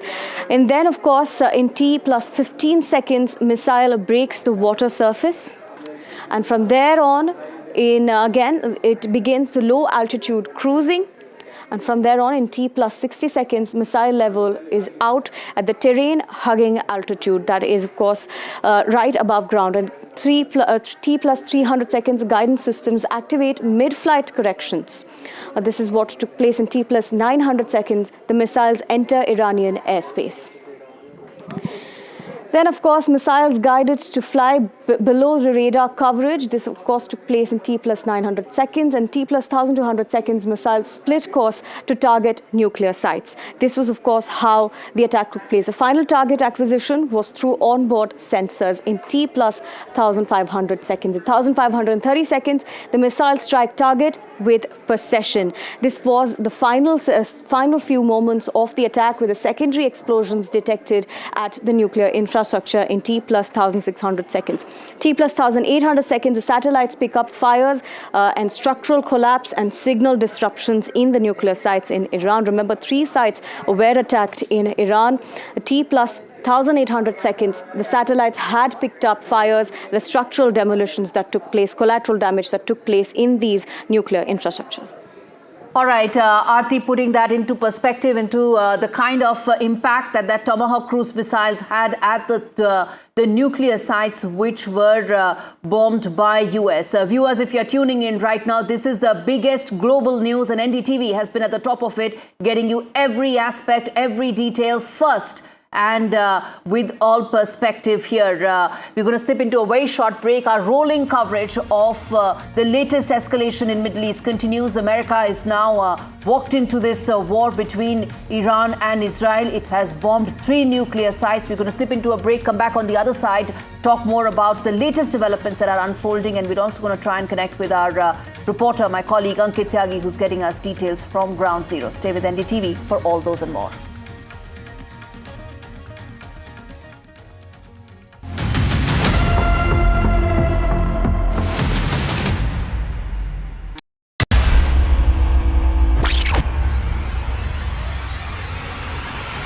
In the last 1 month, if you see, the share prices of Genzol Engineering has fallen more than 58%. Why are the rating firms calling the debt payments as default? We have 2 credible credit rating agencies on March 4th coming and downgrading the stock to D. Statements are consistently being proven wrong, right, and transactions are being taken place which are different from what they were originally pictured to be. The company claimed it would roll out 6,400 electric vehicles. But what it has rolled out is a shocking scam. Funds meant for the project were funneled allegedly back to the promoters, the Jaggi brothers. What did the money buy? Not EVs, of course, but a lavish flat in Gurgaon's luxurious DLF Carmelias.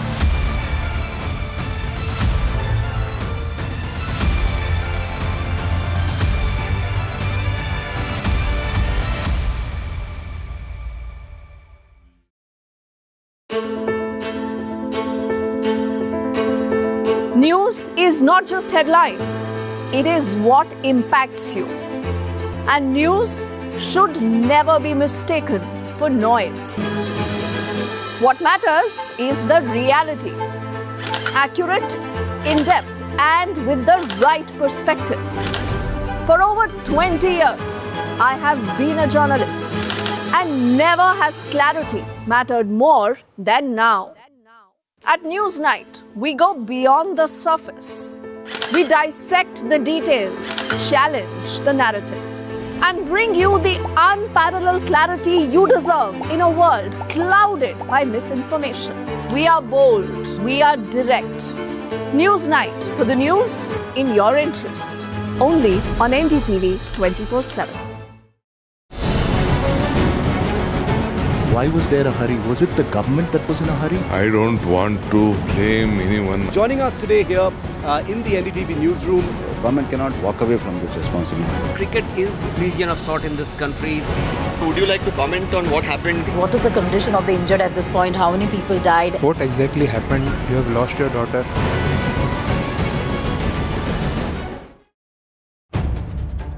If it matters to you, if it matters to you, if it matters to you,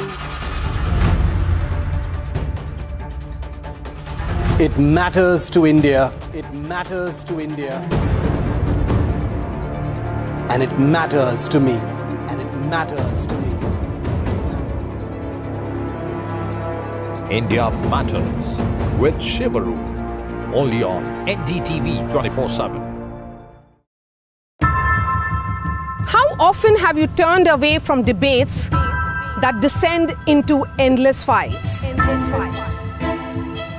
We bring you a show where every question is answered, where every debate finds.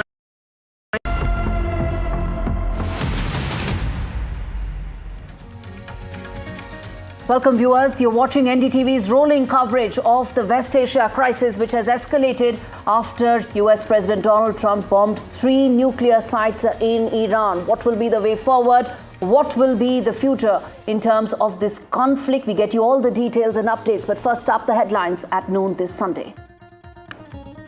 United States makes a direct entry into the war with Iran, bombs 3 top Iranian nuclear sites. Israeli Prime Minister Benjamin Netanyahu calls it a pivot in history for the Middle East.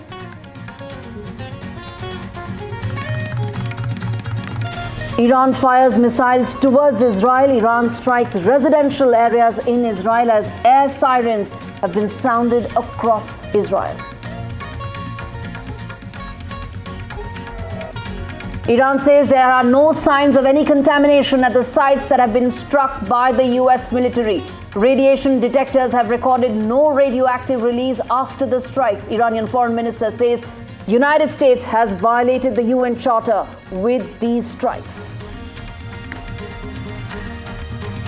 Big NDTV exclusive. Israeli envoy speaks to NDTV, says more strikes likely soon and assures that safe evacuation for Indians will take place in Israel.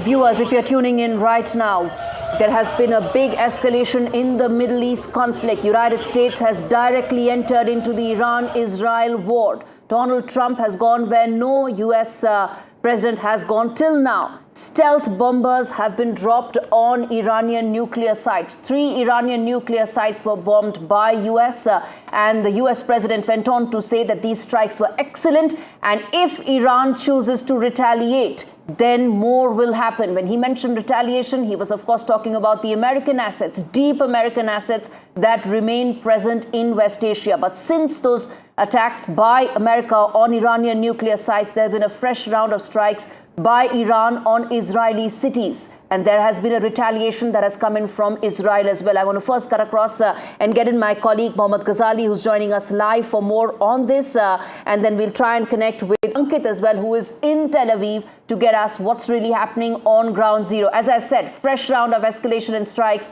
are continuing between Iran and Israel. The situation remains volatile. The area, the region remains completely fluid. Ghazali, you've been working the phones. Talk to us about what is it that your sources are telling you in terms of the Iranian establishment.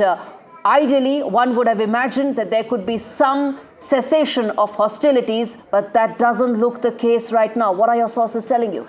See, first thing that the US launched its attack overnight, and Iran was informed about it, that there were 2 war goals. One, to denuclearize Iran, to dismantle the entire nuclear infrastructure in Iran, as well as change the regime. But US has contained itself with just one war goal, that it had launched the attack, conveyed to Iran in prior that we are going to dismantle the nuclear enrichment facilities, but we are not going to go for any regime change operations. The regime change operations obviously hints towards the assassination of top Iranian leader, Mr. Ayatollah Khamenei. This is somewhere which shows that US has still opened the back channel talks with Iran. Iran continues to maintain its stand that it can't compromise on national sovereignty, it can't be suppressed into negotiations, and that is why these attacks have been launched against Israel. There have been no attacks yet from Iran towards any of the US bases in Middle East, largely because of the fact that most of these bases are based in those countries which are also close allies of Iran. Let's say the American air base in Qatar. Qatar has been involved in the negotiations when it comes to Gaza hostages. Iran is also one of the stakeholders there. Now the ground situation is that Iran is launching attacks towards Israel, and we have seen around 22 to 27 missiles have been launched towards Israeli cities of Tel Aviv and Jerusalem and Haifa, and we are getting those visuals of damage. The situation is still emerging. The authorities there are still assessing the damage being inflicted on certain areas in Israel right now, but the situation is very fluid.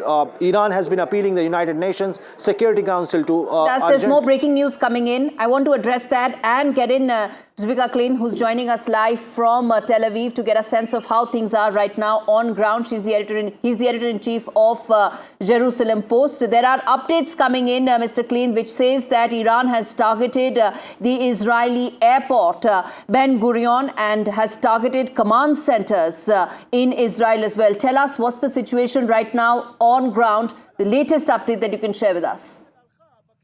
Hello, good morning from Jerusalem. As much as I know, there hasn't been any attack on the airport. It remains to be seen, I think. But you know, the attacks really were mainly in Tel Aviv and in Haifa, and you know, there's dozens of Israelis injured, including children and elderly. but most of the injuries are actually light wounds, thank God, because people are in their shelters. And obviously, everybody is uptight and uptick as a result of the American attack. And most Israelis were hoping for this type of attack to join Israel and to show partnership, and it did. And therefore, the situation will probably also become a bit more dramatic. It's important what you are saying. You are saying that there has been no attack or attempted attack on Ben Gurion Airport. The reason I'm asking you about this is because Iranian television, their state TV, says that several sites, including Ben Gurion, have been targeted. Targets include support bases, command and control centers, etc., etc. Now, that's a claim. What you are telling us as an independent journalist is that Ben Gurion Airport, which is obviously so important, has not been struck. I mean, that's your information. Is that right? 100%. And I'm just like you. I'm just looking at the TV next to me to see if I missed something possibly. Right. They may, by the way, they've been trying to target it. The question is, did they hit? I haven't had any indications up until now that site was hit. Mm-hmm. All right. In terms of what Israel may be planning next at this stage, because we've seen just by the sequence of events, America struck Iran. We've seen Iran striking Israel. Israel struck back. Could you tell us more about the Israeli offensive in the last, I guess, half an hour or so? Yeah, I mean, the Israeli offensive is continuing to attack sites that are not civilian, as opposed to Iran. Sites that are military bases, missiles, missile factories, etc. And they're continuing to do so for 10 days now. And it's actually surprising, dominating the airspace in Iran, being able to go in and out as they wish. Mm-hmm. There are some videos and visuals we are putting out right now for our viewers to see. As per the Iranian state television, that is Press TV, they say that this is the kind of impact that the Iranian missiles have had on several Israeli cities, that we are putting that out. This is as per the Iranian state broadcaster. I want to understand from you, sir, that what is the kind of damage right now that has taken place in Israel, because IRGC has said that long-range missiles are now being used against Israel. Does this indicate a willingness to escalate this further? Where do you see this over the next 24 to 48 hours? So first of all, I mean, the footage you're showing at the moment is definitely actual footage, and that is the type of ruins we are seeing in different cities across Israel. Luckily, because Israel is able to shoot down many of the missiles or the drones coming, so there are not as many of them landing.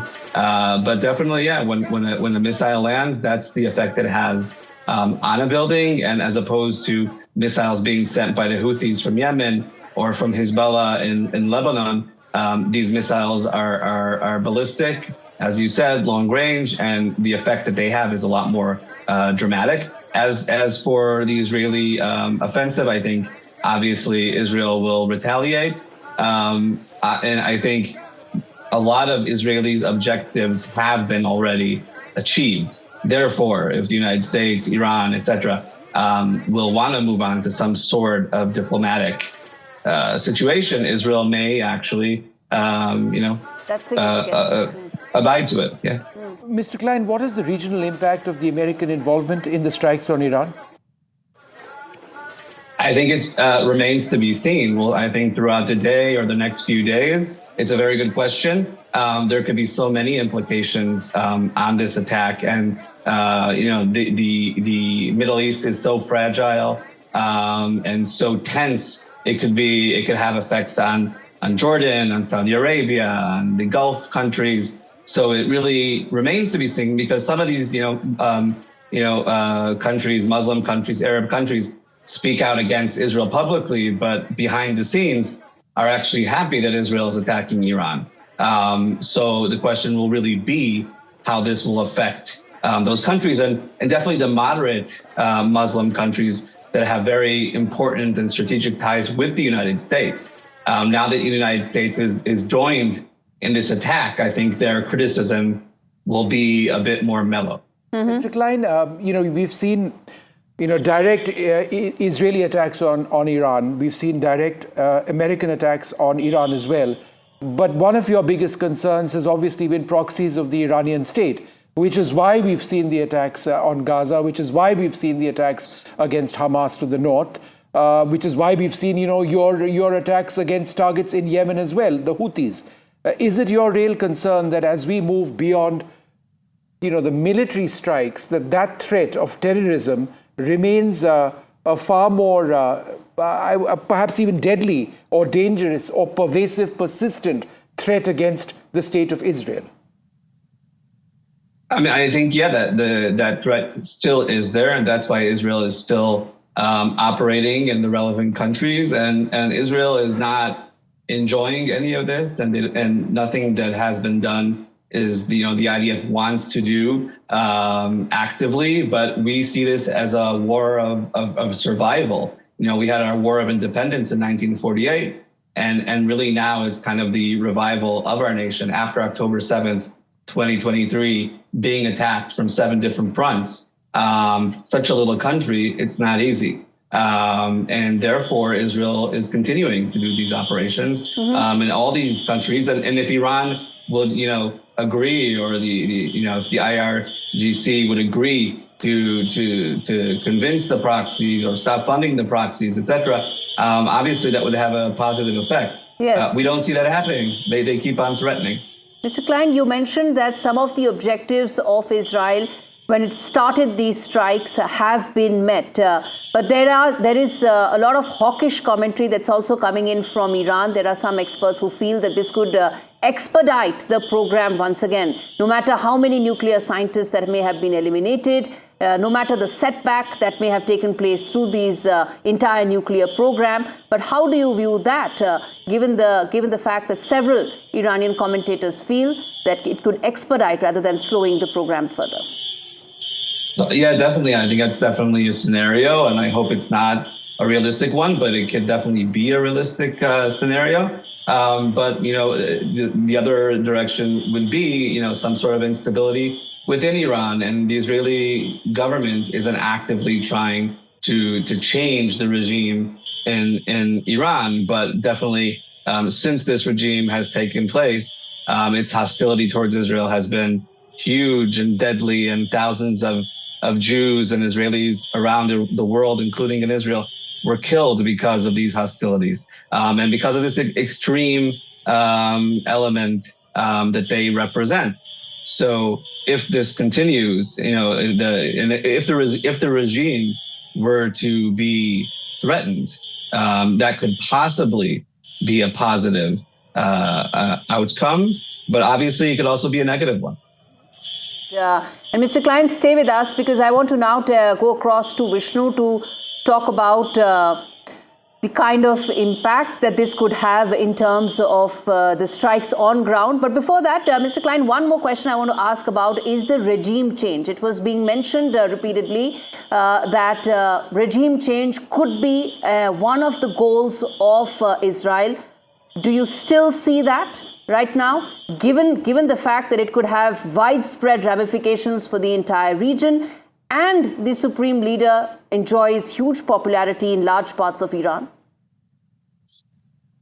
So nobody will say it publicly, and I think Israel also is very careful, hopefully doing so and speaking about this. It's definitely something I think that most Israelis would like to see. But also most Israelis don't understand, including myself, don't understand enough of the nuance and the sociology, etc., within Iran, within the Iranian population. So, I think definitely there is some sort of will for that to happen. And again, this is a leader that threatens the existence of Israel. It's not even saying, "Oh, we're going to attack Israel." Every morning, the supreme leader Khamenei will tweet or speak out and say that the state of Israel should be wiped out off the map. We've seen plans for him to do that. So therefore, obviously, deep down inside, Israel wants to see him go. All right. That was Mr. Zveka Kleen of the Jerusalem Post, editor-in-chief, talking about whether or not the main or key objectives of Israel have been addressed or not. As we speak, viewers, what's flashing at the bottom of your screens right now is a world leader's response to the present escalation in the Middle East. UK Prime Minister Keir Starmer has responded to this. He's put out a post saying that Iran's nuclear program is a grave threat to international security. Iran can never be allowed to develop a nuclear weapon, and the US has taken action to alleviate that threat. Remember, just days ago, the G7 statement that came in also talked about how the Iranian nuclear program is a huge threat and they completely support Israel. This was ahead of the G7 summit. And now after the attack that has taken place, the US bombing the 3 nuclear sites of Iran. This is the first statement that's come in from the UK Prime Minister, calling for diplomacy, backing American strikes against Iran, and saying that US has taken action to remove the Iranian nuclear threat, and says that Iran must come to the negotiating table. Talks have been going on. Remember, there was one that happened a few days back on Friday itself, 48 hours back in Switzerland, but those have not made any progress whatsoever. The Switzerland talks also ended without any progress. The international community continues to ask Iran to come back to the negotiating table. All right, let's now turn attention to what we were talking about. What is the kind of impact, the damage that we are talking about? Maxar images tell us the best, and Vishnu is the best person to decode that for us. All right, but I'd just like to clarify that these are pre-impact images. The post-impact images might take several hours to process. However, what I'd like to do is explain to you exactly the site in very high resolution imagery that the US struck today. There were 3. There was Esfahan, Natanz, and Fordo. The Fordo site is the critical one because, as I will show you now, it's been carved into a mountain site. So let's just zoom in to this particular image. What you see over here is this undulating structure is in fact the entire plant itself, the nuclear reactor, a lot of it is underneath this. And the image that you see here from the 19th of June actually shows a number of vehicles lined up in the near one of the entry points. There are multiple entry points into this facility, which is largely underground, as we've mentioned. So that's one image. Let's go to another image. It'll give you a clearer idea of the lay of the land. And this is the exact terrain that we are talking about over here. Let's focus on this area. You can see this entire hillside. And this is where the Americans likely struck. This is absolutely critical because this white building, and I'll come to a close-up of that in just the next few moments, is where this white building is one of the key entry points into the nuclear reactor, which has been carved into this particular site. Zoom in even more, if we can, into that particular area, right? This gives our viewers an idea of the extent of what the terrain is. As you can see, not just the white building, pan the camera if we can, from left to right over there. This gives you an idea, as I mentioned, of the terrain. It's been carved Fordo into this, which is why the US had to penetrate this with bunker buster weaponry, very, very high powered ordnance as well. Additional facilities perhaps up there, but it's this site which is critical, which is why we're going to go to the next image, which shows you exactly what I'm going to talk about. So remember that white building that you saw in the previous picture?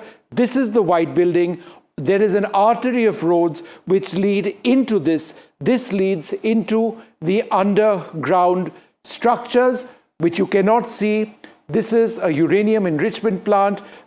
The Americans would perhaps be worried about this being the area where nuclear weapons were potentially being developed. There is an artery of roads that you can see leading up to that one entry point over here. This is another building that you see a little further up over here. But again, you don't see any overt structures. You don't see any chimneys. You don't see any buildings because Fordo has been carved into the ground. And this is one of the main areas where people enter. There are further entry and exit points over here. Zoom in where my finger is. It's actually 2 further entry points. An entry point into the mountain over here and another entry point over here. I'm just wondering if we can go to the previous image, because these pictures tell so much. If we go to the previous image, then it'll give you a clearer idea of the terrain over here. This is a close-up of that area which America struck. If possible, we can go to the previous image. All right, we'll have that image, but before we go to that, here are 2 further points over here.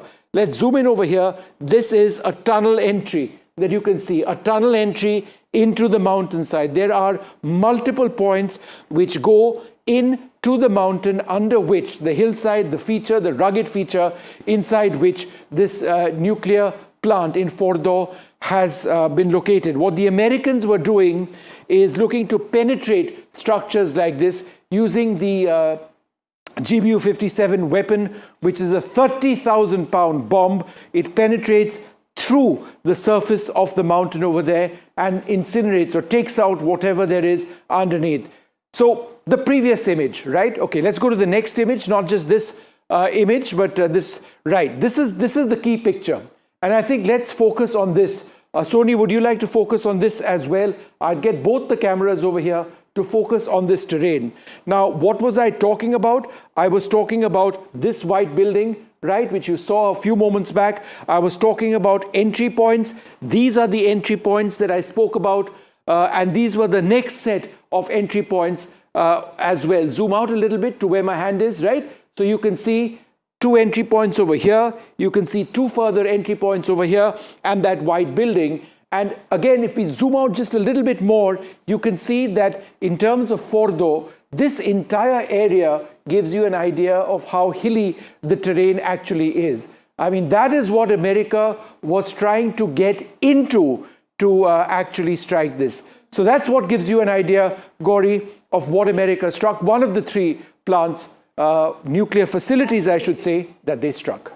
Absolutely, and that tells you the heavily fortified nuclear facility that was bombed by America, and one of the 3 sites that were bombed by US. And as Vishnu was telling viewers right now, that those images tell you the scale at which the bomb would have hit the facility, how heavily fortified that entire facility is, how deep into the ground it is, and the hilly area and the region in which it is actually located. Now I'm going to try and connect with our colleague Ankit Tyagi, who's reporting for live from Tel Aviv. He's there where some reports are coming in that Iran has fired 2 sets of strikes there. Air raids and air sirens have been going up in several cities in Israel, and that includes Tel Aviv, Jerusalem, and several others. And I'm told Ankit joins us live for more on that. Ankit, first of all, take us through what's really happening right now on ground. Reports are suggesting fresh strikes by Iran. Tell us more.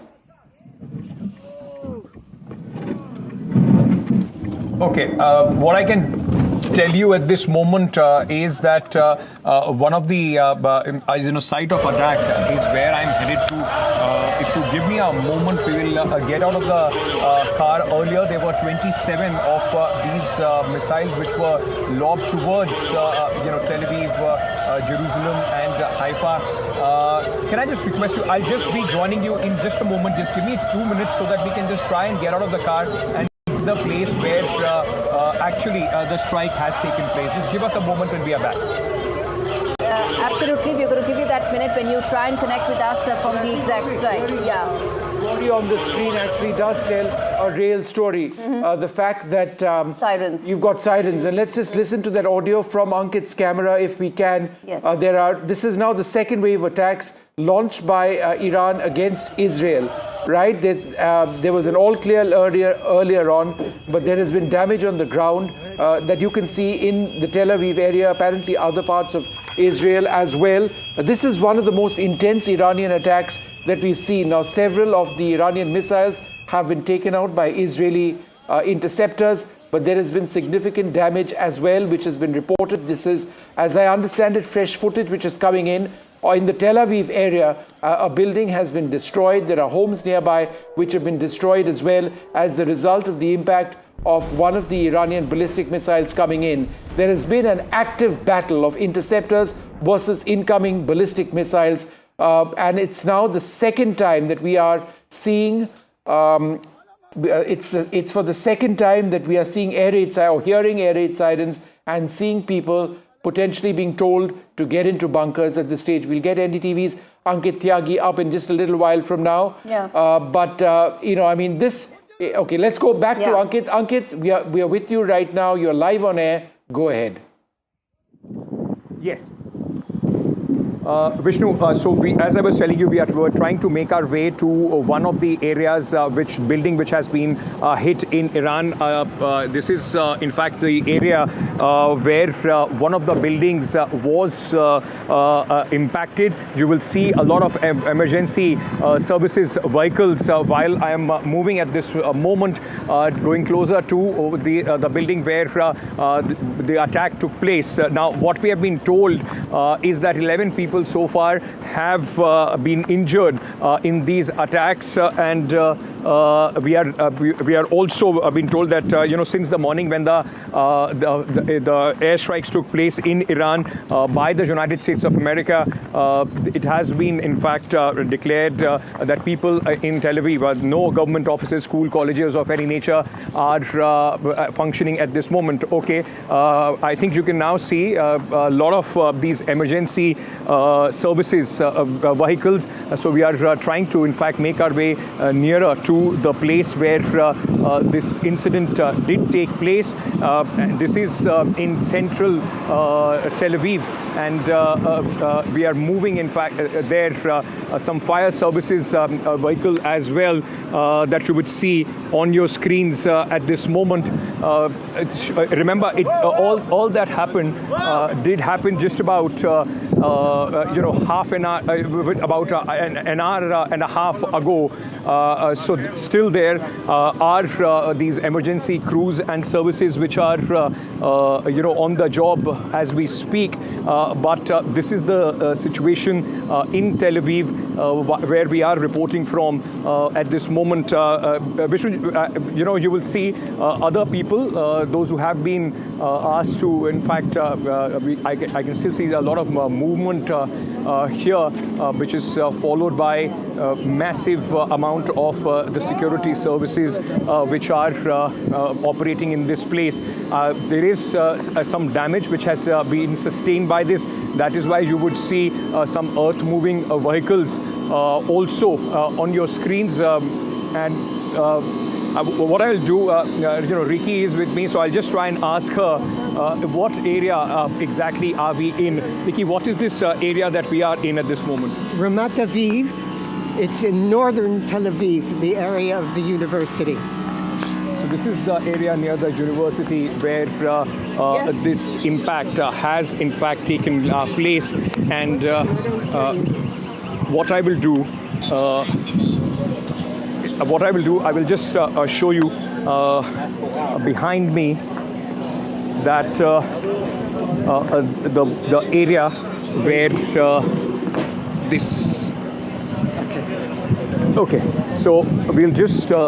I can show you around here. In fact, at the time of impact when this would have happened, you can see some damage which has been sustained to these places. There is glass shattered all around. It's a civilian area near the university where the impact took place. There is glass shattered all around. This lady is also. Were you here when the attack took place? Are you injured? A little bit, yes. What happened? Got cut by the glass? Yeah, I cut by the glass. I was cut by the glass. Flying shards, right? I mean, when it broke. So, you know, this lady was here when this attack, in fact, took place. And what I will show you, those shards of glass that you can see all around at this moment. So this is one of the areas where the impact has taken place. There are shops around in this area, and we are near the university, and on the other side you would also see the work going on as far as the security agencies and heavy earth moving vehicles also there. That's the building where I can also see broken glass all across where we are reporting from, which is now being completely shut off. Okay, what I will do, I will just ask Ricky to just show you on the floors, the higher floors of that building behind me, that you would see some damage as far as the building is concerned, some broken windows in that building as we speak. So this is the civilian area where this impact of the attack happened just a short while back. Massive security also. I can see some people in fact moving with their baggage possibly to some safer places, but at this moment this is the situation here in northern Tel Aviv, and where we are reporting from that the civilian areas have been damaged. Now as soon as the attack happened, and this is how quickly the emergency services have reacted to this, I can see a bank. This is a bank building, and where you see the flag of Israel, the entire glass, it has been shattered there. It's completely broken because of the impact, and right now the cleaning crew is here. They are trying to clean this entire area up. We are bringing to you this news report right from northern Tel Aviv, and this is the capital city where the impact has in fact taken place. Behind me you can also see the entire cleanup which is going on as we speak. This is a bank which has been impacted in this, and all around as well. There are security agencies, people, those who are in fact trying to assess the whole situation. I've seen a lot of people from this very building moving out. I'll show you again the building which has sustained some damage. You will see various floors from top to bottom where this kind of damage has taken place. There are, completely broken windows on this building. So I'm yet to assess, we are yet to know whether there is some sort of injuries that have taken place in this area. But what we know at this moment is that about an hour and a half, this is where exactly the impact, in fact, took place of that hit, the barrage of the rockets and the missiles that came in from Iran. Vishnu, go ahead. We'll keep coming back to you in a little while from now. We're also joined by Michael Feller. Thanks, Michael, very much for being with us. In terms of how this potentially escalates, and we don't want to get too far ahead of ourselves, but I think it is a question worth asking. If there is further escalation, how do you see it potentially going? And the reason I'm asking this is because we've already seen escalation. We've seen the US hit Iran, Iran hit Israel, 2 rounds of attacks, Israel strike back. So where is this headed? So it's a very good question. A direct Iran to US attack isn't the only vector. It could also be through the Houthis in Yemen. Their ceasefire with the United States is over, they say, or it could be through militias, Iran-backed militias in Iraq. And one of those militia leaders has already been killed on the Iran-Iraq border. Whether that was due to Israel or the United States, we may not know for some time, but it certainly gives an excuse to, I suppose, mobilize those Iran-supported elements. And remember, there are a lot of US troops still in Baghdad. There's in addition to the presence in the Gulf, I wouldn't be surprised if Baghdad was the scene of perhaps the next round of retaliation.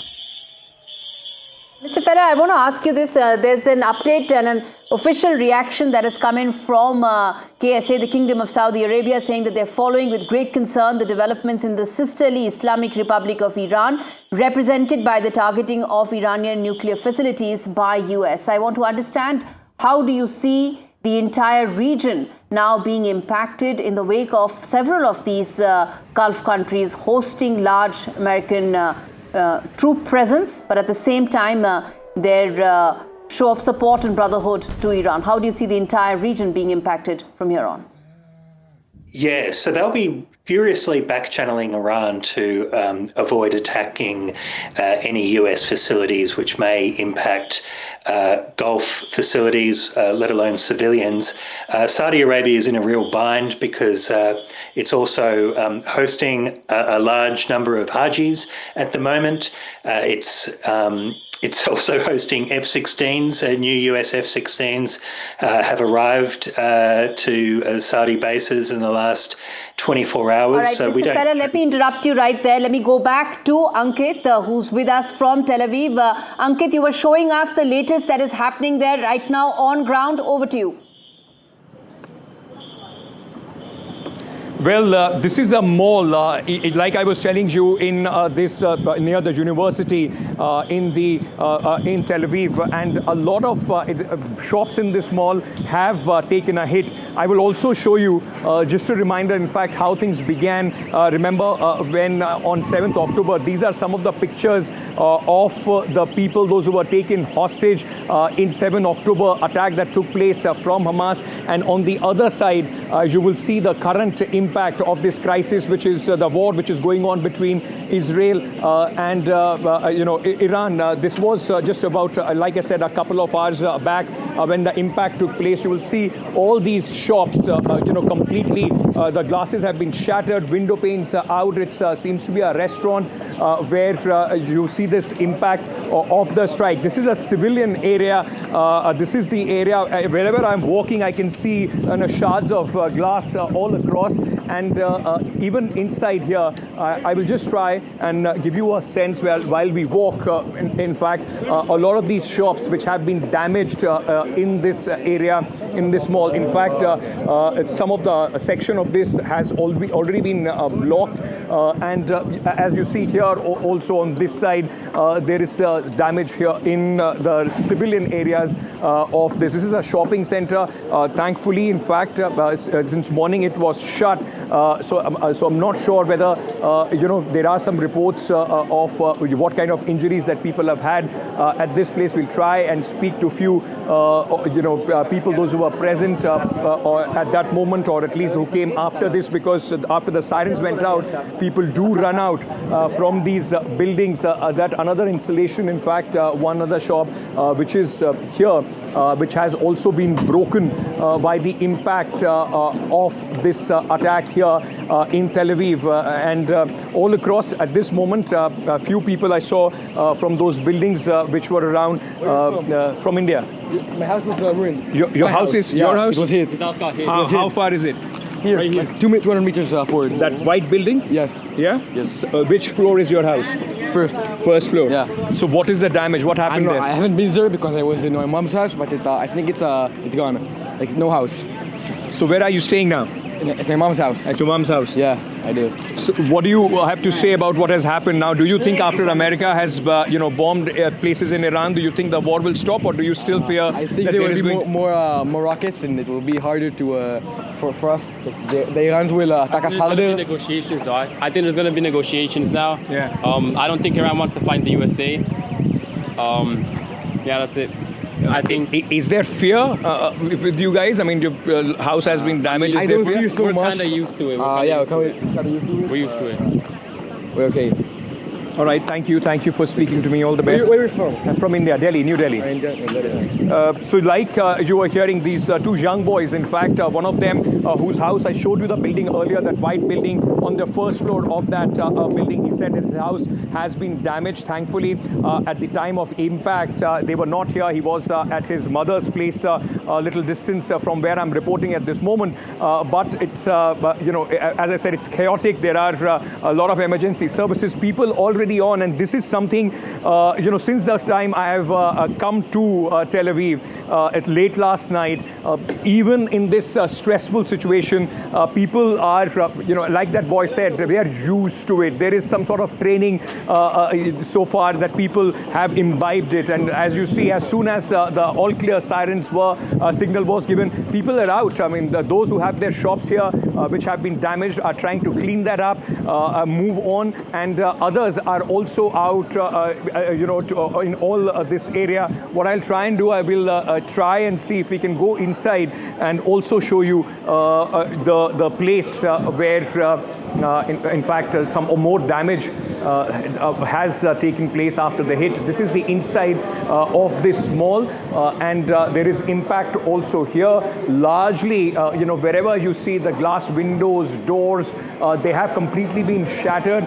Doors have come off, and where we are standing at this moment is where people have come back to check and assess the kind of damage. You'll see that the shop owners are speaking to the authorities, giving them a sense of the kind of damage that they have sustained.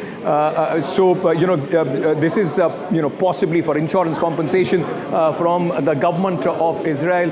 But where we are standing, you will see this salon, which has also taken a hit, and this entire civilian area, the mall here, has been damaged in the retaliatory attacks that took place just a couple of hours back from that volley of missiles and rockets which came in from Iran. 27 is what we've been told, and as we speak, and as I come out of the other side as well, you will see the streets have been blocked.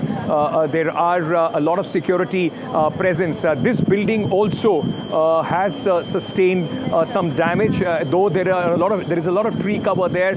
It will be difficult to show you, but I can see an entire floor, first floor of this building. The glasses, the windows completely broken. Also, significant damage as far as this building is concerned. So this is the situation right now in northern Tel Aviv after the retaliatory strikes that took place from Iran, once the announcement was made that United States has now officially entered this conflict and has bombed the 3 nuclear sites in Iran.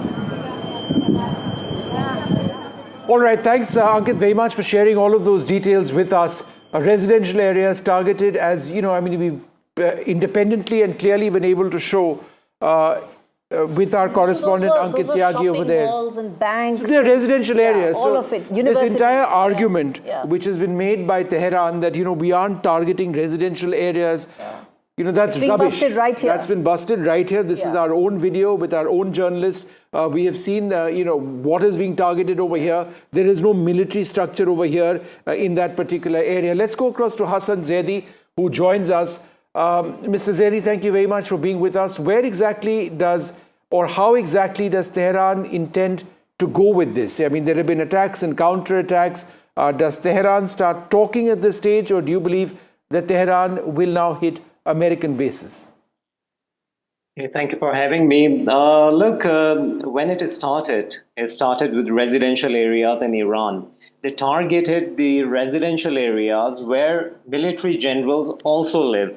So I think Israel is the last one who can nag about Iran hitting residential areas, even after what we saw in Gaza, especially in Gaza, where every building was destroyed. It was turned into rubble over there. And now the Israelis are calling and nagging that Iran is hitting the residential areas. I think it's not fair. On the other hand, Iran is going to retaliate against the United States and all its assets in the area, in the region, in the Middle East, in the Western Asia. And this time it's not going to be like the last time when Iran hit the Ain al-Assad air base in Iraq when Iran's General Soleimani was killed. So I think this time it's going to be a very vast war, and Iran is going to hit hard. And because Israel has already started a war against Iran, so there will be two fronts. The air bases and all those bases in this area. And on the other hand, the Israeli entity, we cannot call it the Israeli regime, the occupied territories will definitely be hit again. Let me put that across to Brahma Chilani. Mr. Chilani, you agree with what Hassan Zaidi is saying, that this is now going to escalate? Iran is going to, as per Mr. Zaidi, Iran is going to attack some of the American assets in the region, and America does have very vast and deep asset network there. Given the US-Iran military asymmetry, Iran would be wiser not to take on the US directly, but rather take on the US indirectly through insurgent attacks, through proxy attacks, and by other means. But it's clear that by dragging the US into yet another Middle East war, Trump has entered a dangerous phase for US and for the Middle East. It has direct implications for India. We should not forget that for India, the US-Israeli war against Iran carries greater implications than even the Ukraine war. Iran is located barely 500 nautical miles from India. From Israel, Iran is separated by buffers like Syria, Jordan, and Iraq. Iran straddles the key energy routes for India, and any disruption of those energy routes will have a severe impact on the Indian economy. Mm-hmm. All right. And is that really your worry? We'll just come back to you, Dr. Chilani, in a moment. Let's go back to NDTV's Ankit Tyagi in Tel Aviv. Ankit, go ahead. Vishnu, what we're trying to do, we're trying to just come up at one end of this mall to try and give you a vantage position. While all those claims about whether civilian areas have been hit in Tel Aviv, this is, Ramat Aviv, and where I am standing at this moment, the area that I was showing you from down below, this gives you, a sense, a vantage point of how the damage has taken place. I will point out to that building that you see. All these 3-4 buildings are all residential buildings. At the top of that building, you would see the entire, roof has collapsed in one of the buildings, and shattered floors on the other. Behind me as well, this is a low-rise building that is just behind me, residential area again, which has taken the impact, the hit here. Many houses that you would see broken. On the other hand, there are rescue operations which are in fact still on, cleanup operation which are still on as we speak, and all across where I can see there are security forces and rescuers, those who are on the ground, ambulances still on standby. The cleanup in fact happening. These trucks, as you will see behind me, are taking away all that in fact they can pick up from this place. So this very much is near the university here in Tel Aviv, where this hit took place a short while back, and all across at this moment, the people, those who have their houses here, not allowed to go in. Some whose houses are intact are trying to take their belongings out from that very place. Ambulances, the fire security, and security officials all across in this very residential area. This is one of the areas which has been impacted in the recent strike. We were told that about 27 missiles and rockets were launched this morning in the retaliation. There are other areas which, of course, only after the confirmation from the IDF, which would be able to tell you in Tel Aviv and other places which have been impacted. But what we can at least confirm here at this moment from where we are standing, on NDTV, that there are these places, the residential areas, which have borne the brunt of this recent retaliation from Iran. The residential quarters, houses, and also a shopping center which were targeted. Not many, thankfully, not many injuries here. 11 people total have been, we have been told, have been injured, and none of them at this moment are critical, is what the Israeli Defense Forces have put out. Indeed, that's a very important point you made, Ankit, that most of these attacks have been in residential areas, but no fatalities or critical injuries so far. Any word on some of the other cities where there are some visuals coming in? If, Ankit, you've been speaking to people there, any update there? Some visuals are coming in about some of the other Israeli cities, if you've been able to get a word on that. Well, the social media here is abuzz with visuals, from various parts, Haifa, Jerusalem. But as I said, till the time there is a confirmation that comes in from the security forces, it will be difficult to ascertain them. But one thing is for sure, multiple cities today were targeted. Like I said, in fact, 10 cities were targeted is what we are being told. And significant damage in civilian areas has been sustained in some of them. We are still trying to assess exactly where all, this entire strike have caused the kind of damage that we are seeing here in Tel Aviv. Remember, even yesterday, there were 5 missiles which were lobbed by Iran. All of them were intercepted by the air defense systems of Israel. But today, about more than 27 were lobbed in, out of which few have managed to penetrate the Iron Dome and the air defense systems. And the result is what we are seeing here at this moment in Tel Aviv. Ankit, we'll come back to you in a moment. Let's go back to Dr. Brahma Chelani. Dr. Chelani, if this were to expand and become bigger, what is the course that you see this conflict potentially take? The reality is this, that by pulling the US into a war with Iran, Trump could trigger more dangerous escalations. It's easier to start a bombing campaign, much more difficult to de-escalate and end this conflict. And I think Iran will hit back at a time and place of its choosing. It will hit the US and its regional interests.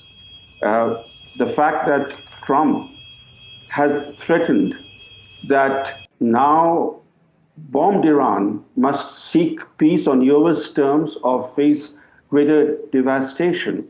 That threat clearly indicates that this attack early this morning was just the opening salvo. He wants Iran to capitulate.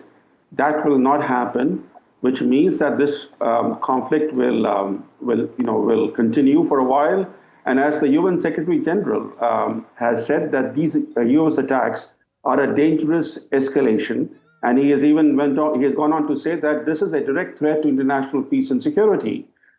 The fact is that for China, this is, I think, the only country that will be cheering the US involvement in yet another war is China, because we should not forget that after all, it was America's lengthy wars in Afghanistan and Iraq that helped facilitate China's dramatic rise. And the more wars US wages, the more likely it will sap its strength.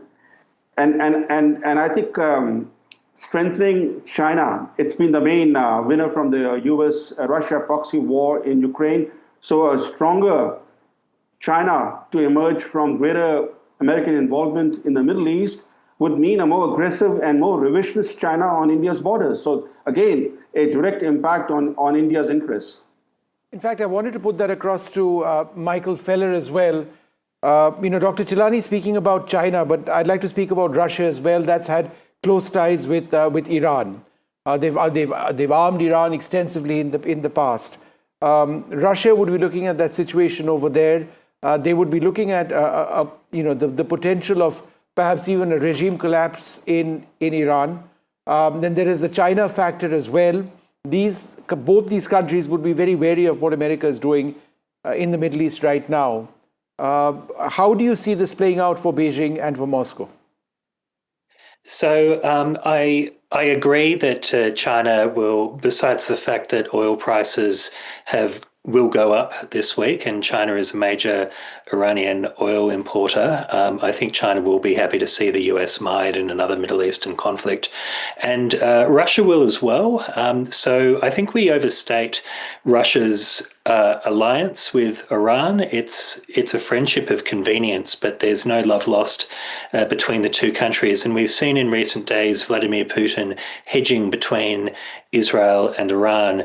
And in fact, he said in the last 24 hours that he considers Israel in many ways as part of the Russian sphere, because 2 to 3 million Israelis are Russian origin, and that's 2 to 3 million more people than Iran has with Russian ethnic links, I would think.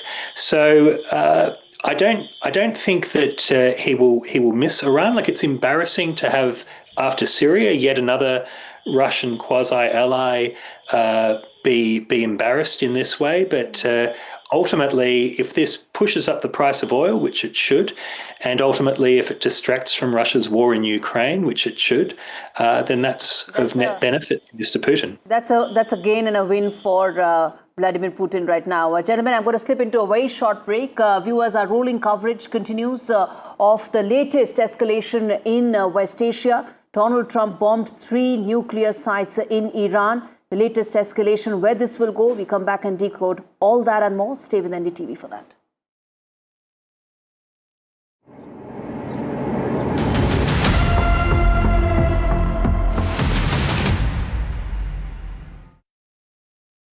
Dangerously cool.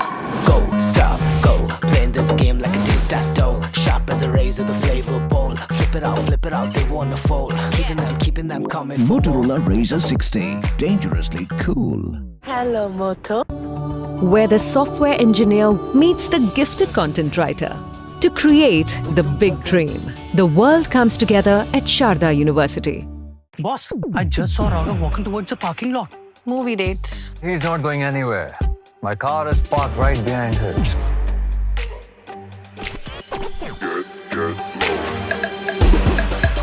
He's gone. MG Comedy, the street smart car. 11 years of putting the nation first. India is the world's 4th largest and fastest growing economy, poised for even greater heights. A confident foreign policy has earned India new respect and influence on the global stage. In science and technology, India has established itself as an innovation powerhouse, leading the digital revolution. Ease of doing business is no longer a dream. It's a reality attracting global investment. The Northeast, once neglected, now thrives with unprecedented infrastructure and connectivity. From massive infrastructure to every citizen's progress, this is a new India, driven by performance and vision. 11 years of Modi government. 11 years of vision, action and transformation. भाई business register हो गया? Yes, सिर्फ current account बाकी है. Current account के लिए तो SBI best है. US मशीन मिलेगा और QR कोड भी. Best cash deposit limit, east और वेस्ट इंडस्ट्री में बेस्ट. सबको पता है. SBI करंट अकाउंट बेस्ट है, सबको पता है. Made in India aircraft, at least part of it would be going to the United Arab Emirates, to Serbia, to Indonesia, to France. This is win-win for India in terms of the global supply chain. Without this entire Tata collaboration, the first Rafales or whichever aircraft would start coming in 10 years from now. Yeah, a lot of very tantalizing threads to this story, and I want to make sure that you and I, Vishnu, separate them and discuss them threadbare because it's important. Acidity, heartburn और gas को खत्म करे कम से कम समय में और पेट को रखे कूल लंबे समय तक. Grotans. Eat happily, live happily. I believe I can. I believe I can change the world. I believe I can fly. I believe I can touch the sky. Welcome to the I. I am Ikfai. Belief called I. Welcome to the I. The ICFI.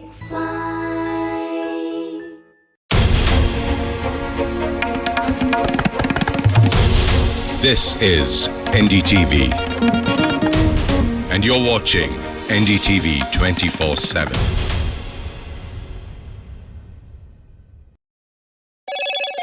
Hello, Moto.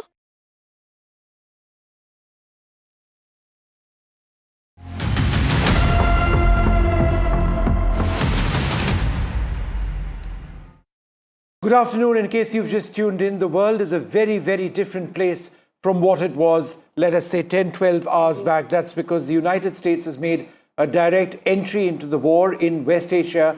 They have bombed 3 top Iranian nuclear sites, including Fordo, Esfahan and Natanz. The Israeli Prime Minister has called it a pivot in the history of the Middle East. Since the morning, we've been trying to bring our viewers the implications of what's taken place. Indeed, and there have been response and strikes that have taken place from Iran on key Israeli cities. Viewers, let's quickly now get in the big headlines that we're tracking at this hour. Iran has retaliated and fired missiles at Israel after America's attack on Iran. Iran has hit multiple cities in Israel. The strikes have been targeted near the Ben Gurion airport, but may not have struck immediately at the airport itself. Iran has hit multiple strikes in Israel, and NDTV is reporting from war zone, from ground zero, getting us all the details and including the impact of Iranian strikes on Israel. World leaders react on America's strike on Iran. The British Prime Minister Keir Starmer says Iran must come to the negotiating table. Saudi Arabia, critical in the region, says that they're closely tracking developments in Iran, a sisterly state. Big NDTV exclusive. Israeli ambassador speaks to NDTV. Israeli ambassador to India says more strikes likely soon and assures that there will be safe evacuation of all Indians in Israel.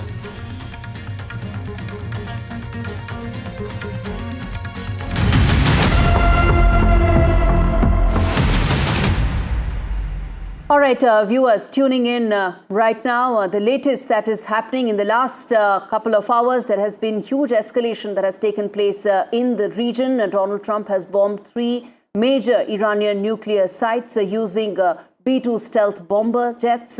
And since then, there has been an escalation between the strikes, Iran and Israel. Iranian strikes have impacted several key Israeli cities. And Vishnu, there's been a response that's come in from Israel as well. Questions now remain on what happens to the entire region. Will this escalate into World War III? Well, I think before we actually talk about that prospect, and let us hope that we are not headed in that direction, let's just reflect on the military strikes itself. The video that you see on your screen is of a B-2 stealth bomber, one among several used by the Americans to strike the Fordo nuclear reactor. Natanz and Esfahan also struck. This happened in the early hours of the morning. The B-2 launched bunker buster or deep penetrator warheads, GBU-57s, particularly at the Fordo site. Fordo's and the nuclear reactor over there, built in or constructed under a mountain. We'll show you that terrain exactly through satellite imagery in a little while from now. But Natanz and Esfahan, 2 nuclear structures, over there, two nuclear sites which have also been struck, but through the use of approximately 30 Tomahawk cruise missiles launched from the Persian Gulf by American submarines and presumably warships as well. America says that the strikes have been successful. The US President Donald Trump has spoken. So has the Israeli Prime Minister. The world is watching very, very closely because what has already happened is an escalation post that escalation. Yes. So just sequentially what has taken place is that America has struck Iran. Iran has struck Israel. Right, there have been at least 2 rounds of ballistic missile attacks, and Israel has now also been actively targeting areas, military targets in the western part of Iran. Indeed, and as things stand right now, those strikes, some of them have been continuing. Our reporter, our colleague Ankit Tyagi is on ground in Israel, in Tel Aviv, tracking all the latest developments. And let's in fact quickly play out this ground report of Ankit as he decodes what really is happening on ground. And as we've been saying, strikes continue, But the situation on ground, Ankit Tyagi tells us. I can show you around here. In fact, at the time of impact, when this would have happened, you can see some damage which has been sustained to these places. There is glass shattered all around. It's a civilian area near the university where the impact took place. There is glass shattered all around. This lady is also. Were you here when the attack took place? Are you injured? A little bit, yes. What happened? Got cut by the glass? Yeah, I cut by the glass. I was cut by the glass. Flying shards, right? I mean, when it broke. So, you know, this lady was here when this attack, in fact, took place. And what I will show you, those shards of glass that you can see all around at this moment. So this is one of the areas where the impact has taken place. There are shops around in this area, and we are near the university. And on the other side, you would also see, the work going on as far as the security agencies and heavy earth-moving vehicles are also there. That's the building where I can also see broken glass all across where we are reporting from, which is now being completely shut off. Okay, what I will do? I will just ask Ricky to just show you on the floors, the higher floors of that building behind me, that you would see some damage as far as the building is concerned, some broken windows in that building as we speak. So this is the civilian area where this impact of the attack happened just a short while back. Massive security also. I can see some people in fact moving with their baggage possibly to some safer places, but at this moment this is the situation here in northern Tel Aviv, and where we are reporting from that the civilian areas have been damaged. Now as soon as the attack happened, and this is how quickly the emergency services have reacted to this, I can see a bank. This is a bank building, and where you see the flag of Israel, the entire glass it has been shattered there. It's completely broken because of the impact, and right now the cleaning crew is here. They are trying to clean this entire area up. We are bringing to you this news report right from northern Tel Aviv, and this is the capital city where the impact. We go to a very special guest and come back to Ankit in a moment. We're joined by Ori Lazarovich from the National Emergency Services in Israel. Mr. Lazarovich, thank you very much for being with us. Could you give us an idea of the damage around you? Thanks for having me. Of course, I'm not very far from where your reporter is. I'm inside the scene. As you can see behind me, we have a building complex around 3 buildings that were directly hit by a missile. Within few minutes, we heard the loud booms from our stations and from our houses.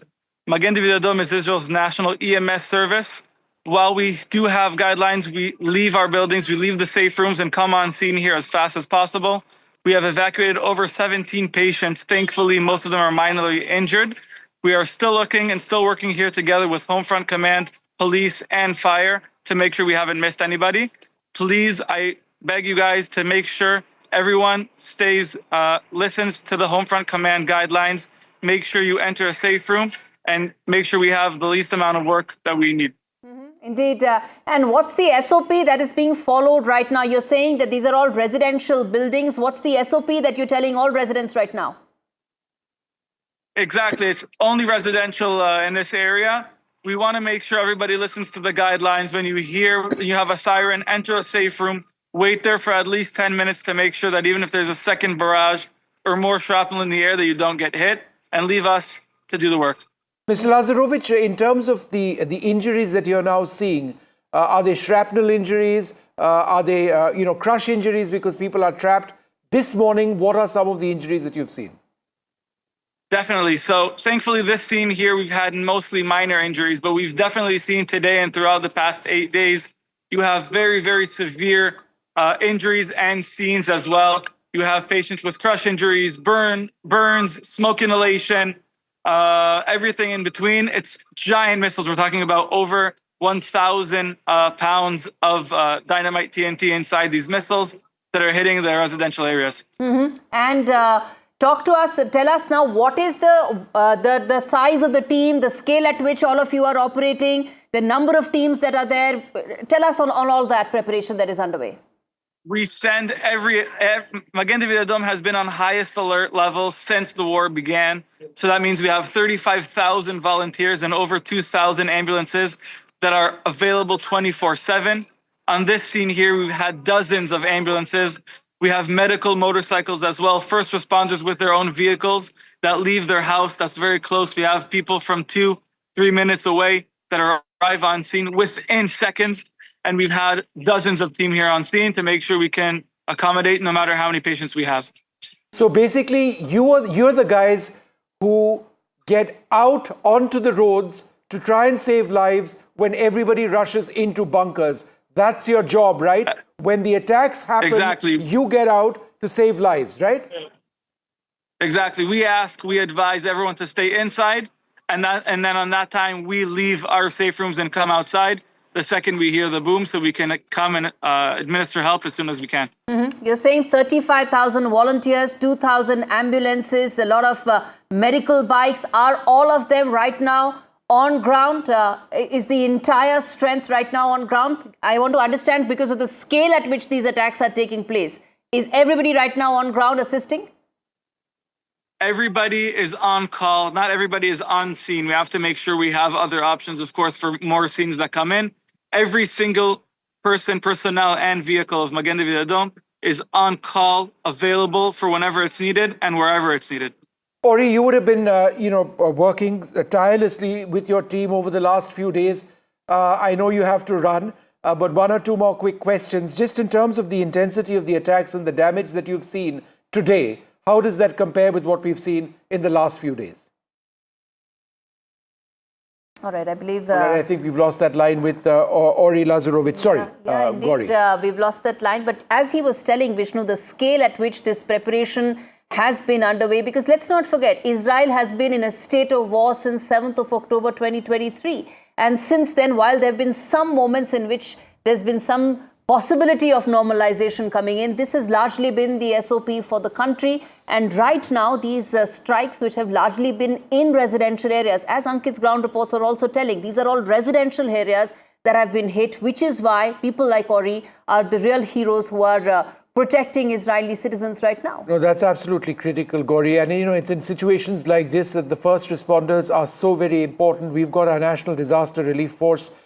They've got their own forces who sort of step out into harm's way when the missiles come raining in. Israel has been struck by Iranian missiles as well. But yes, let's be clear, Iran under attack itself. At the end of the day, let's just hope that there is peace on the ground in what is clearly the most volatile part of the world. In just a few moments from now, what I'd like to do is play out satellite imagery of the area, the Fordo area, where the missile strikes by the Americans took place. So once we have that queued up, let's come to that. Sorry, do we have that? No, I think before that, let's quickly before that, let's go back to Ankit Tyagi. Let's right, play that, Ankit, go ahead. Yeah.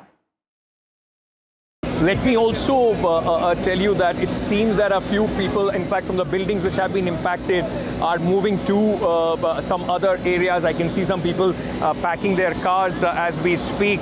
But this is, like we have said earlier, in near the university in northern Tel Aviv, where this impact, in fact, has taken place. Okay, let me just go further in and bring you a sense of the other side of this area. This is a mall area, and this is where the maximum damage have taken place. So right in the heart of the city, here this is. I'll show you the other shops which have been damaged. As far as this entire strike is concerned. Many shops in this mall have been damaged, and this is exactly what we are seeing, if you just keep walking on this block. So a lot of people, in fact, trying to salvage the stuff that they have lost in this strike. Well, this is a mall, like I was telling you, in this near the university in Tel Aviv, and a lot of shops in this mall have taken a hit. I will also show you just a reminder, in fact, how things began. Remember when on 7th October, these are some of the pictures of the people, those who were taken hostage in 7th October attack that took place from Hamas. And on the other side, you will see the current impact of this crisis, which is the war which is going on between Israel and Iran. This was just about, like I said, a couple of hours back when the impact took place. You will see all these shops, completely. The glasses have been shattered, window panes out. It seems to be a restaurant where you see this impact of the strike. This is a civilian area.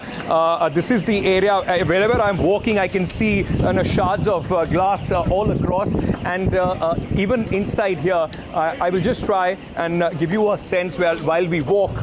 In fact, a lot of these shops which have been damaged in this area, in this mall. In fact, some of the section of this has already been blocked. And as you see here, also on this side, there is damage here in the civilian areas of this. This is a shopping center. Thankfully, in fact, since morning it was shut. So I'm not sure whether, there are some reports of what kind of injuries that people have had at this place. We'll try and speak to a few, people, those who were present at that moment, or at least who came after this, because after the sirens went out, people do run out from these buildings. That another installation, in fact, one other shop, which is here, which has also been broken by the impact of this attack here in Tel Aviv. And all across at this moment, a few people I saw from those buildings which were around from India. My house was ruined. Your house is your house? It was hit. How far is it? Here, like 200 meters forward. That white building? Yes. Yeah? Yes. Which floor is your house? First floor. Yeah. So what is the damage? What happened there? I haven't been there because I was in my mom's house, but I think it's gone. Like no house. So where are you staying now? At my mom's house. At your mom's house? Yeah, I do. So what do you have to say about what has happened now? Do you think after America has, bombed places in Iran, do you think the war will stop, or do you still fear I think that there will be more rockets, and it will be harder to for us. The Irans will attack us harder. Negotiations, though. I think there's going to be negotiations now. Yeah. I don't think Iran wants to fight the USA. Yeah, that's it. I think. Is there fear with you guys? I mean, your house has been damaged. I don't feel so We're much. kind of used to it. We're used to it. We're okay. All right. Thank you. Thank you for speaking to me. All the best. All right, we'll keep going back to Ankit, but what we can show you now is just, let's have this up full screen. This is one of the impact points of Iran's ballistic missile attacks on Tel Aviv this morning. This actually shows the first responders, and we were speaking to one of them a few minutes back, getting into that area to try and ensure that everybody got out. Now, in Israel, because they are disciplined, they follow the rules, and they have shelters in virtually every house or every home. People did get out. There is an advanced alert system. Whenever there is an attack from Iran, they are alerted to it. People get out of their homes, they're moved into bunkers, and people end up surviving. But the extent of the damage quite significant this time around as a result of one of the most intense and sustained ballistic missile attacks by Iran on Israel in the last couple of days, not just on Tel Aviv, but we believe on other areas as well. But the devastation quite clear. The devastation that is there. You can see homes over there. Yeah. And residential areas, all of them being very significantly impacted by these strikes, and you're getting those visuals there, and those are first responders. We spoke to one a short while back, and he was telling about the scale at which preparations are underway, and they always are, the SOPs that are followed, the scale of the strikes that have required the number of people to come out and immediately respond. And as we've been saying, that while citizens have a clear SOP, a standard operating protocol to go and hide under bunkers and under shelters, these first responders that you're seeing on your screens are the ones that go out, help citizens, ensure that they get medical aid if needed, and ensure that all processes and protocols are followed.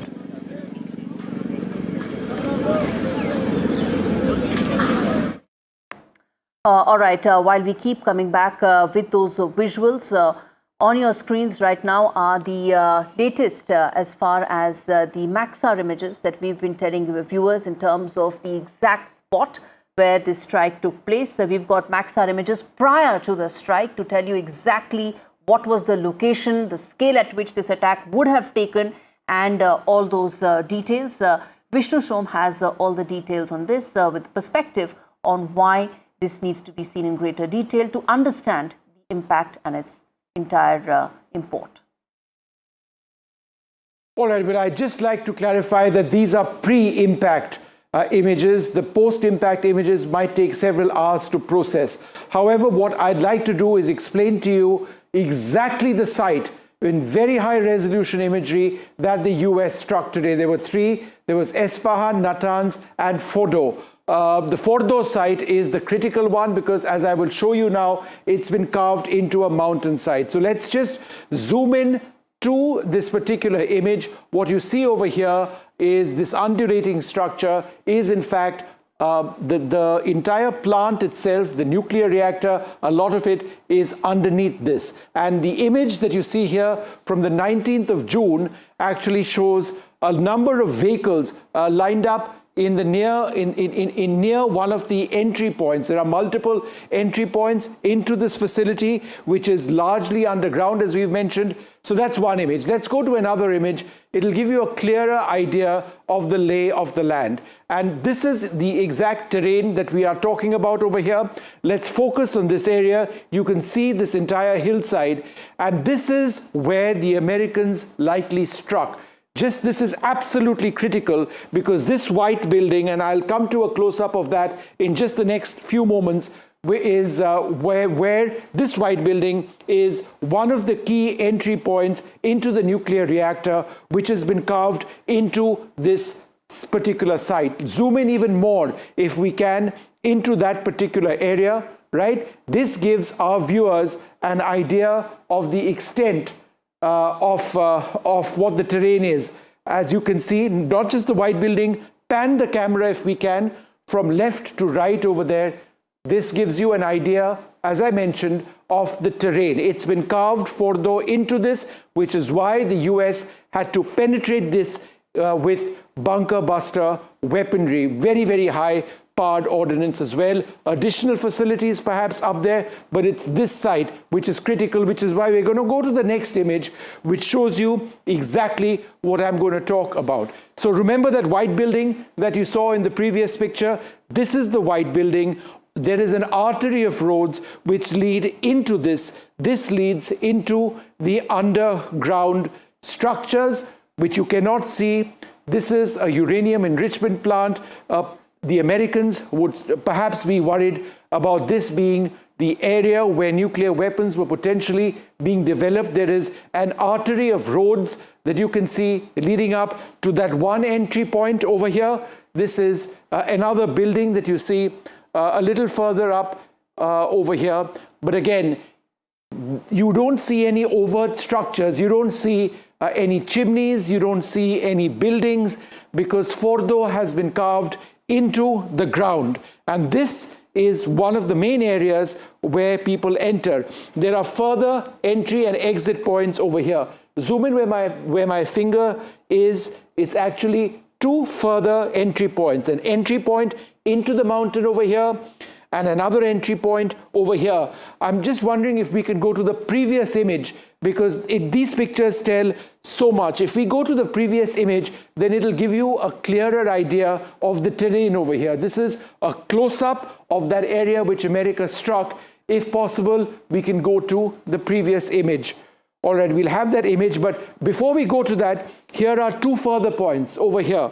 Let's zoom in over here. This is a tunnel entry. that you can see, a tunnel entry into the mountainside. There are multiple points which go into the mountain, under which the hillside, the feature, the rugged feature, inside which this nuclear plant in Fordo has been located. What the Americans were doing is looking to penetrate structures like this using the GBU-57 weapon, which is a 30,000-pound bomb. It penetrates through the surface of the mountain over there and incinerates or takes out whatever there is underneath.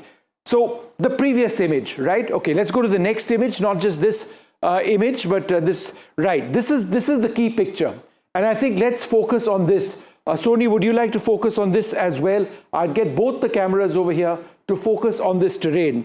Now, what was I talking about? I was talking about this white building, right, which you saw a few moments back. I was talking about entry points. These are the entry points that I spoke about, and these were the next set of entry points as well. Zoom out a little bit to where my hand is, right? So you can see 2 entry points over here. You can see 2 further entry points over here and that white building. And again, if we zoom out just a little bit more, you can see that in terms of Fordo, this entire area gives you an idea of how hilly the terrain actually is.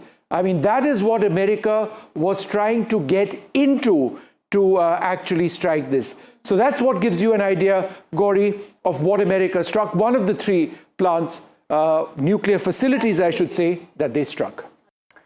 Indeed, that really puts the entire strike in perspective. Let's now get in Ghazali, who's joining us live to talk more about the Iranian response. Iranian missiles have struck in several cities in Israel. Ghazali, take us through the response that has come in and also what's likely from here on. See, since morning, around 20 people have been injured in the Iranian attack into Israeli territory. Tel Aviv, Jerusalem, Haifa were the cities which were attacked by Iran by launching around 30 ballistic missiles. And there has been loss of property. Infrastructure has been damaged there.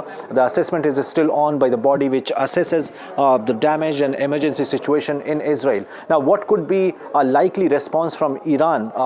It is very likely that Iran is not going to escalate situation with the United States, though it is believed that perhaps Iran will launch attacks towards the US bases in the entire Middle East region, but they have not launched it yet because they also want to give a symbolic victory to United States, to Mr. Trump, who has the United States carried out this pinpointed precision strike, which was just being explained by Vishnu, and there has been no human casualty in Iran for overnight attack by the United States. So in a sense, Iran doesn't want to immediately escalate situation with the United States, but it will certainly respond and attack into Israeli territory, and that is what they have been doing since morning. Why they are doing it? Because on one hand, they have certainly they are facing that nuclear enrichment plant or their nuclear infrastructure getting impacted by the US attack, so they don't want to escalate it right away. But just for the domestic consumption of their audience there, they want to show that they are not backing down, and hence they are attacking into Israeli territory.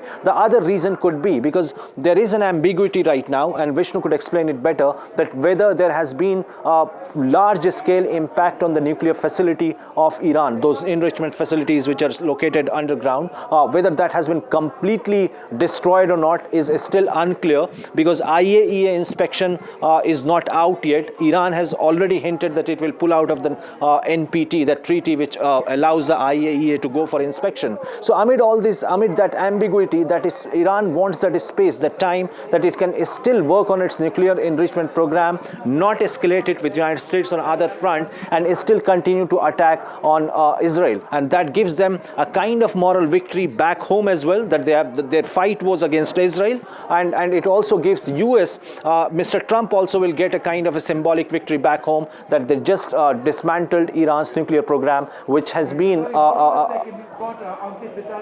Aviv, standing in front of a building which has been damaged quite badly. Ankit, go ahead. Vishnu, we are trying to make our way closer. What we have also learned is that this is a cluster of buildings, upper middle class locality, Ramat Aviv, where I am at this moment. And the missile, in fact, flew in and penetrated right in the middle of those buildings. So it did not directly hit a building, but hit in the middle of those cluster, and that's where the security forces, are, at least at this moment, are not letting anybody go. But the damage has been significant as far as the buildings are concerned. This is one such building in this locality, and you would also see, Vishnu, the Israeli flag being hung from one of the broken, window there. That's also, as my colleague who's just holding the camera for me, Jesse said, this is the Israeli resilience, on display. And while we were speaking to a lot of people, they have been saying the same thing and again. I met a person whose daughter house has, in fact, whose house was impacted, and he was there to collect her belongings. And he said, buildings can be remade, but we would want this entire operation to go to its logical conclusion. They believe that this operation is going to be prolonged. It will go on for a few days, but the people are prepared here. Let me also show you, Vishnu, what I've been told is that this is possibly one of the old age home here, which has been impacted in this entire strike. I can see a few people inside, in fact, trying to collect their belongings as we speak. And all across this area, there are multiple such buildings in this vicinity, which I was earlier showing you from a distance. So this has like 5 to 6 buildings and a shopping complex, just to give you an idea of the landscape. And all those buildings, from the impact, of course, from that loud thud, the boom, have sustained a lot of damage. The window panes have been completely shattered. All those buildings have significant damage, some even the roof caving in. Just a short while back, I met a person whose house was impacted, and he said it's all kaboot. It's completely gone, and I'm only here to salvage whatever I can and possibly move to a hotel or a facility by the government where they can, in fact, feel safe. But the impact here on many houses, there will be hundreds of families, those who are impacted here in northern Israel, right next to the Israeli university, where this incident took place, and one of the missile, in fact, was able to penetrate and evade the air defense systems.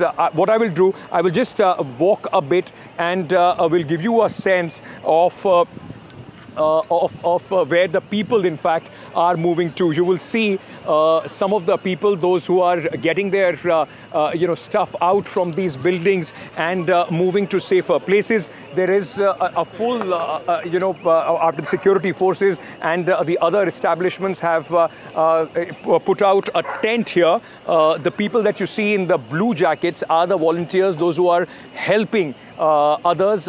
They are the ones, those who are assessing and directing people to various places, safe places to stay, and are also providing them assistance. I'll again show you just on the other side where you will see a lot of people standing.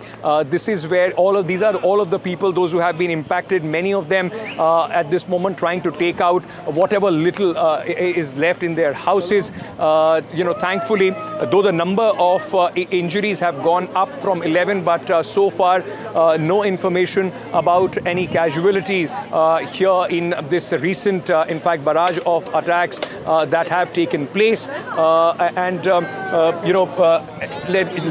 Let me just show you, how people are at this moment going across, and I'll try and see if I can get, someone to speak as well. Can I just very quickly? I'll just take 1 minute. Yes. Your house has also been impacted, ma'am? Yes. Where was your house? Right here, upstairs. In this white building? Yes. On the what floor was it? 8th floor. 8th floor. How significant is the damage? How badly is your house? It's all glasses and the windows and the doors fell and everything out of the closets, and it's all a mess. We're walking on glass. Where were you when the impact took place? We were across the street in a shelter, in a good shelter, yes. Until yesterday we went here downstairs, but it wasn't a good shelter, so I don't know why we had an idea to go to the other shelter this time. So what happens now? Where do you go? The whole building goes to a hotel. Okay. All of you are being taken to a hotel? To a hotel, yeah. And what about your stuff? Have you been able to salvage some of your stuff? Yeah, they let us go and get some stuff from our apartment, and we got it. And I don't know if we got it all. You know, important things like things that have emotional touch to them, and that's it. My mother's rings. I can't think right now. I can understand it's a very difficult moment for you. Your house, which you've been living in for so long, is at this moment completely destroyed. Yes. Is there a sense of fear that there will be more attacks now? I think there will be. Didn't they bomb Fordo, the Americans? So the Americans don't get it, we get it. And are people prepared for a long, conflict, or would they want this to end now? We want it to end. We want all the wars to end. We want the genocide in Gaza to end. We want to stop the war with Iran. Why did we go now there? I'm sorry. I'm just so angry at all the governments, our government, their government, the Iranian and Trump. They're all crazy dictators that makes this. I'm so sorry, for the loss, ma'am, your house. So you heard this lady quite strong statement that she made that, for somebody who has lost the place which they have a sense of belonging, which they are familiar with, they lived in for many, many years, now seeing that absolutely shattered in one strike. Of course, you have to leave and then go and stay in a hotel. You don't know by when will all that be rebuilt, what will happen. A sense of frustration at what is going on at this moment as well, which is being conveyed by many of these people, those who are standing behind me. Thanks very much, Ankit, for being with us. We'll keep coming back to you, over and over again. It's going to be a very long couple of days for you, but very, very intense strikes. Ankit, just a quick question to you, if you're still there. All right, we've lost that line. In fact, Vishnu, let's play out this report that has been filed by RT correspondent who actually drove past the Fordo nuclear plant when that strike actually took place. بسم الله الرحمن الرحیم. از کیلومتر 25 اتوبان قم تهران و در نزدیکی ورودی سایت هسته فوردو این گزارش تقدیمتون میکنم. تنها دودی که دیده میشه در آسمان نزدیک به فوردو دودی است که از سمت مقابل سایت هسته فوردو، جایی که به نظر میرسه مربوط به پدافند هوایی فوردو میباشه، دیده میشه. من خودم حدوداً ساعت 3 بامداد به این نقطه رسیدم. تحرک خاصی از سوی ماشین‌های امدادی یا آتش نشانی ندیدم، به جز یک ماشین امدادی که در حال انتقال به نظر می‌رسید یک مجروح باشه، البته بدون صدای آژیر، به سمت قم رو مشاهده کردم. در شهر قم صدای بسیار خفیفی شنیده شد، لرزش زمینی احساس نشد و شرایط هم در اتوبان قم تهران و هم در شهر قم به صورت عادی در حال جریانه. این گزارش رو من الان حدوداً ساعت 7 بامداد تقدیم شما دارم می‌کنم. بر اساس مشاهدات مردمی که در یک مجتمع اقامتی همین نزدیکی‌ها حضور داشتن، حدوداً صدای 6 انفجار شنیده شد. البته صدای انفجار برای این افراد غیر قابل تصور و یا خیلی زیاد نبود. All right, well, that's the report so far. We will know about the extent of the success of those American strikes on Fordo when the new satellite post-blast imagery actually does come out. Gauri? Yeah, indeed. And I believe Ankit is with us. Let's go back to Ankit. Ankit, you had a very somber conversation with that Israeli woman who was disenchanted by the number of wars that have been going on in Israel. And that tells you that for the citizen who's stuck in the crossfire, this is the new normal.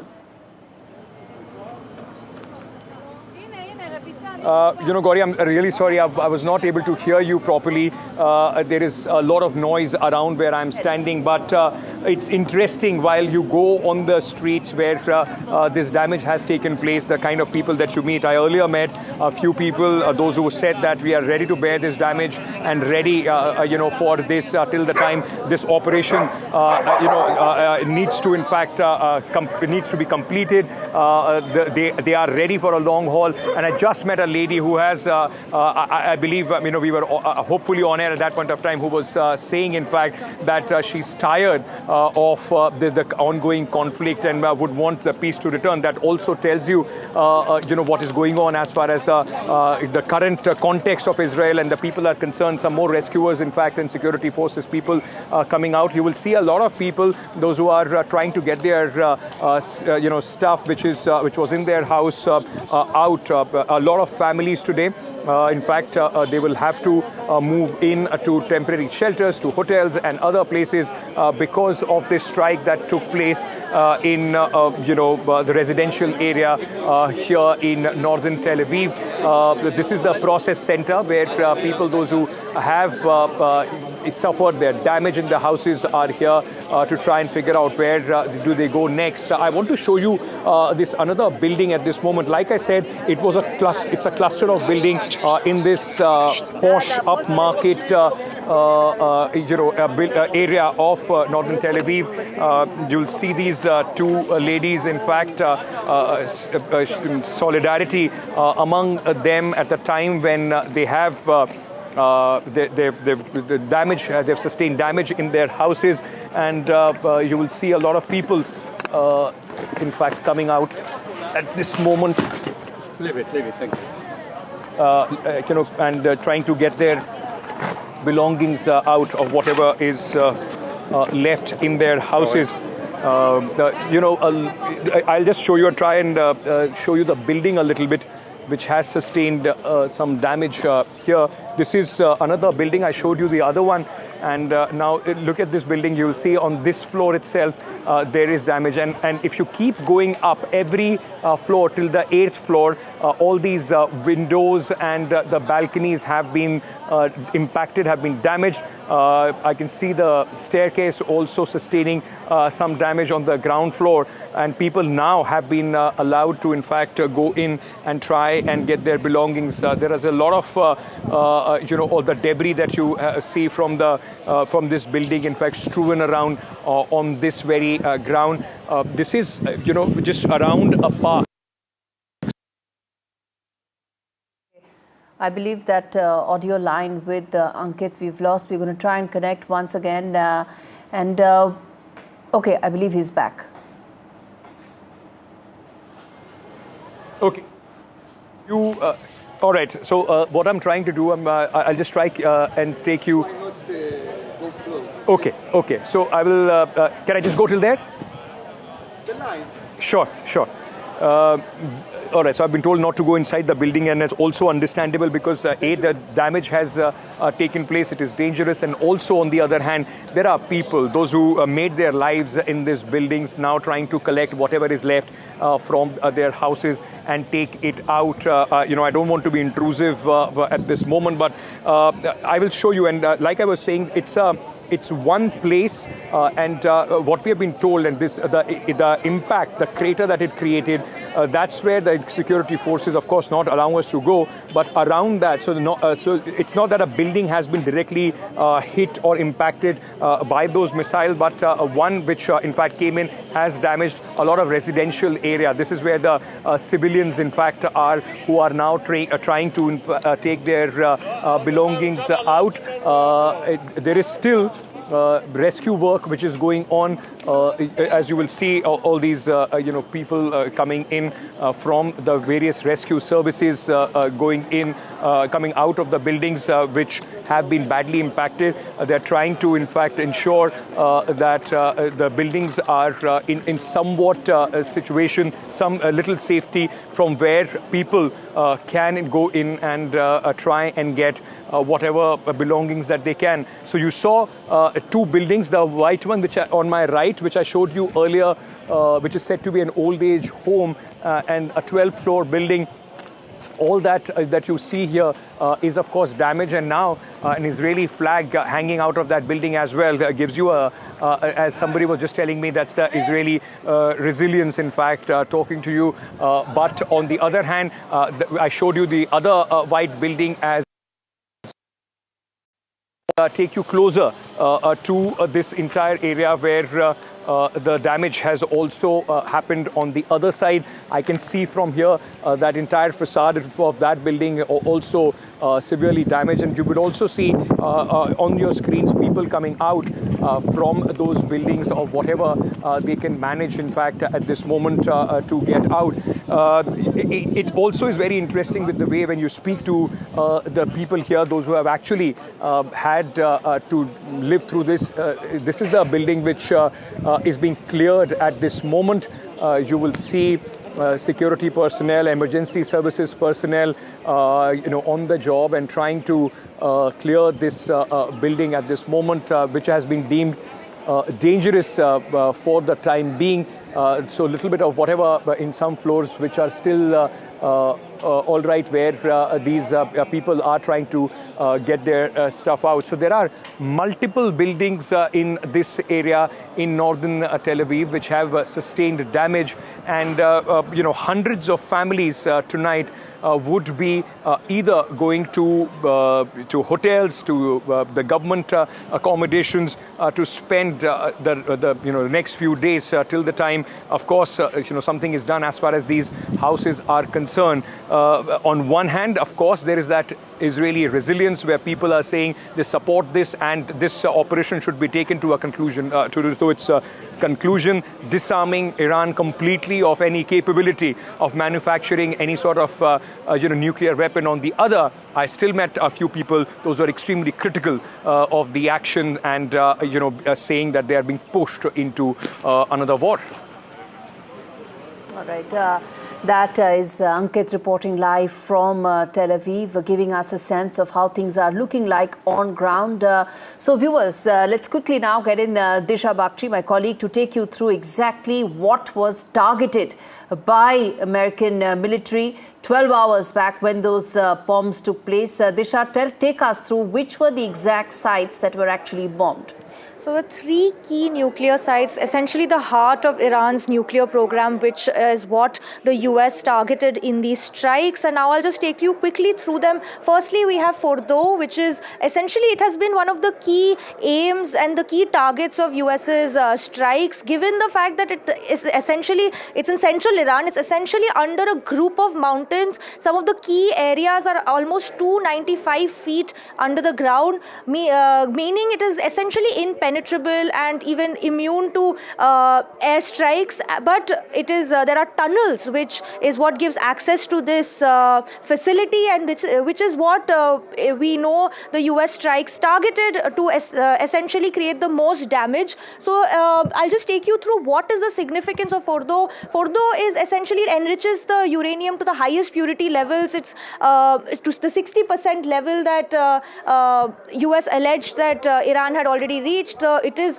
and above 60% is when Iran is capable of creating a nuclear weapon. So it is a key site of Iran's nuclear breakout potential. Is the heart of the program, as I mentioned, and it's under a group of mountains, making it impenetrable. Now we have to see, we haven't really seen visuals as to what sort of damage there has been, but Iran has really downplayed the kind of damage seen at these sites. They've in fact said that there are no leaks or no contamination at these sites, but it remains to be seen. We're yet to get visuals. Next, we have Natanz, which is again in central Iran. It is the main centrifuge assembly and enrichment hub. Again, a crucial, and this is one of the largest nuclear enrichment facilities in Iran, and the key facility, and it has been targeted multiple times by Israeli strikes as well, by cyber attacks, and now we know that the US in fact struck Natanz as well, and it is again central to Iran's uranium stockpile operations. There are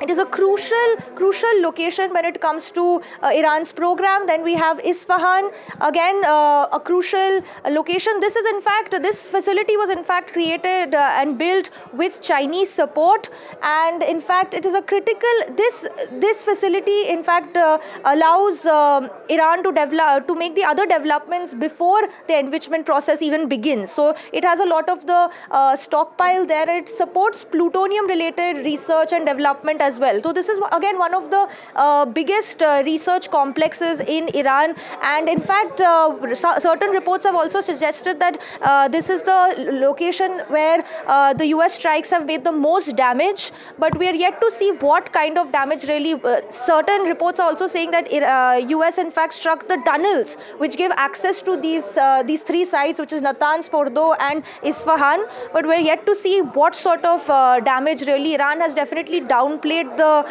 damage, but the visuals that we get soon will show what really happened. Actually bring us, thanks very much Disha for being with us. Anjana Sankar joins us at this stage. Anjana, where is this all headed? What is your opinion on how this could escalate significantly? I think, the chance that we had for diplomacy, it's been blown off. The 2 weeks that Donald Trump gave, absolutely no idea what he had in mind, because if this was the plan and this has been done, as we know now, that Israel and the US has been on lockstep doing this military strategy that they have been planning all along. And I feel now Iran is being put on the spot. So what are the choices that Iran can make? That would be the big question which will decide where all this thing will lead to. For Iran, one choice is they can swallow this bitter pill and take this peace deal that Donald Trump is asking them to take. But it is peace that is wrapped in violence and conflict. So do you take that and keep quiet and just acknowledge that your long-held ambition of nuclear proliferation is ended here with the strike? Or I think this will impact the credibility of Iranian regime big time, because Iranian regime has been flexing their muscles, saying that if the US gets involved directly, Anjana, they just will half a second. pay a price. Just so that we can get in another quick question. Gauri, go ahead. Yeah, which is that you've been reporting a lot from the Middle East, from UAE.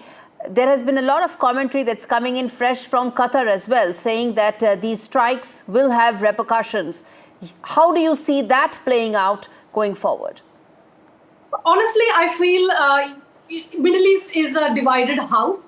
In the last 8 days, or 8 or 9 days, we have heard a lot of rhetoric from countries in the Middle East, in the Gulf, saying that this is what Israel has done is a blatant violation. But I'm not sure whether at this point they also have a tough choice to make. Either the question is whether their loyalty to the US and they become just mute spectators, and to see how this conflict will escalate from this point, how Iran will retaliate. And the crucial question for them definitely, which will push them to act or not to act, would definitely be whether the US military assets will be targeted by Iran's proxies in the coming days. Houthis from Yemen has already threatened that America will have to pay the price for what they did. All right, so Middle East will be waiting and for watching. the moment, Anjana. Come back with a lot more. We continue to track this huge developing story. Yes. America has bombed Iran. That's what we're tracking. A lot more coming up. Stay tuned.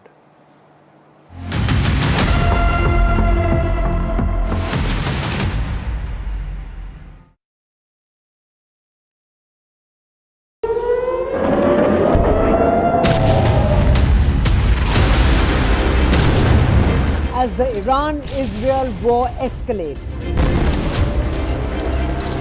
Indian students in the crossfire. हमें as soon as possible evacuate किया जाए. War zone worries grip parents. The next Indian mass evacuation ahead.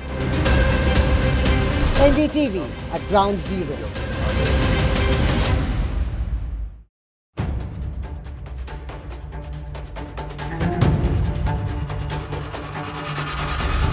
If it matters to you, if it matters to you, if it matters to you, if it matters to you, if it matters to you. It matters to India. It matters to India. It matters to India. And it matters to me. And it matters to me.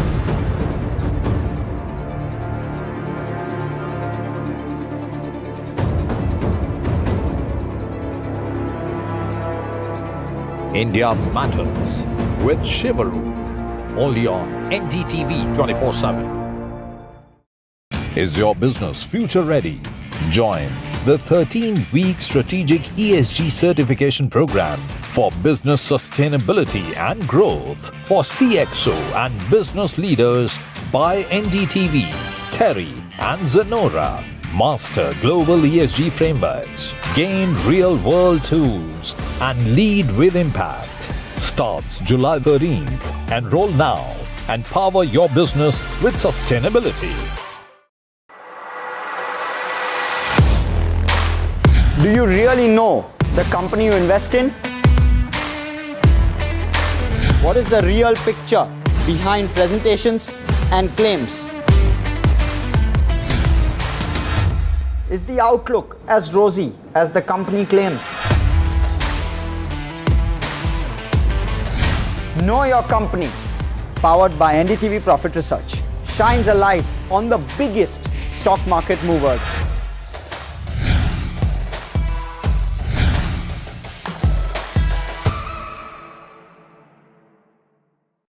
I've been reporting on all issues big and small from Andhra Pradesh, Telangana, rest of South India, bringing you all the action, all that you need to know, all that you want to know. The energy of Maximum City is infectious. I'm bringing that energy in our news coverage from financial capital Mumbai. Covering from the southernmost part of India.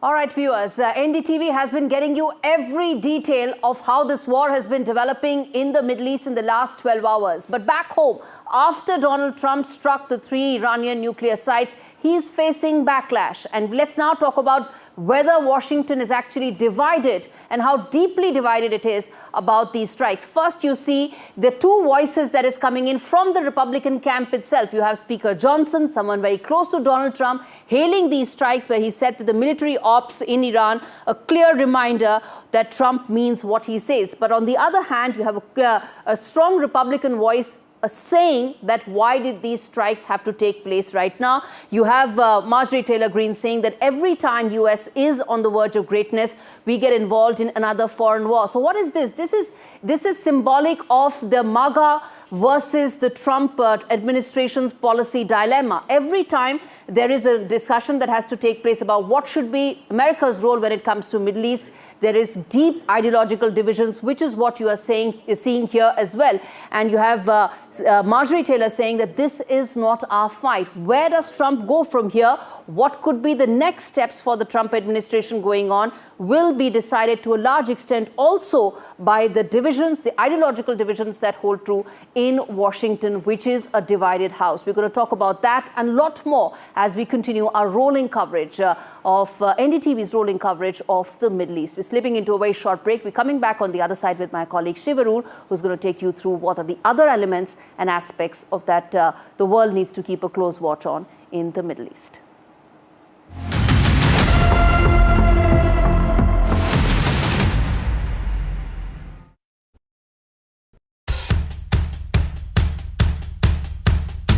The markets move fast. And so should your portfolio.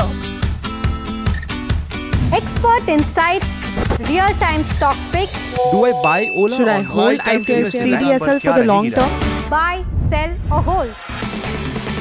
The answers you need, straight from the experts. Callers from India and across the world. Connect live, ask, decide and invest wisely. Your portfolio, your future. Ask Profit.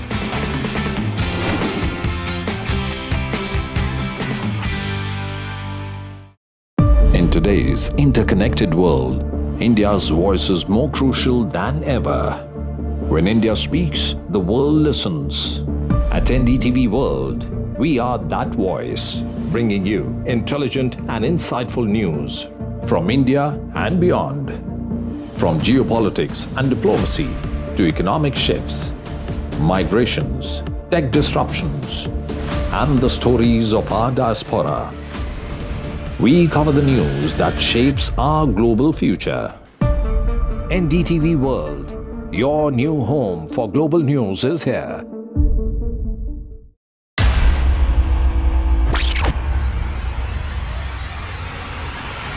The last 1 month, if you see, the share prices of Genzol Engineering has fallen more than 58%. Why are the rating firms calling the debt payments as default? We have two credible credit rating agencies on March 4th coming and downgrading the stock to D. Statements are consistently being proven wrong, and transactions are being taken place which are different from what they were originally pictured to be. The company claimed it would roll out 6,400 electric vehicles. But what it has rolled out is a shocking scam. Funds meant for the project were funneled allegedly back to the promoters, the Junkie brothers. What did the money buy? Not EVs, of course, but a lavish flat in Gurgaon's luxurious DLF Carmelias.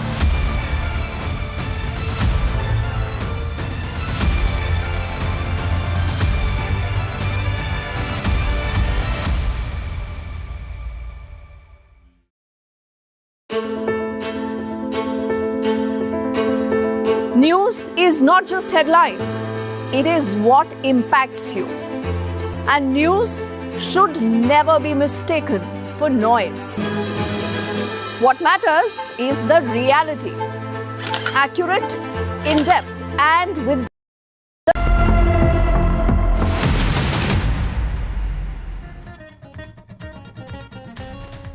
The Iran-Israel war has expanded after President Trump has bombed Iran for the first time in history. 3 top nuclear sites have been attacked by B-2 Spirit bombers. Iran warns of everlasting consequences. And in fact, Iran's retaliation has begun. It has fired missiles at Israel. Multiple cities on the ground hit. NDTV's reporter Ankit Tyagi is there and he's reporting it live. Strikes have also hit the Ben Gurion airport in Tel Aviv. Ankit maps the damage in Tel Aviv and other parts of Israel as wave after wave of Iranian missile enters Israeli airspace. This is a story that is sending shockwaves. Of this is a shopping center. That another installation, in fact, one other shop which is here, which has also been. World leaders react on the American strike on Iran. The UK Prime Minister says Iran must come to the negotiating table. Gulf countries closely tracking developments as the world feels the tremors. Israel's ambassador to India, first and exclusive to NDTV. He says more strikes could be possible, assures the safe evacuation of Indians in Israel at this time.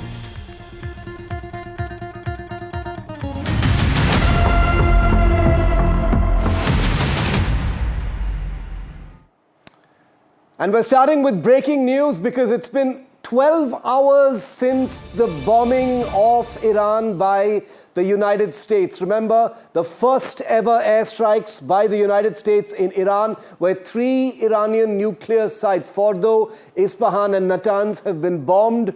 The war is expanding. The big suspense now is what happens next. We've shown you here on NDTV, on the ground from Israel, the damage in Iran and the shockwaves in different parts of the world right now. The big question is 12 hours after those US airstrikes in Iran, the big question continues to be what happens next? Because Iran has already put the United States on notice. They've already sent missiles into Israel, but what is it all going to look like? We'll keep you posted on that because it's 12 hours. We're mapping back from the time the attack actually happened, even though there is no specific time. 5:45 a.m. this morning, India time, is when President Trump tweeted announcing the bombing of those 3 sites in Iran, and we can assume that that was at least a few hours after the strike actually happened, obviously for safety and security reasons of the bomber crew. But let's take you back to the actual bombing to give you a sense of where things are at, what weapons have been used, and what this attack looked like. We've used the best instruments to put together as much information as we possibly can so you can appreciate and understand what the President of the United States has just made possible. First, let's tell you about the 6 weapons that we know for a fact have been used by the United States in this unprecedented airstrike on Iran. We know for a fact, number 1, that 6 B-2 stealth bombers, the B-2 Spirit stealth bombers, were the vanguard. They were the main bombing squadron that were used to bomb the targets in Iran. We're also given to understand that Virginia-class and Los Angeles-class nuclear-powered submarines were also in the North Arabian Sea conducting strikes. We do know that 12 GBU-57 MOP or bunker buster bombs, they're one of the largest non-nuclear weapons in the world. These have been used. 30 Tomahawk cruise missiles were apparently fired from submarines. F-22 Raptor fighters and F-35 Lightnings for air support were all in the mix in what has been one of the most complex, risky and unprecedented attacks in US offensive history. Here's what Trump began by saying this morning. The U.S. military carried out massive precision strikes on the 3 key nuclear facilities in the Iranian regime: Fordow, Natanz, and Esfahan. Everybody heard those names for years as they built this horribly destructive enterprise. Our objective was the destruction of Iran's nuclear enrichment capacity and a stop to the nuclear threat posed by the world's #1 state sponsor of terror. Tonight, I can report to the world that the strikes were a spectacular military success. Iran's key nuclear enrichment facilities have been completely and totally obliterated. Iran, the bully of the Middle East, must now make peace. If they do not, future attacks will be far greater and a lot easier. There's no military in the world that could have done what we did tonight. Okay, now let's just show you in seconds what the attack must have looked like. Remember that no footage has so far been released by the United States explaining precisely how things actually happened. So let's play out for you in seconds, viewer, how this attack took place. Now, at the 0-second mark, the B-2 bomber releases this GBU-57 from 40,000 feet near the Qom region. T plus 10 seconds is when the bomb begins its high-speed drop with GPS and inertial guidance. T plus 25, we've moved a little forward on this, but T plus 25 seconds, supersonic velocity is actually reached, piercing atmospheric drag. T plus 40 seconds, the bomb impacts the mountain above the Fordow site. T plus 41 seconds, the penetration initiates through hundreds of feet of rock. That's how it's reached until this point. T plus 44 seconds, the warhead detonates inside Fordow's underground complex. And T plus 60 seconds, massive shock waves are then sent. This collapses the enrichment chambers. Everything that's situated here would have then either collapsed or been almost irreparably damaged, at least for the foreseeable future. 90 seconds after that bomb was actually dropped, seismic sensors would have detected that detonation across the region. It would have been picked up in different parts of the world. 120 seconds, 2 minutes after that bomb was dropped from the B-2, satellites and drone feeds would confirm structural damage. T plus 180 seconds, that's a whole 3 minutes turning back. The B-2 is already turning back. They're already out of Iranian airspace beyond potential radar detection range. Now, remember that the GBU-57 bunker buster bombs that I've just described were the primary weapon that was used, but we do have a confirmation that Tomahawk subsonic cruise missiles, long-range land attack cruise missiles, were also part of the attack this morning. And therefore, we do now have a sense of how the Tomahawk cruise missiles, apparently fired from nuclear-powered attack submarines, were also in the mix. So let's tell you how that actually began. At the 0-second mark is when Tomahawk cruise missiles would have been launched from Los Angeles or Virginia class submarines. These would have been launched from the North Arabian Sea, presumably, even though we cannot confirm that. About 5 seconds after launch, the missiles would have cleared the launch tubes and ignited their booster engines and then roared to the surface of the ocean and then started their journey. T plus 15 seconds later, the missiles would have broken the water surface and begun a low-altitude cruise towards designated targets inside Iran. A whole minute, 60 seconds after launch, the missiles would have leveled out at terrain-hugging altitude. Remember, these are cruise missiles, not ballistic missiles, so they've got a path that looks like an aircraft. It goes parallel to the ground. About 300 seconds after launch, guidance systems would have activated, mid-flight corrections would have also taken place. Think of cruise missiles basically like fast-moving aircraft being guided towards their targets. About 900 seconds after launch, the missiles would have entered Iranian airspace. Remember, these are subsonic missiles, not very fast, guided to fly below radar coverage, as close to the ground as possible, we are told. About 1200 seconds later, the missiles would have split course to target the nuclear sites. That's where the real terminal phase of this attack would have begun. About 1500 seconds after they took off, the final target acquisition via the onboard sensors of these Tomahawk cruise missiles, which are devastatingly accurate, would have kicked in. About 1,530 seconds later, the missiles would have struck those targets in Natanz, Isfahan, and Fordo with great precision. About 1,600 seconds later, secondary explosions would have been detected in the nuclear infrastructure, the surface areas. There is no reason to believe the Tomahawks have bunker-busting capabilities, but whatever was on the surface would have been hit by these missiles. About 1,800 seconds after launch, satellites would pick up fires, structural collapse, and signal disruptions, thereby confirming what the damage would have actually been. Okay, so let's tell you about which nuclear sites have actually been hit in Iran, because the three facilities that have been struck are basically the creme de la creme of the nuclear program inside Iran.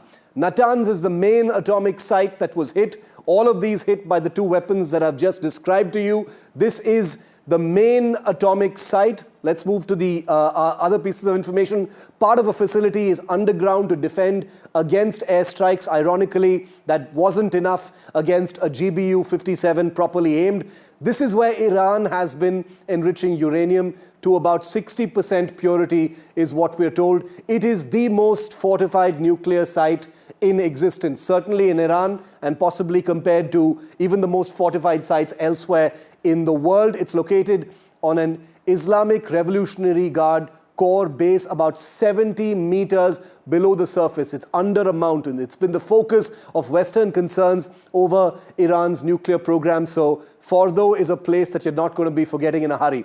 Isfahan is also a big enrichment facility. This is the second one that's been targeted. It is the largest Iranian nuclear research complex. This is where a lot of the research and enrichment has been happening. It houses a uranium conversion facility and nuclear fuel fabrication plant. The US has had its eyes on this particular facility for a very long time. So we've got a ground report from Russia today, a reporter who's on the ground not very far from Fordo in Iran. This is the first ground report from the country. Take a look. بسم الله الرحمن الرحیم. از کیلومتر 25 اتوبان قم تهران و در نزدیکی ورودی سایت هسته فوردو این گزارش رو تقدیمتون میکنم. تنها دودی که دیده میشه در آسمان نزدیک به فوردو دودی است که از سمت مقابل سایت هسته فوردو، جایی که به نظر میرسه مربوط به پدافند هوایی فوردو میباشه، دیده میشه. من خودم حدوداً ساعت 3 بامداد به این نقطه رسیدم. تحرک خاصی از سوی ماشین‌های امدادی یا آتش نشانی ندیدم، به جز یک ماشین امدادی که در حال انتقال به نظر می‌رسید یک مجروح باشه، البته بدون صدای آژیر، به سمت قم رو مشاهده کردم. در شهر قم صدای بسیار خفیفی شنیده شد، لرزش زمینی احساس نشد و شرایط هم در اتوبان قم تهران و هم در شهر قم به صورت عادی در حال جریانه. این گزارش رو من الان حدوداً ساعت 7 بامداد تقدیم شما دارم می‌کنم. بر اساس مشاهدات مردمی که در یک مجتمع اقامتی همین نزدیکی‌ها حضور داشتن، حدوداً صدای 6 انفجار شنیده شد. البته صدای انفجار برای این افراد غیر قابل تصور و یا خیلی زیاد نبود. They targeted the residential areas where military generals also live.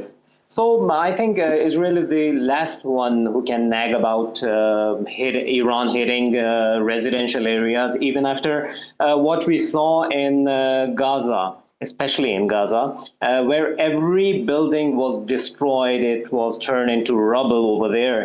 And now the Israelis are calling and nagging that Iran is hitting the residential areas. I think it's not fair. On the other hand, Iran is going to retaliate against the United States and all its assets in the area, in the region, in the Middle East, in the Western Asia. And this time it's not going to be like the last time when Iran hit the Ain al-Assad air base in Iraq when Iran's General Soleimani was killed. So I think this time it's going to be a very vast war, and Iran is going to hit hard.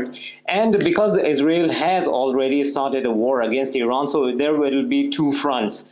The air bases and all those bases in this area, and on the other hand, the Israeli entity, we cannot call it the Israeli regime, the occupied territories will definitely be hit again. Now remember, on NDTV, we appreciate and understand that conflict is a difficult situation where one must be sober in our coverage, one must never exaggerate what may actually happen. But what has happened today, let us acknowledge right at the start, is unprecedented. The US has never struck inside Iran before. It has struck Iranian targets outside Iran, but today, for the first time, the United States has conducted very highly destructive airstrikes inside Iran. So the paradigm has completely changed. You will be hearing a question quite often: can this spiral into a World War III? Well, we don't know that for sure, but considering patterns, movements, doctrines, postures of the big superpowers on the ground at this time, here is a 20-step, non-exaggerated simulation of how what has happened today, courtesy President Trump, could very easily, should things actually escalate, lead to a worst case scenario. Let's begin. 20 steps. The first step, of course, is what the President of the United States has done. He has bombed Iran's Fordo, Natanz and Isfahan nuclear sites. Now, what could this trigger? Let's go on to step number 2 and see what happens. B-2 stealth bombers and sub-launched Tomahawks have been used. That is the first step of this nightmare simulation. Step 2 is that Iran responds with missile strikes. We've already seen that happening. It has happened in Israel so far, but the question is, will they attack also American targets in Syria, Iraq, etc.? US bases hit in Iraq, Syria, and elsewhere. Step number 3, Israel goes on a full war footing. This is again highly possible because of where things actually are. Let's keep moving this as quickly as possible. Conducts airstrikes on Iranian IRGC targets in Syria and Lebanon. Then we move to step 4, where you have the Hezbollah and Iraqi Shia militias launch massive rocket salvos into Israel. Rockets launched at Israeli cities and US embassies. Again, something that is clearly within the realm of possibilities. Step 5, the US reacts by getting its navy to engage Iranian fast attack boats in the Persian Gulf. This could be the next step. Boats engaged in the Strait of Hormuz. Oil prices globally explode, and that has its own effect. Then step number 6 is when Iran threatens to close the Hormuz Strait completely, and that will have a huge global impact because Saudi Arabia's oil infrastructure would then be targeted possibly by Iran. Then you have a situation where Russia condemns the US strike as illegal. Russia has stayed quiet all this while. So in this simulation, they move their missile defense assets into Syria, Iran at Iran's invitation. This becomes dangerous now. Step number 8, China warns the US against further aggression. China has been quiet so far. They jump into the mix and issue a direct warning, begins a big military exercise in the Gulf of Oman and deploys warships. The Chinese already have warships in that area, as does the Indian Navy. Then comes step number 9, where Israel strikes deep into Iran's ballistic missile sites. They've already been doing that for quite a few days now. They start, but Iran retaliates with hundreds of missiles across the region. Do they have those missiles? We don't know, but they could be supplied in the interim. Now we come to the halfway mark of this nightmare scenario. The US and the UK announce a huge naval blockade of all Iranian ports. Whether it is Bandar Abbas, Chabahar, whatever it is, there's a blockade. Cyber attacks begin on Iran's grid and military network. So a global effort comes in to paralyze Iran as much as possible. Remember, Iran has Russia and China on their side. Iran begins launching ballistic missiles at the Dimona Nuclear Research Center in Israel. Israel, remember, is not a nuclear-armed country, but partial damage is reported at this nuclear center in Israel, according to this simulation. Then we move on to the next step. How does Iran respond to this? Russia provides S-400 cover to Iranian strategic sites because they are being attacked as well by Israel as well as the United States. And Russia basically jumps in to protect Iran by giving them S-400 air defense missile systems. Russian air assets are also deployed to protect Iran. Remember, this is an escalating simulation, purely theoretical, but something to think about. China ships high-tech drones and strike systems to Iran.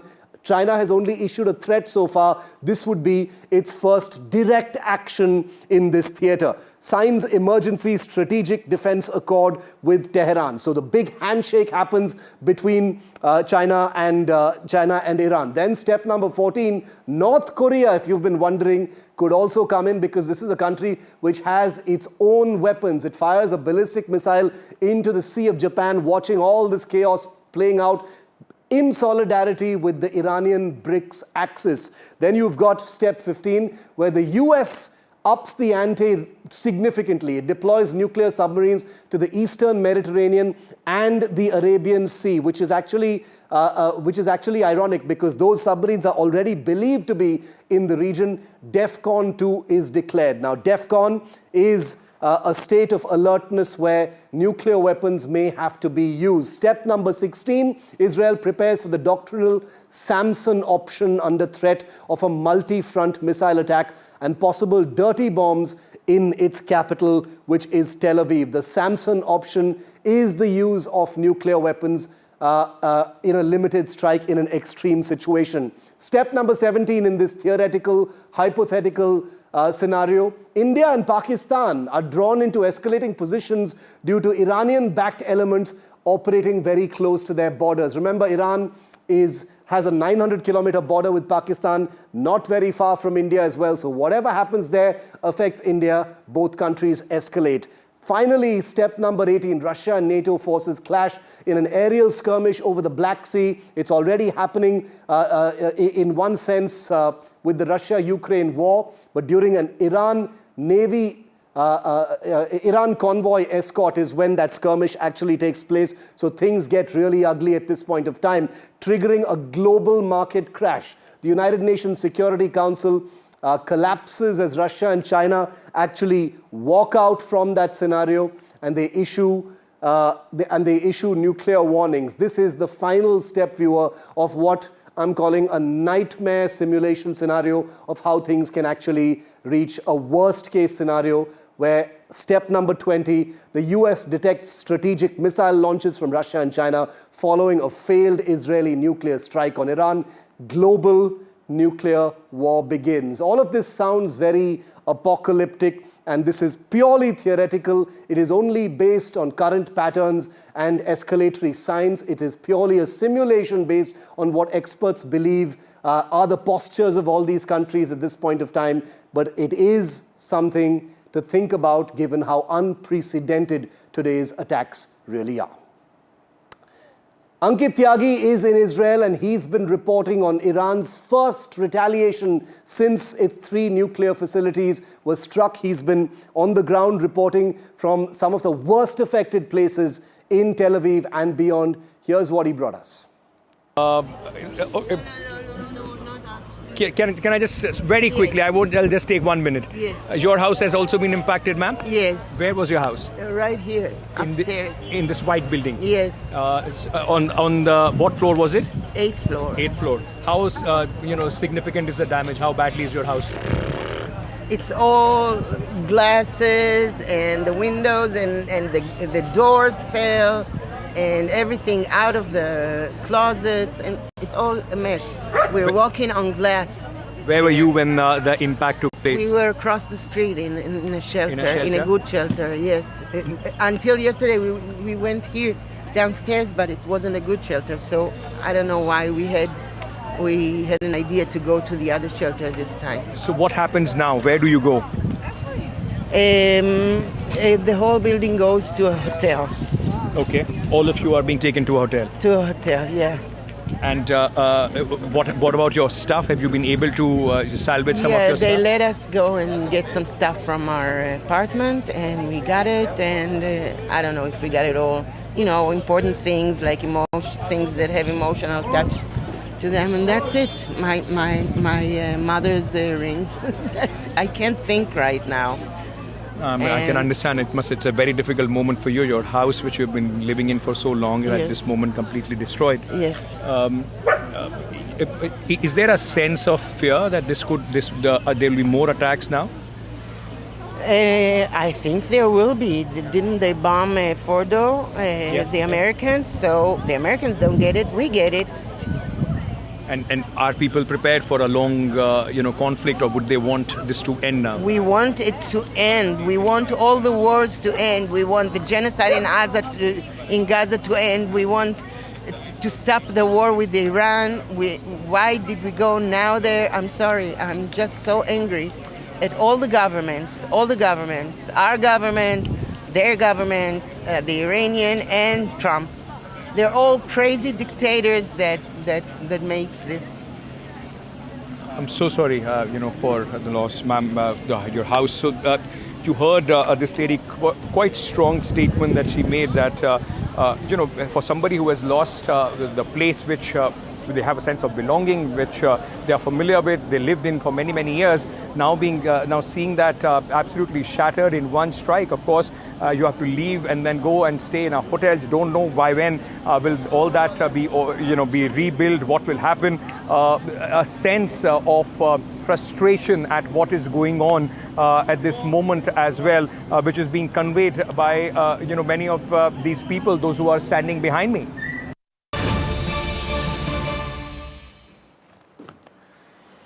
And NDTV can confirm that a flight carrying Indian students from Iran has just departed from Tehran in that country, which has just been struck by American bombs. That flight is scheduled to land in Delhi later this evening. Vishal Vivek is with me live. Vishal, details, 280 students will be landing back, but there are more still in Iran at this time. That's right, Shiv, and at least 500 to 600 students remain in Iranian territory as we speak. As you rightly mentioned, 280 have just departed Iran and they are likely to land in the next 2 hours or so in Delhi. Most of them belong to Kashmir, about 200 of them belong to Kashmir, and as I mentioned, close to 300 are on that flight. Similar flights have been taken by Indian students in the last 3 days. The first one had departed on Thursday night, and similar flights have been following up. At least 2 to 3 more flights have followed that first flight. Several flights and several different routes have been taken. Some flights have also been diverted from Turkmenistan and other places in the Central Asian region, such as Ashgabat as well.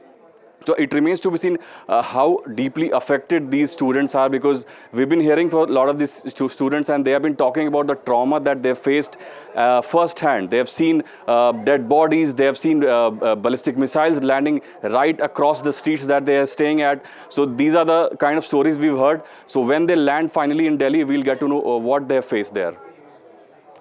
Okay, Vishal, thanks very much for getting us the latest on this constant stream of images coming in from the conflict zone. We've got images coming in from Iran as well as Israel. That war has expanded. Remember, the Israeli ambassador to India has confirmed to me that more strikes are possible. But here are some new pictures that have just come in from the Israeli Defense Forces that apparently depict missile strikes, undated missile strikes. We're not sure of when this happened, but missile strikes by the IDF F-15 Strike Eagle aircraft on Iranian offensive positions.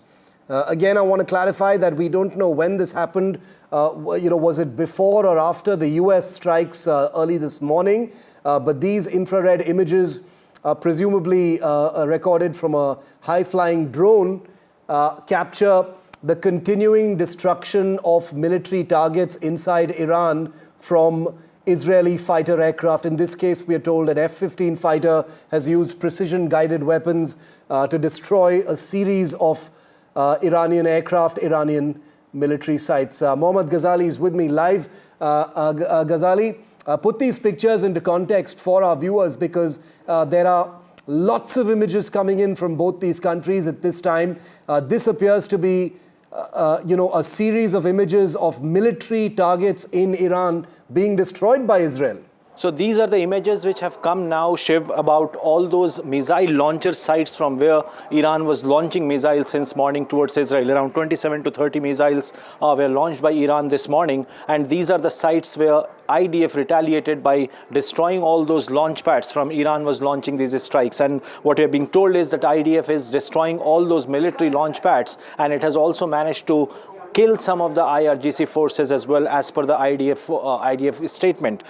They have been carrying out these attacks in the western Iran region, in the city of Tabriz as well. But there is no confirmation whether this is the drone launching sites, but missile launching sites are the sites which have been attacked by IDF in these videos, and they have released these images. This certainly shows that though the US President Donald Trump may have claimed that now the attacks will stop on Iran, but Israel is not backing down. They want to completely neutralize Iran's offensive towards their territory.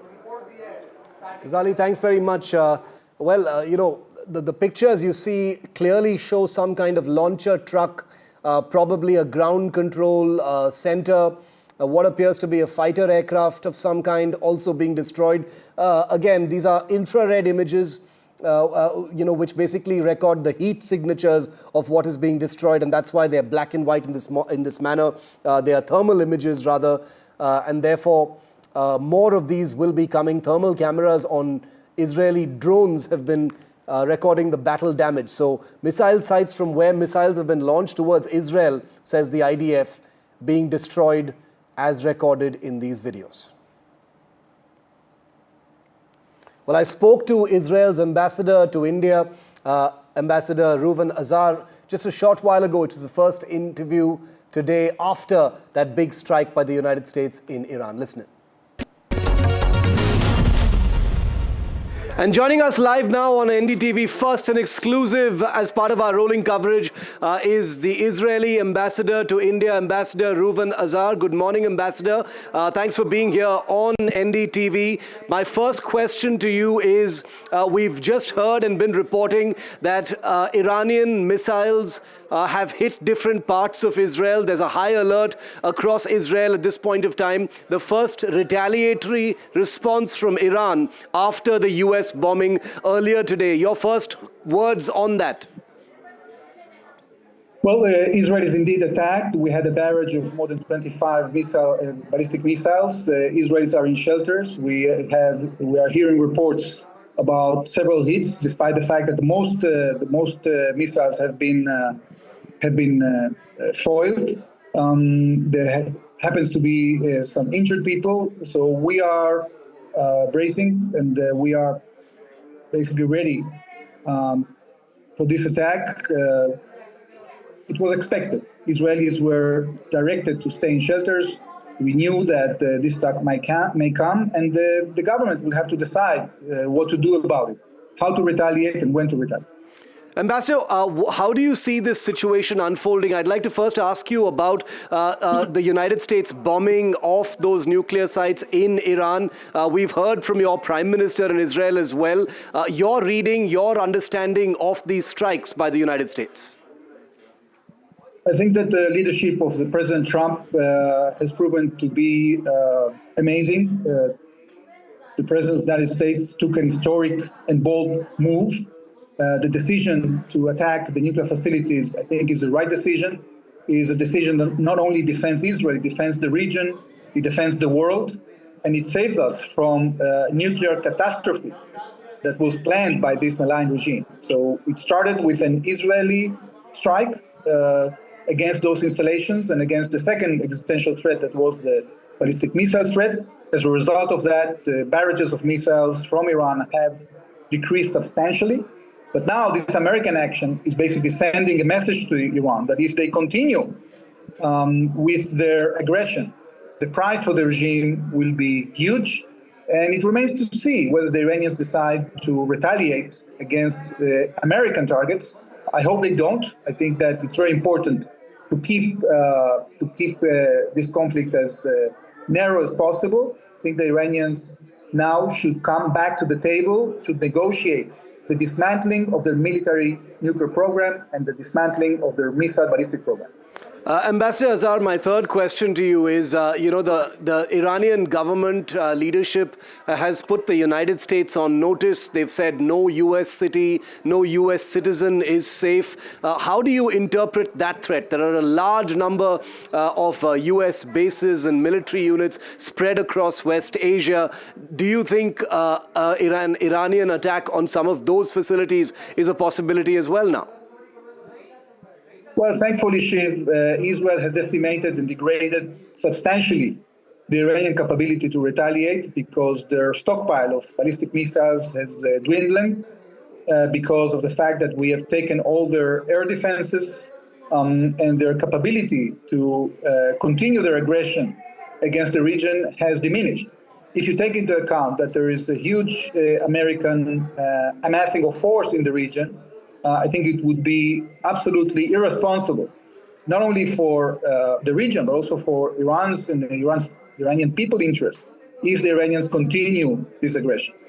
I know you can't go into specifics, Ambassador Azhar, but I will still like to ask on the U.S. bombing, unprecedented bombing of 3 nuclear sites in Iran. It comes after, a wave of punitive attacks by Israel inside Iran. But during these particular strikes this morning by the United States, what role, if any, did Israel play and the Israel military, sir? As you've seen, Shiv, Israel in this Operation Rising Lion, has taken massive, action against all the nuclear installations of Iran. The Iranian military nuclear program was spread around more than 70 locations, and we systematically pounded these locations in the course of the last 10 days. There were some locations, like the facility in Fordo, that is deeply underground, which the United States have capabilities to strike it more effectively. That's what they decided to do. So you are seeing a massive Israeli operation with a complementary action by the United States to neutralize this existential threat for Israel and this terrible threat for the rest of the world. It has been, I think, a very effective action that was taken after decades of trying to convince the Iranians to avoid from this course of action. But unfortunately, they didn't take us seriously. I hope that the day comes in which they take us seriously and they understand that in the interest of the country and for the future of their government, they have to change policy and stop their campaign of aggression towards Israel, their attempt to create a hegemony in the region, and to pursue more peaceful policies. Just 2 more questions, Ambassador, before we let you go. One, do you see the possibility of more strikes on Iran by either Israel or the United States? There's also the question of the Iranian leadership, the Khamenei and others, that many experts believe to be unfinished business as far as Rising Lion is concerned. Well, Shiv, as much as we didn't agree to allow Iran to develop this double plan to exterminate us, we continue to be determined to defend ourselves. And if the regime doesn't understand the message and thinks that they can continue pursuing this, so probably our cabinet will have to make decisions to do more than just targeting the direct threats against us, and we'll have to take more action to hit the military infrastructure of Iran as a whole. As you know, Iran has many military targets that weren't hit yet. Their army, their navy, many other capabilities, installations. So there is a lot for Israel to continue hitting if Iran continues to attack us. My final question, Ambassador, is India is, of course, watching everything playing out very closely, specifically on the evacuations of Indians from land borders in Israel. Can you give us an update on that? I know specifics are evolving right now, but whatever you can share with us, because there is concern about their safety as well.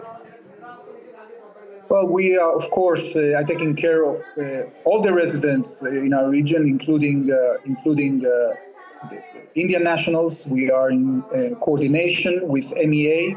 There have been initial efforts to evacuate those Indians that want to leave through the Jordanian border.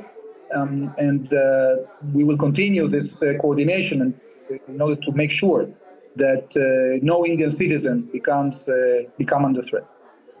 Ambassador Reuven Azar, thanks very much for speaking to NDTV. Thank you.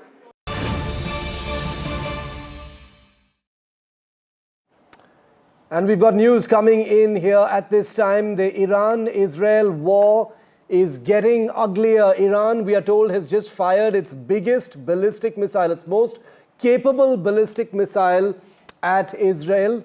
Iran's ballistic missile is apparently in the air right now. We're reporting this breaking story in real time. Remember those pictures on your screen of the damage that has already been caused by missile strikes from Iran earlier today in response to the US bombing of those 3 nuclear positions in that country. Disha Bagchi from our world team is with us live. Disha, tell us more. Biggest ballistic missile from Iran.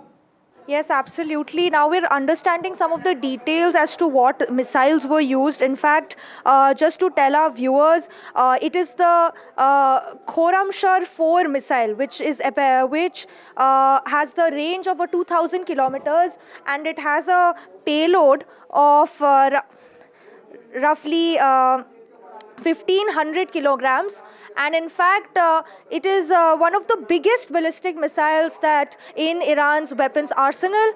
And we in fact also have an uncut from the Iran's military commanders talking about this missile that was used to target key Israeli targets in Tel Aviv and in Haifa and other key regions in Israel. But this is really showing the escalation in this conflict. And in fact, this missile was part of 40 missiles that Iran claims to have launched against Israel. However, from Israel, the numbers that we were getting was roughly 30 missiles. But now Iran has said that they've launched 40, and among them it is the Khorramshahr 4, which can carry multiple weapons warheads. So very interesting developments coming in. All right, Disha, thanks very much for that. The Khorramshahr 4 medium-range ballistic missile, as Disha just told us, has a range of a few thousands of kilometers, and therefore Iran using that weapon, it contains advanced maneuverable warheads, apparently could be the next big escalation. How will Israel respond? We will have to wait and see. Remember, the IDF, like we just showed you, has just put out pictures of Iranian missile sites being destroyed by F-15 fighter aircraft and strike aircraft. So this is an exchange that is now very much in focus. Missiles landing from Iran and missiles hitting Iranian targets from Israel as well. We're taking a very quick break. This big exchange isn't over. It's far from over. Much more coming up on the other side. Stay with our rolling coverage here on NDTV.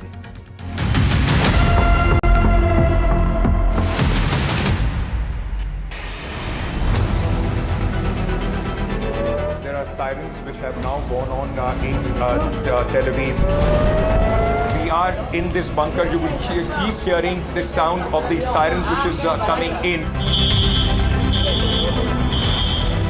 This is where exactly the impact, in fact, took place. Those shards of glass that you can see all around. You will see various floors from top to bottom where this kind of damage has taken place.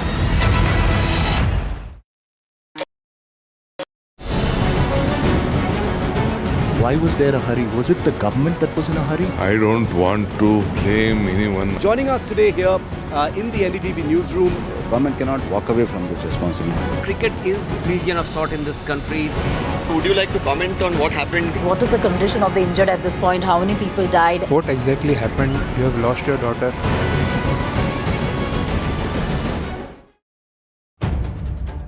If it matters to you, if it matters to you, if it matters to you, it matters to India. It matters to India. And it matters to me. And it matters to me. India Matters with Shivaru. Only on NDTV 24/7. How often have you turned away from debates that descend into endless fights? We bring you a show where every question is answered, where every debate finds its resolution, where every story finds its conclusion, where opinions collide but facts prevail, where stories unfold with insights and trust. When the noise ends, the last word begins.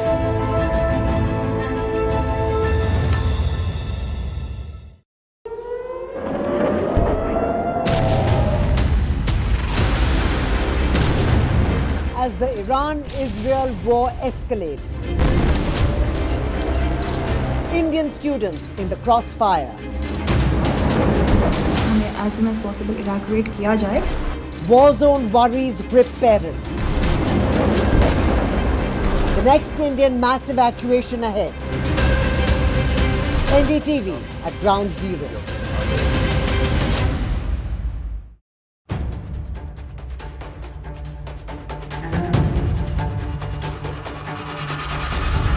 If it matters to you, if it matters to you, if it matters to you,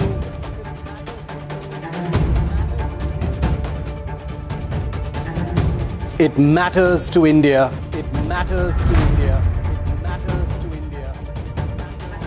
And it matters to me. And it matters to me.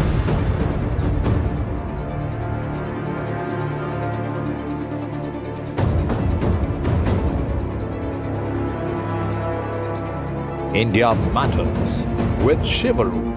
Only on NDTV 24/7. Is your business future ready? Join the 13-week strategic ESG certification program for business sustainability and growth for CXO and business leaders by NDTV, Terry and Zenora. Master global ESG frameworks, gain real-world tools, and lead with impact. Starts July 13th. Enroll now and power your business with sustainability. Do you really know the company you invest in? What is the real picture behind presentations and claims? Is the outlook as rosy as the company claims?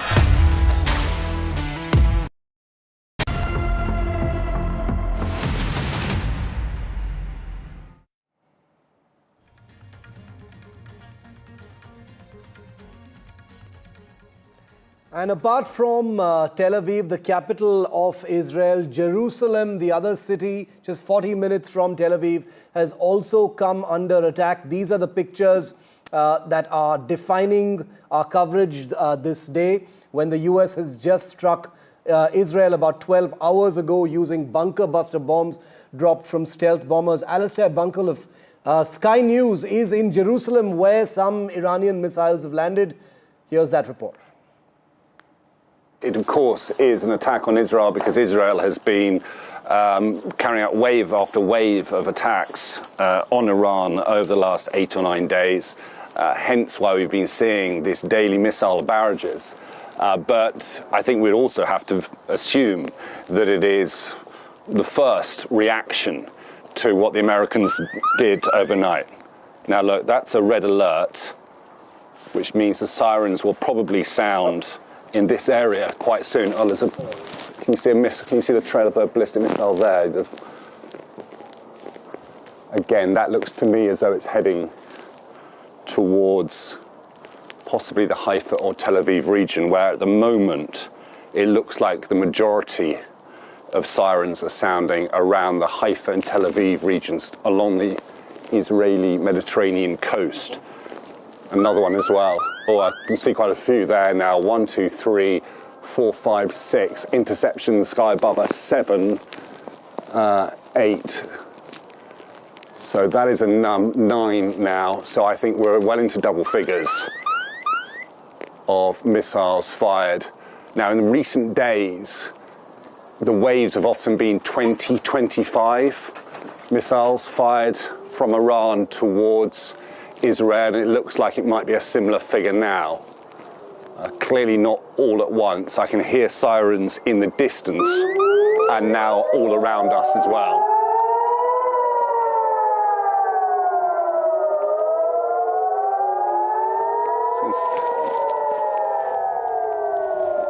Okay, so sirens sounding in Jerusalem, which doesn't necessarily indicate that Jerusalem is the target of these strikes.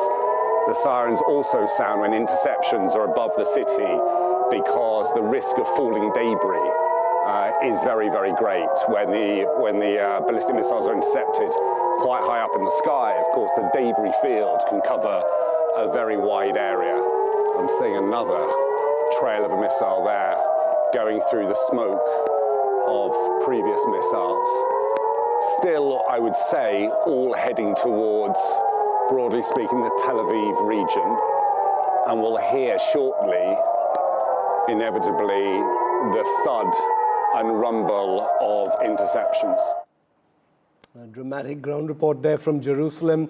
And NDTV's Ankit is in Tel Aviv, just 40 minutes from where that report you just saw. He sent us this report from a vantage point depicting a part of the Israeli capital where missiles have actually landed. Watch this.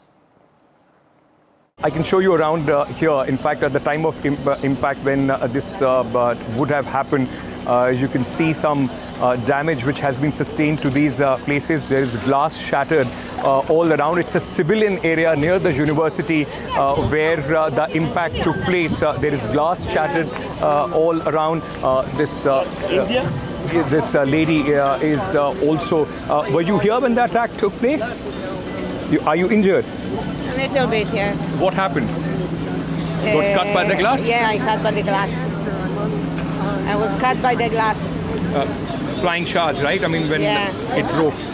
So, you know, this lady was here when this attack, in fact, took place. And what I will show you, those shards of glass that you can see all around at this moment. So this is one of the areas where the impact has taken place. There are shops around in this area, and we are near the university. And on the other side, you would also see, you know, the work going on as far as the security agencies and heavy earth-moving, you know, vehicles also there. That's the building where I can also see broken glass all across where we are reporting from, which is now being completely shut off. Okay, you know what I will do? I will just ask Ricky to just show you on the floors, the higher floors of that building, behind me that you would see some damage as far as the building is concerned, some broken windows in that building as we speak. So this is the civilian area where this impact of the attack happened just a short while back.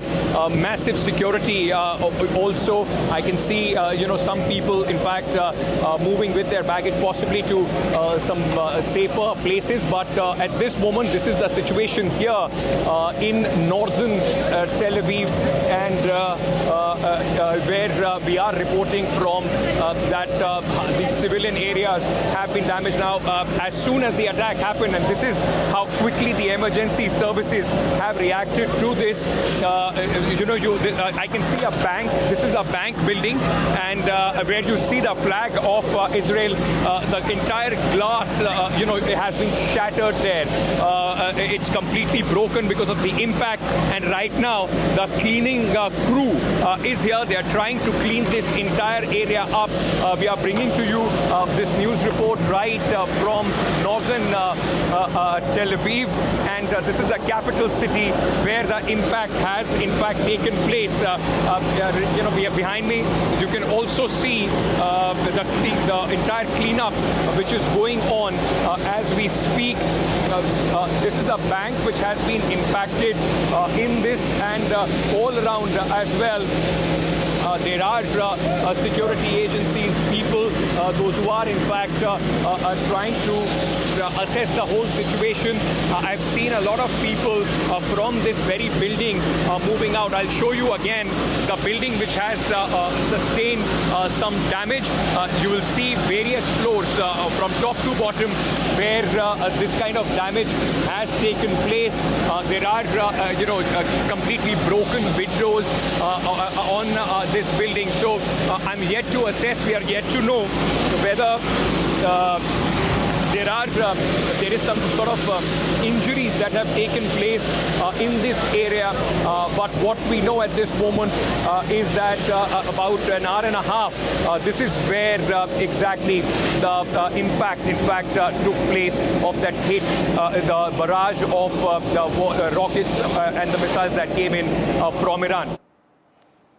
And our coverage of this big global story continues on the other side of this very short break. Just a reminder that on NDTV, for the latest updates and breaking news, do not forget to subscribe to the NDTV YouTube channel. We've got rolling coverage happening in parallel there. Many more videos, many more international inputs as well, always there. See you on the other side.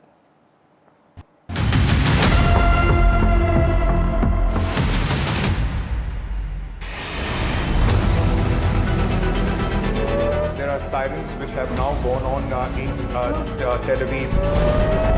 We are in this bunker. You will keep hearing the sound of the sirens which is coming in.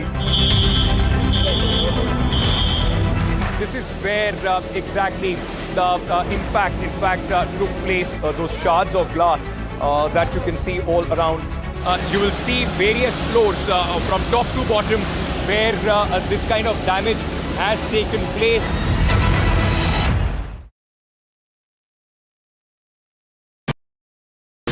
I've been reporting on all issues big and small from Andhra Pradesh, Telangana, rest of South India, bringing you all the action, all that you need to know, all that you want to know. The energy of maximum city is infectious. I'm bringing that energy in our news coverage from financial capital Mumbai. Covering from the southernmost part of India over the last 23 years, I bring in-depth and 360-degree coverage from the Dravidian heartland. The land of Mishti, also known for its bitter politics. I have seen much water flow under the Howrah Bridge, covering Bengal in all its vivid colors. India's IT capital is always bustling, a city full of startups, stories and surprises. And I keep you ahead on all the Bengaluru buzz.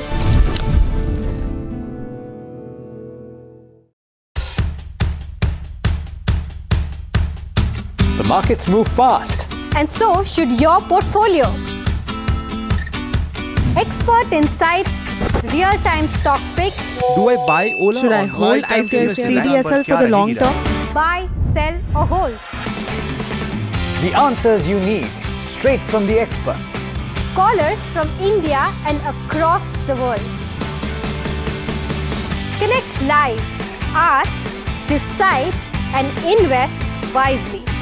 Your portfolio, your future. Ask Profit.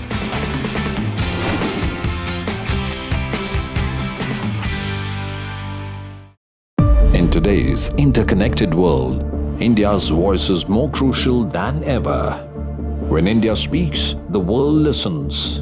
At NDTV World, we are that voice, bringing you intelligent and insightful news from India and beyond. From geopolitics and diplomacy to economic shifts, migrations, tech disruptions, and the stories of our diaspora. We cover the news that shapes our global future. NDTV World, your new home for global news is here.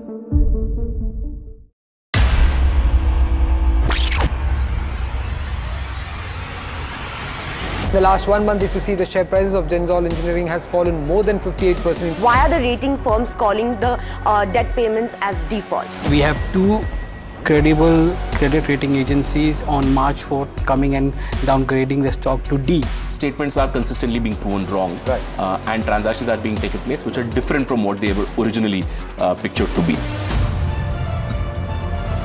The company claimed it would roll out 6,400 electric vehicles. But what it has rolled out is a shocking scam. Funds meant for the project were funneled allegedly back to the promoters, the Jaggi brothers. What did the money buy? Not EVs, of course, but a lavish flat in Gurgaon's luxurious DLF Carmelias.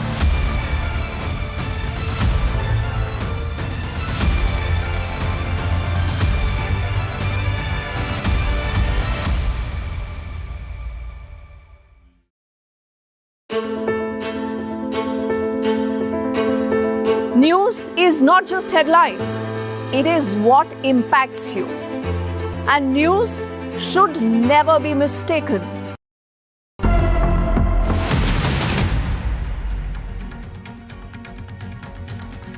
US enters war with Iran. Trump bombs Iran's top 3 nuclear sites.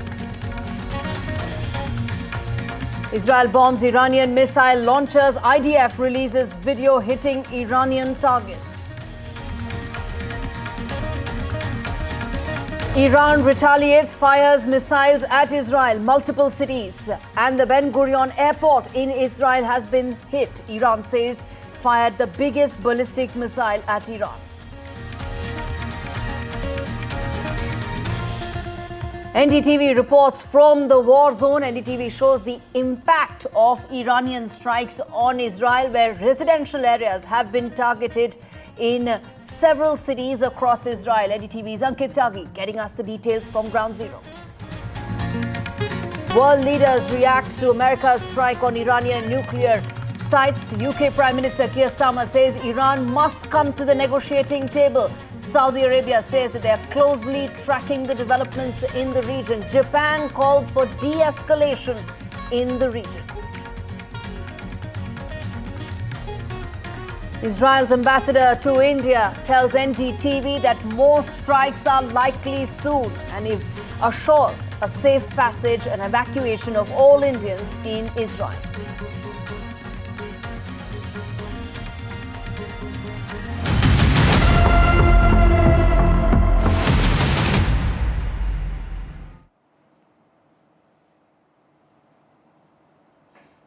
Viewers, you're watching our rolling coverage of Trump bombing the 3 main nuclear sites in Iran. On your screens are the developments that have been taking place in the last 12 hours. And let me now first cut across to Iranian Foreign Minister, who's addressing the media.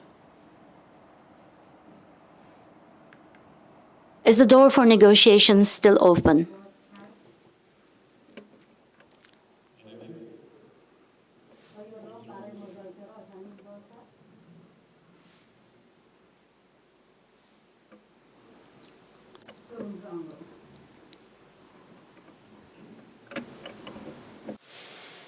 Interpreter, please speak. Can you hear me, sir? Can you hear me, sir? In the English channel, can you hear me? Translate real quick for my colleague. He's asking if there are still room.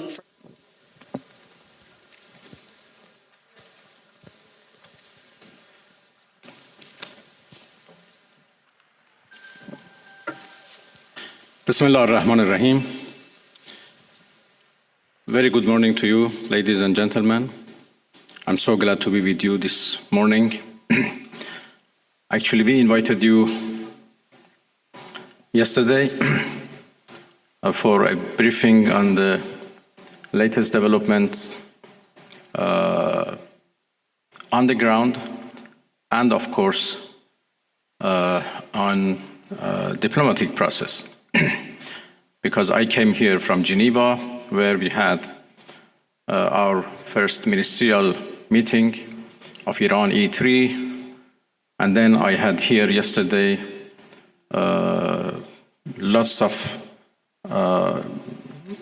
useful, important meetings with the foreign ministers of our region, and we discussed about different initiatives and ideas existed for a peaceful settlement of this question. But as all of you know, we suddenly faced with the aggression by American forces to our nuclear facilities. The Islamic Republic of Iran condemns in the strongest terms the United States' brutal military aggression against Iran's peaceful nuclear facilities. It is an outrageous, grave, and unprecedented violation of the fundamental principles of the Charter of the United Nations and international law. The warmongering and lawless administration in Washington is solely and fully responsible for the dangerous consequences and far-reaching implications of its act of aggression. The US military attack on the territorial integrity and national sovereignty of a UN member state carried out with genocidal Israeli regime, carried out in collusion with the genocidal Israeli regime, has once again revealed the extent of the United States' hostility towards the peace-seeking people of Iran, who will never compromise over their independence and sovereignty.